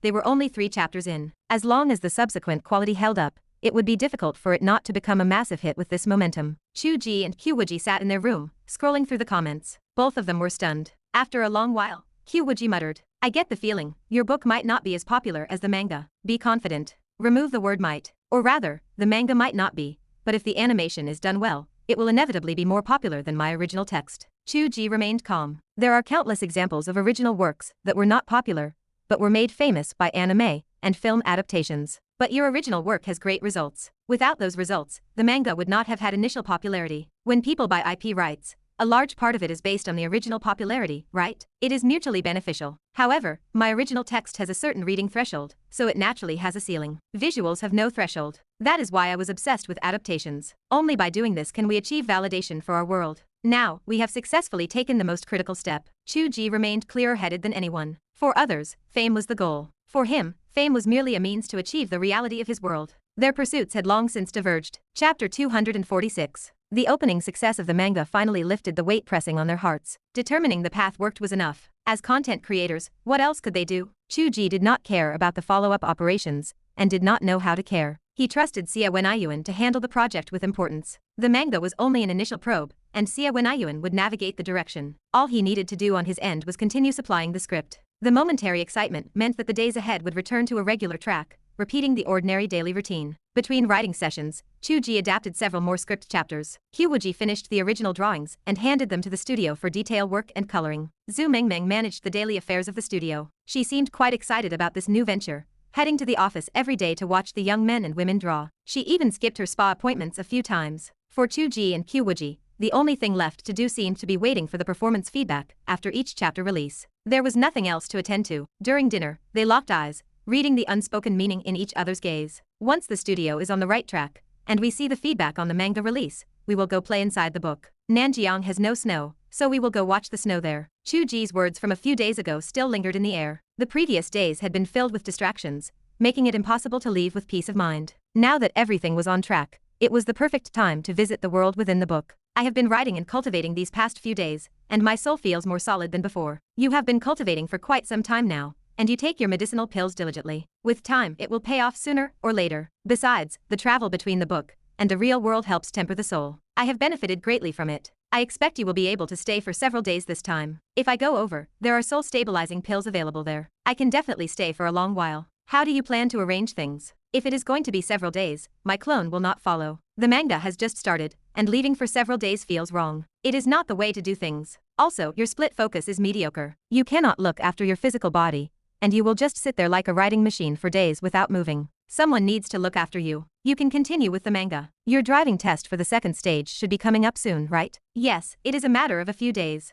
Last time I went back with you, that was to experience the feeling of a couple returning home together. There is no need to experience that every time. Going there and being with you is the same. There is no difference. Who says there is no difference? Prepare yourself mentally. That wicked woman is not as kind as I am. Do not say I did not warn you. Why do I feel like your tone is strange when you say that? No. Yes, it is. Qiu Wuji stiffened her neck and retorted. It is because I am afraid you will be bullied over there, and then come back and bully me. You only know how to bully me. If you have the guts, take revenge right there on the spot. Chu Ge found it amusing. Her words sounded as if she were talking about someone else, but they effectively meant, dare to bully me, just you wait, I will switch accounts. He marveled at how Qiu Wuji could separate the two accounts so clearly. When Chu Ge ranted on forums and switched to an alt account, he still could not change his habitual tone. He really did not know how QQ managed it. She clearly did not suffer from a split personality, and her main soul and sub-soul shared every perception. It could only be said that this was not just the powerful control of a tribulation-transcending expert over soul-splitting. It also reflected the inner contradiction within Qiu Wuji herself. That world was too lonely, leading the alt account to become increasingly passionate and clingy. However, her behavior in this world was too embarrassing, which made her refuse to act that way while in the role of sect leader. So, she used the excuse of an alt account to legitimately split her personality. In fact, why bother? It would be fine if she combined the two. It would be like combining the two worlds. He did not say much more, just kissed Qiu Wuji on the lips. I will go right now. I will likely just pass over there while writing, so I will not say anything special. Fine, go ahead. Qiu Wuji waved her hand generously. Have a good time, my dear. Chu Ge nearly stumbled. On the peak of the Cloud Horizon mountain, heavy snow flew through the air. Qiu Wuji sat cross-legged on the highest stone platform, letting the wind blades and frost swords hone her body, tempering her sword intent with the bone-chilling cold. This had continued for 1 month. In terms of a cultivator's pursuit, Qiu Wuji was one of those who had been tricked by the Father God. She was already capable of transcending her tribulation and ascending, so staying in this realm offered minimal improvement. Progress was extremely slow, yet the Father God had not opened the map to the heavenly realm. Of course, there were benefits. According to conventional settings, one would be forced to ascend after reaching a certain level, making it impossible to remain invincible in the lower realm forever. Regardless, the heavenly realm map had not been opened, and the setting had not been expanded. She could stay as long as she liked. Regardless of the pros and cons, she was in love with that deceitful Father God, and he was so good to her. What else could she do? Calculating the plot progress, he would be writing about the heavenly realm map before long. She would just wait. As for cultivation, Qiu Wuji was, after all, Qiu Wuji. Chu Ge had not written about these details, but she knew herself how to cultivate in the way best suited for her. Her realm could not improve, and her power grew slowly, but that did not matter. She could search for various sword intents, taking their breadth to enrich what she once lacked. Even if she reached the heavenly realm in the future, she would still possess abilities outside of the Father God's settings. As for whether abilities beyond the settings were useful, who cared? She was the master of her own abilities. She had not mentioned breaking free from the heavenly Tao for a long time. Perhaps this was part of the process. What sect leader Qiu Wuji was doing truly belonged to a different world, and a different mindset than the young woman QQ. QQ was enjoying the lively bustle over there, while Qiu Wuji was enduring the cold snow in pride here. With a sharp clang, the autumn watering by sword was unsheathed, and the sword intent condensed into frost. The original sword intent of the autumn water stretching across the sky belonged to a boundless, vast, and long flow. Now, it faintly carried a sense of sinking ice and cold within the water waves. As the sword intent struck, the soul could feel the bone-chilling cold. A hiss echoed from the void. Stop, stop, I am coming out. Chu Ge's helpless voice came from the empty air. Ripples passed, revealing Chu Ge's form. His entire body was covered in a layer of frost. He stood there dejectedly like a frosted eggplant. Is that necessary? You knew I came in. I was not trying to spy on you. I just saw you were cultivating and did not want to disturb you. Chu Ge muttered. This sword intent is making you more and more of a cold woman. Qiu Wuji said indifferently. You clearly intended to test me, wanting to see if your current concealment methods were enough to avoid my perception. How did you know? Chu Ge was very surprised. The corner of Qiu Wuji's mouth curled into a smile. That little trick of yours. You might even have wanted to launch a surprise attack on me to prove that you could beat me. You novice, who could you beat without using your heavenly Dao permissions? Qiu Wuji did not say that out loud. Instead, she offered a compliment. Your spatial concealment technique is indeed well practiced. The reason I sensed you were here was not because I perceived your presence, but because I sensed the folding of space. In this world, no more than 5 people can sense that. Chu Ge grinned. Are you complimenting me or yourself? I am merely stating a fact. Qiu Wuji wiped the smile away again. Invisibility is a weight for you to save your life, not for you to peek at women. Chu Ge sighed. I told you I did not want to peek at you. Qiu Wuji almost blurted out. So you do not want to look at me now, do you? Just before the words left her lips, she remembered that this was not something this persona would say. She held it in and changed her question. Do you feel that the colors of the world are more vivid this time you entered? Chu Ge did indeed feel it. In fact, this feeling was very abstract. There had been several times when the world had become increasingly real, but 99.99% of people in the world could not perceive it. When Chu Tianji once told his companions that the flowers and plants were more vivid, he had been laughed at by them, because, in reality, there was no intuitive visual experience of higher resolution or deeper colors. It was just a sense, something that could be understood but not described. If one had to find an intuitive example, it would be this. That outer disciple, Wang Ming, whom you said is a hot-tempered, belligerent, and reckless person, should never have been able to escape this fixed puppet show given his cultivation. But yesterday, this man had a great awakening, left the mountain gate, and became a monk. The preset personalities of minor characters would never change. They would only cycle through their predetermined fates day after day, but people could change. This was reality. In a daze, it felt a bit like a robot developing human intelligence. Although it was not quite the same, the essence was similar. Chu Ge looked at Qiu Wuji in a trance, and Qiu Wuji watched him as well. Both of them knew the reason for this. The heat of the manga meant that more and more people knew about this world, and in the chapter updated yesterday, Wang Ming appeared. As expected, the reality of the world was closely related to the recognition of the world's people. This time, it was proven so clearly. Chapter 247. Sometimes Chu Ge questioned his judgment. There was a logical flaw in the situation. Take Wang Ming, for instance. If public awareness grew, if more people believed in the existence of a real Wang Ming, then the Wang Ming in their hearts should have been a hot-tempered, mindless, belligerent warrior. The characterization should have solidified, becoming deeply ingrained in the public consciousness. It was like how people viewed Guan Yu. Because the public believed he had a red face, wore a green hat, and wielded the green dragon crescent blade, he was fixed in that image. What he actually looked like did not matter. From that perspective,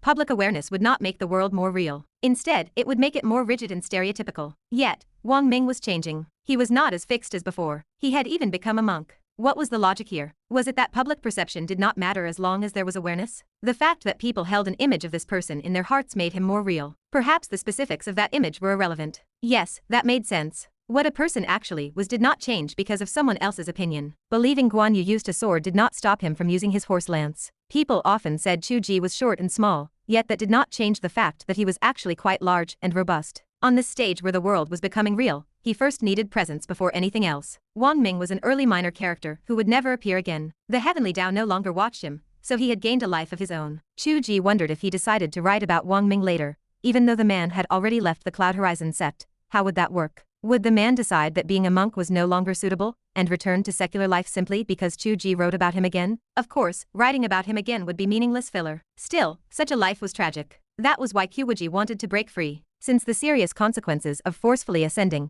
and letting the little flame escape, Qiu Wuji had not spoken about breaking free from the heavenly Dao. However, Chu Ge understood that it remained her greatest goal. It was his goal too. He wanted a real person, not a paper doll controlled by his pen. Even though she seemed very much like a real person now, she remained a likeness. Her life was still controlled by his writing. She was still in a situation where he could kill her if he felt like writing a tragedy. If he wrote a fan fiction chapter where she slept with her master, the heavenly Dao disciple Chu Ge, she would likely die. She had never truly left that situation. They only stopped emphasizing it because they had fallen in love. Wang Ming changing himself is proof that we have chosen the right path, Chu Ge said with a smile. We tested this before. Such progress significantly increases my control over the world, especially regarding details I would never have written about, like the timing of the sunrise. I can influence those things with a single word. My administrative permissions are growing. If we continue like this, we will succeed sooner or later. Qiu Wuji glanced left and right. Try to talk less about heavenly secrets. You are used to saying it when we are alone, but it is easy to slip up in front of others. Be careful. All right,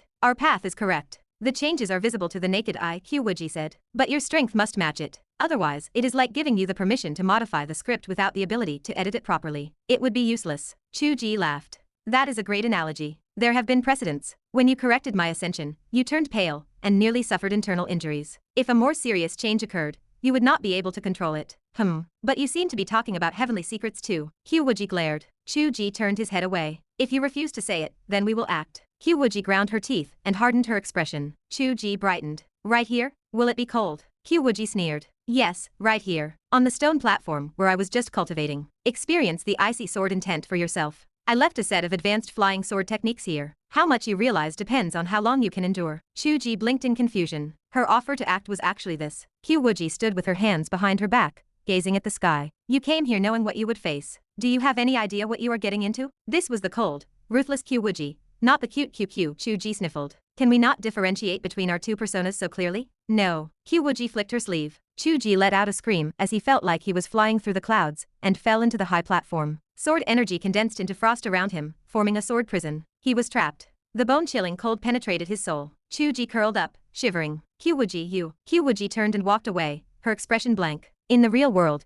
Qiu Wuji carefully prepared a cup of spiritual tea for Chu Ge. Chu Ge had a blank expression. His 10 fingers tapped rapidly on the keyboard like a typewriter. He appeared completely unaware of her presence. He was a shell of a person, his instincts taking over, with every ounce of his soul focused on writing. Too pathetic. Qiu Wuji let out a breath. At least she did not have to worry about him being bullied on the other side, and then rushing over here. She wondered if her pitiful assistant persona, QQ, would have to resist if he did. The body suddenly moved. A hand reached out and picked up the teacup to take a sip. So cold. Qiu Wuji, you. The cup was put down, and the typing continued. Qiu Wuji paused. She leaned in and whispered into his ear. Write a side story that will not be published. Write about Qiu Wuji using her embrace to warm her disciple. The father god would not let himself be bullied by the stinky woman he created, right? Fool. She did not know if this broken shell of a Chu Ge hurt her. Qiu Wuji felt her face grow hot and red. She dared not wait for a reaction. She pulled back and snuck away on tiptoes. Qiu Wuji, oh Qiu Wuji, how could you be so degenerate? It was one thing to give yourself away, but to offer such seductive words, trapping your main self in such a difficult situation. Was she not a demonic concubine causing trouble for her ruler? She should go write in her diary to criticize herself. Inside the world of the book, Chu Ge knew he had come here to be forced into cultivation, but he had not expected it to be so direct and brutal. This place was not just about the heavy, goose feather snow. The stone platform had clearly been crafted with a special formation to concentrate the extreme cold. Magical patterns were carved onto the platform, containing insights Qiu Wuji had realized while understanding the icy sword intent, along with a complete set of flying sword techniques. Combined with the extreme icy environment, it was perfect for cultivation. If any other disciple had come here, it would have been a massive opportunity, one that could transform them into a powerhouse overnight. Chu Ge knew this was a good thing, but how should he put it? The difference between inside and outside the book was too great. This QQ was so heartless. He had to force his mind away from romantic troubles and focus on cultivating here. Since he was a soul, realizing the patterns was more direct than for an ordinary person, almost like a form of enlightenment that reached the soul directly. Chu Ge clearly felt the sword intent, a combination of sword energy and icy cold.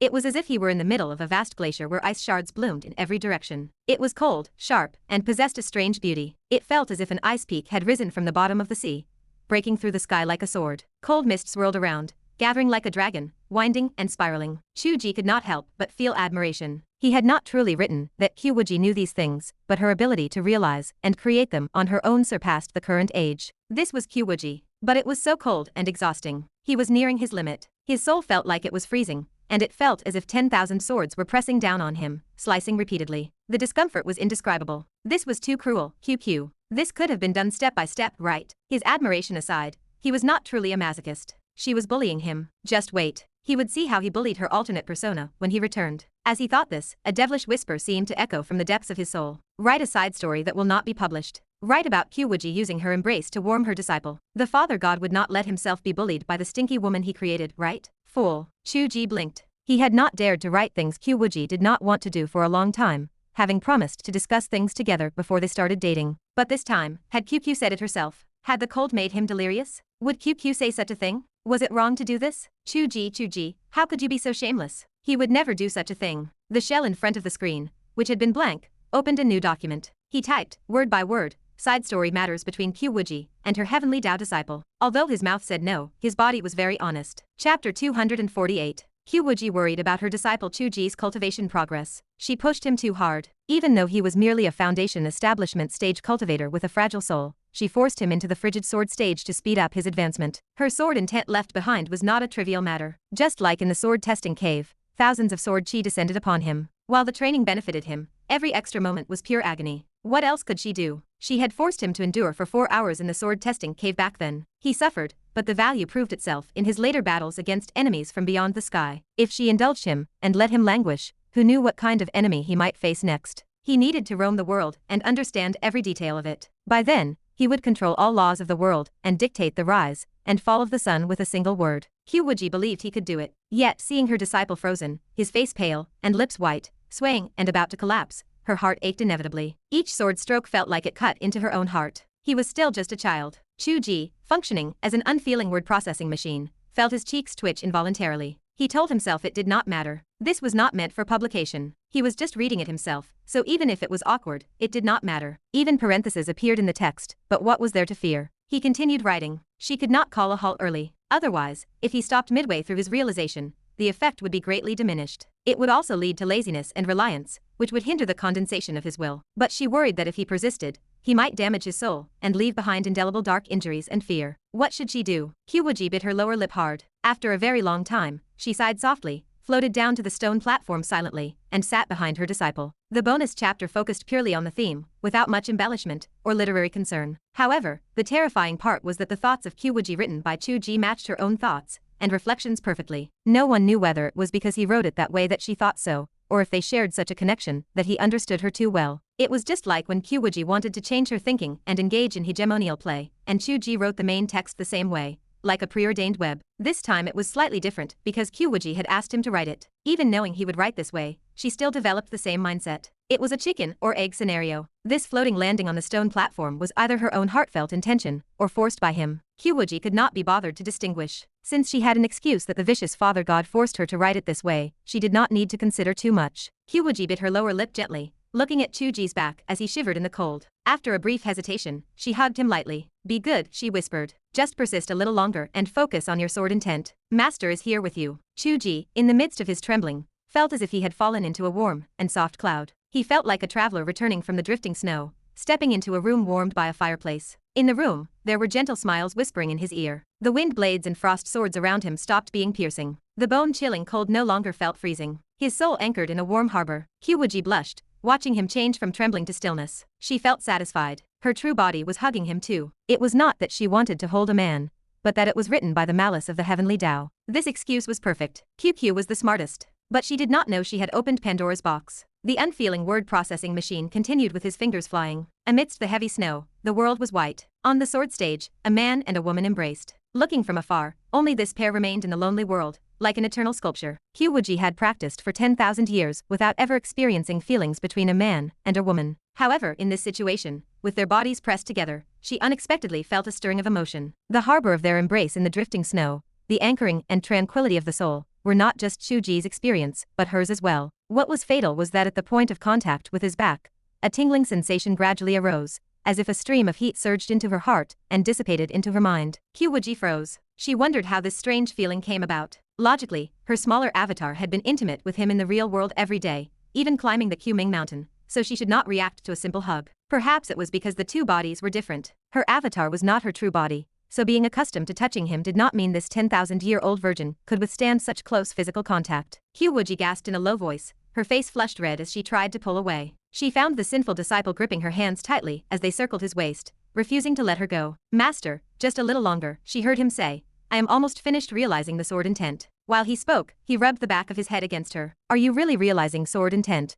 Qiu Wuji thought in anger and anxiety. She had taught him the tricks for writing bonus chapters, so how could she not know what he was actually realizing? He was realizing brainwaves. She tried to pull her hand back. Over there, the bonus chapter continued to write. Facing the disciple's obsession, Qiu Wuji sighed in her heart, thinking what a calamity this was. She had already hugged him, so hugging a bit longer did not seem to matter. In fact, she had feelings too and felt a bit reluctant to let go. She decided to follow his lead just once, since he did not know. Just this once, Qiu Wuji gritted her teeth and said, I will give you 10 breaths. If you are not done by then, I am going to hit you. Chu Ge asked carefully, then Master, please help again, and add some code. Qiu Wuji kept a straight face. How should I add it? Chu Ge said, I am cold in the front. Qiu Wuji almost laughed in anger. You are pushing your luck, aren't you? It is not that, he insisted. I am really cold in front. Master, please be good to the end and help me. Chu Ge started acting spoiled. I am writing the bonus chapter myself, so how could I not know what you are thinking? She continued to write. Qiu Wuji hesitated. She had already hugged his back, so what was the difference between that and hugging the front?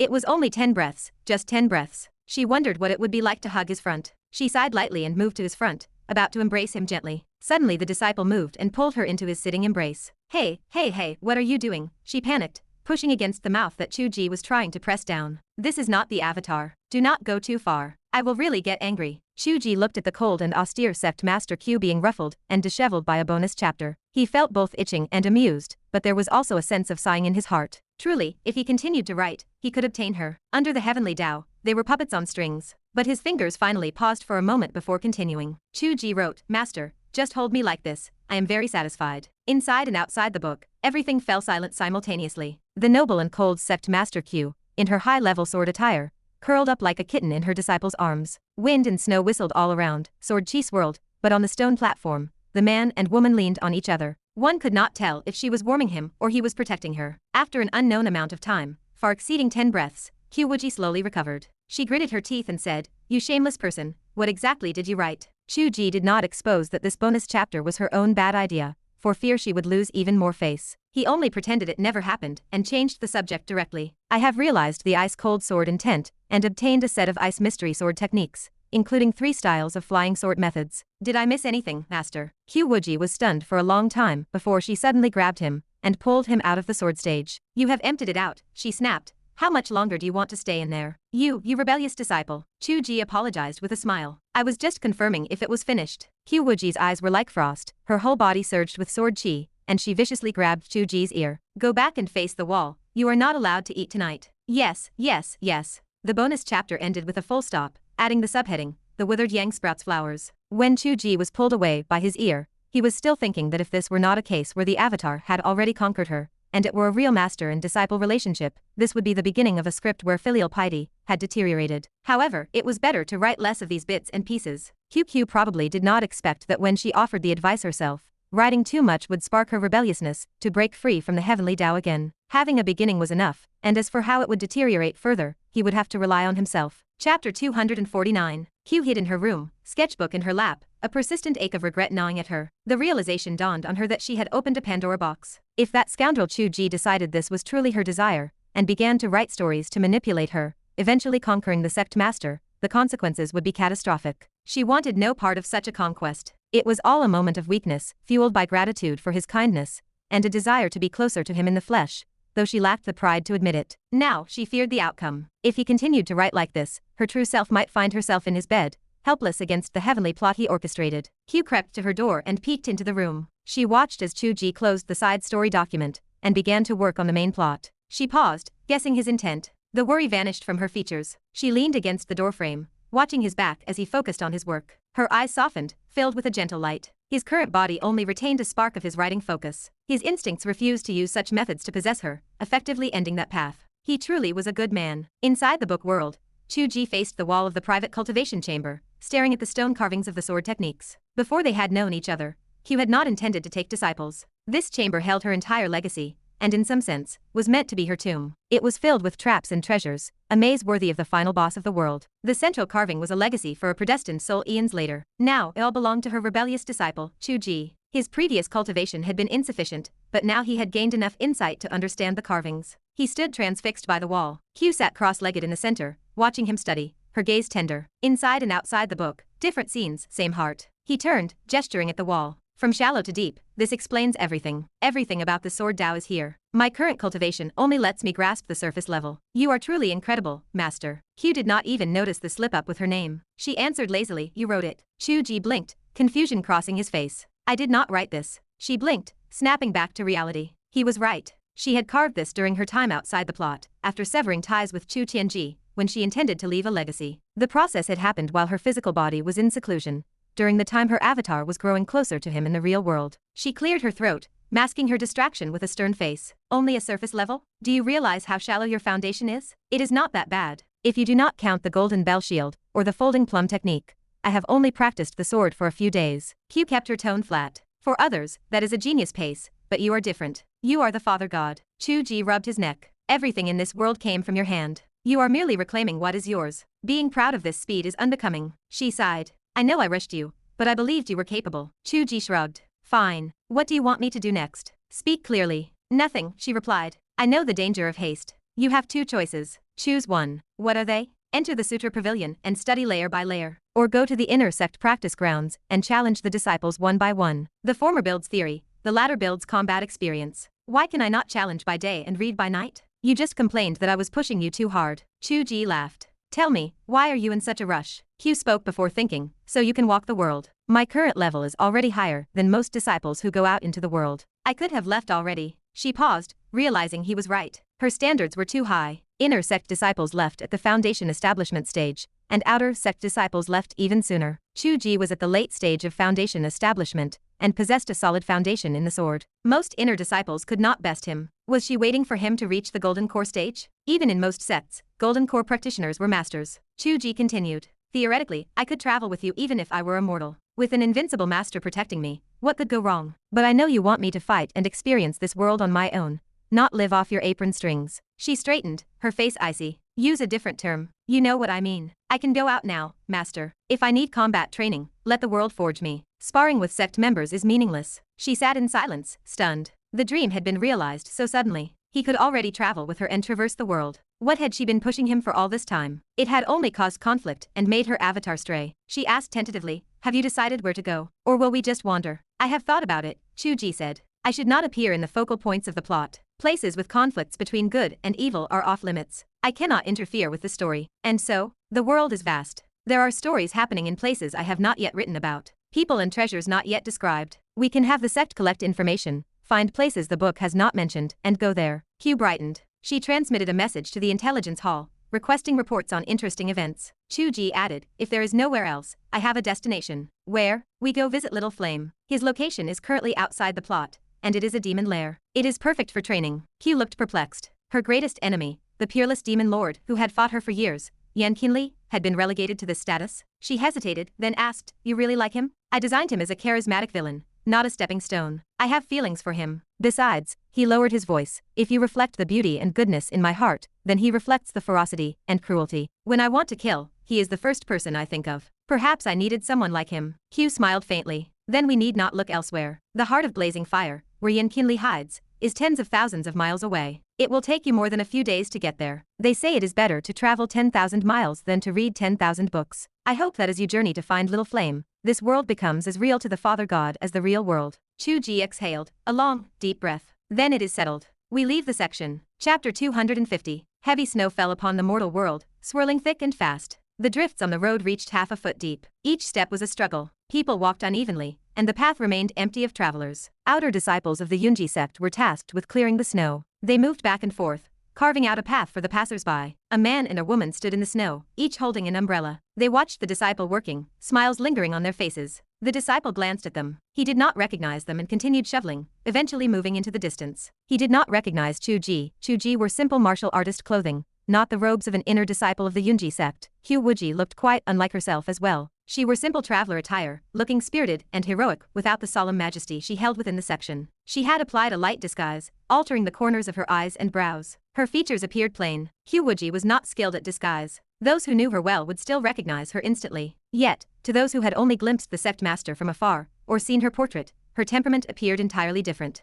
They could not link her to the fearsome Sect Master who shook the world. The master and apprentice had descended the mountain. They had flown by sword for only half an hour before stopping at a town on the outskirts of the Yunji sect. They began to walk, observing the world. I have not experienced such heavy snow in nearly 30 years. Or rather, I have never seen snow this heavy. Chu Ge watched the back of the shoveling disciple and smiled. The Yunji sect actually has disciples responsible for basic road maintenance in the mortal towns. That is truly impressive. Qiu Wuji replied calmly. These are sect missions. They allow disciples to exchange labor for spirit stones and basic supplies. Of course, your character Chu Tianji never performed such low-level work. He was too busy grinding levels. You are very dissatisfied with what I wrote. There were many areas for improvement. You missed too many landscapes of the mortal world. Why do you think I insisted you walk the world? Qiu Wuji hummed. At the very least, the reputation of the Yunji sect for chivalry is spread throughout the world. That was not achieved simply by the few lines you wrote. Fine, fine. Chu Ge laughed. There is a tavern ahead. Shall we sit for a while? Yes. Qiu Wuji looked at the wine flag in the distance. A flicker of joy appeared in her eyes. Walking the world with him, this was it. Inside the tavern, people warmed wine, chatted, and spoke loudly. The bitter cold and emptiness outside contrasted sharply with the warmth and bustle inside the tavern. Tell me, have you heard? The 7 absolute young master successfully broke through to the nascent soul stage a few days ago. I heard. He is only about 100 years old, right? The youngest nascent soul. I heard Chu Tianji of the Yunji sect is even faster. During the battle between righteousness and evil, he escaped from the hands of a nascent soul demon master. Rumor has it he reached the nascent soul stage as well, or at least the half step. If he has only been cultivating for a dozen years, it is an unprecedented achievement. Chu Tianji has gone missing. He might be dead. It is just a rumor, not to be trusted. Who said that? My neighbor's brother-in-law's childhood friend joined the outer sect of the Yunji sect. He heard that Chu Tianji's soul tablet has not shattered. The elders say he is alive. Besides, the Yunji sect announced to the world that those who dare to move against Chu Tianji will be hunted down no matter how far away they are. Does that not make it clear? He is not dead. In that case, this world remains the world of the Yunji sect. Even if Sect Master Qiu does not claim the title of Supreme Ruler, she is the uncrowned Empress. The wooden door creaked open. A man and a woman entered through the snow. They shook the snowflakes off their umbrellas and looked with smiles at the patron,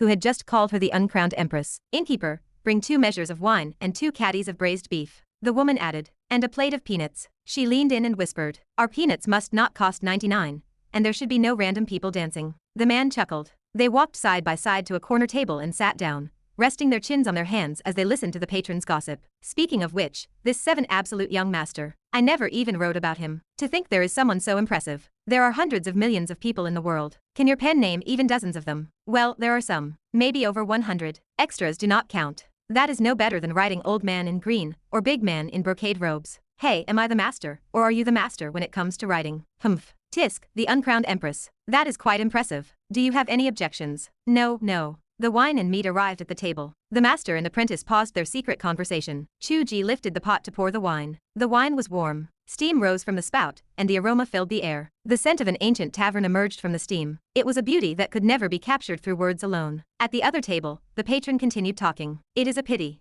The Yunji sect selection is strict. I have tried to join the sect for 2 consecutive years, and failed to get in. Forget it. How could the #1 sect in the world be so easy to enter? Everyone would break their heads trying to get in. But I did not even want to be an apprentice. Would it not be acceptable if I worked as a laborer, serving tea and water? They have low-level disciples to do odd jobs. Why would they recruit from the outside? What are you after? I am not after anything else. I only want to see the face of Sect Master Qiu. I would die content. The man wept. My soul is bound to her. I only live for her. The other patrons laughed. You fool. Do you even know what Sect Master Qiu looks like? And you are talking about being bound to her soul. People say she is the most beautiful woman in the world. The man said with a pained expression. Even if she is not, just the fact that she is an empress who shakes the world. If you could be a servant and get close to her, and if you accidentally saw the sect master bathing. Ah, who threw that at me? A peanut shell struck his mouth, almost breaking a tooth. Qiu Wuji looked at Chu Ge with a smile. Chu Ge kept his face straight, looking displeased. He had, of course, thrown the peanut. People call others jealous, but your jealousy, fermented for over 20 years, is quite strong. Qiu Wuji smiled until her eyes curved into crescents. However, why do you care about the ramblings of a mortal? He was about to write an entire script in his mind. Chu Ge grumbled. I did not even dare to write that. You did not write it, but you did it. How many times have you peeked at the sect master bathing? Whatever. They are not allowed to say that. All lecherous thieves in the world have the same mind. Qiu Wuji's eyes rippled, her voice carrying a hint of charm. You just like the high and mighty sect master, right? The sect master is not enough, so even the empress has come into play. Chu Ge looked left and right like a thief. It is just the empress. It is just the empress. Ugh, what kind of attitude is that? Qiu Wuji wiped the smile from her face and straightened up. The hidden weapon technique just now was decent. Keep your eyes sharp. If anyone else talks nonsense, throw another one. Remember, this time, knock out a tooth. Chu Ge smiled. As you command. The other patrons were saying. You are lucky he did not knock your teeth out. Sect Master Qiu is like a living Buddha in our region. How can you have such obscene thoughts about her? Today, the hot-tempered ones are not here. Otherwise, beating you would be the least of your worries. The man covered his mouth and went silent. They were in the Yunji mountain range, the town surrounding the Yunji sect. Knowing that the Yunji sect disciples were responsible for clearing the snow showed how good their reputation was. Qiu Wuji was not quite a living Buddha here, but she was a de facto monarch. Anyone who dared to mouth off here was incredibly bold. However, he was not the only one mouthing off. Someone in the corner spoke with an ominous tone. If you want to enter the Yunji sect as a laborer, you do not necessarily have to choose the mountain gate. Someone asked in surprise. What else is there? The mineral veins under the Yunji sect have always been recruiting people to mine. In this freezing weather, the exploitation of manual labor is no better than that of the wealthy families who are accused of being inhumane. It is possible that there are piles of bones in the mines, but you do not hear anyone talking about that. A living Buddha. Heh, nothing more than that. Qiu Wuji's expression, which had been happy and smiling, instantly turned livid. Chu Ge scratched his head. The sect mining minerals was a fact. He had mentioned it in his writing, but he had not written in detail about the specific management. He had glossed over it. Qiu Wuji clearly would not pay attention to such trivial matters. Neither of them could be certain if what this person said was true. This development, he hoped the first stop of their journey to walk the world and act chivalrously would not lead to them being the villains. To be continued. Hope you liked today's video. Join the community by subscribing and dropping a like. I'll be back with another update as soon as possible. See you then.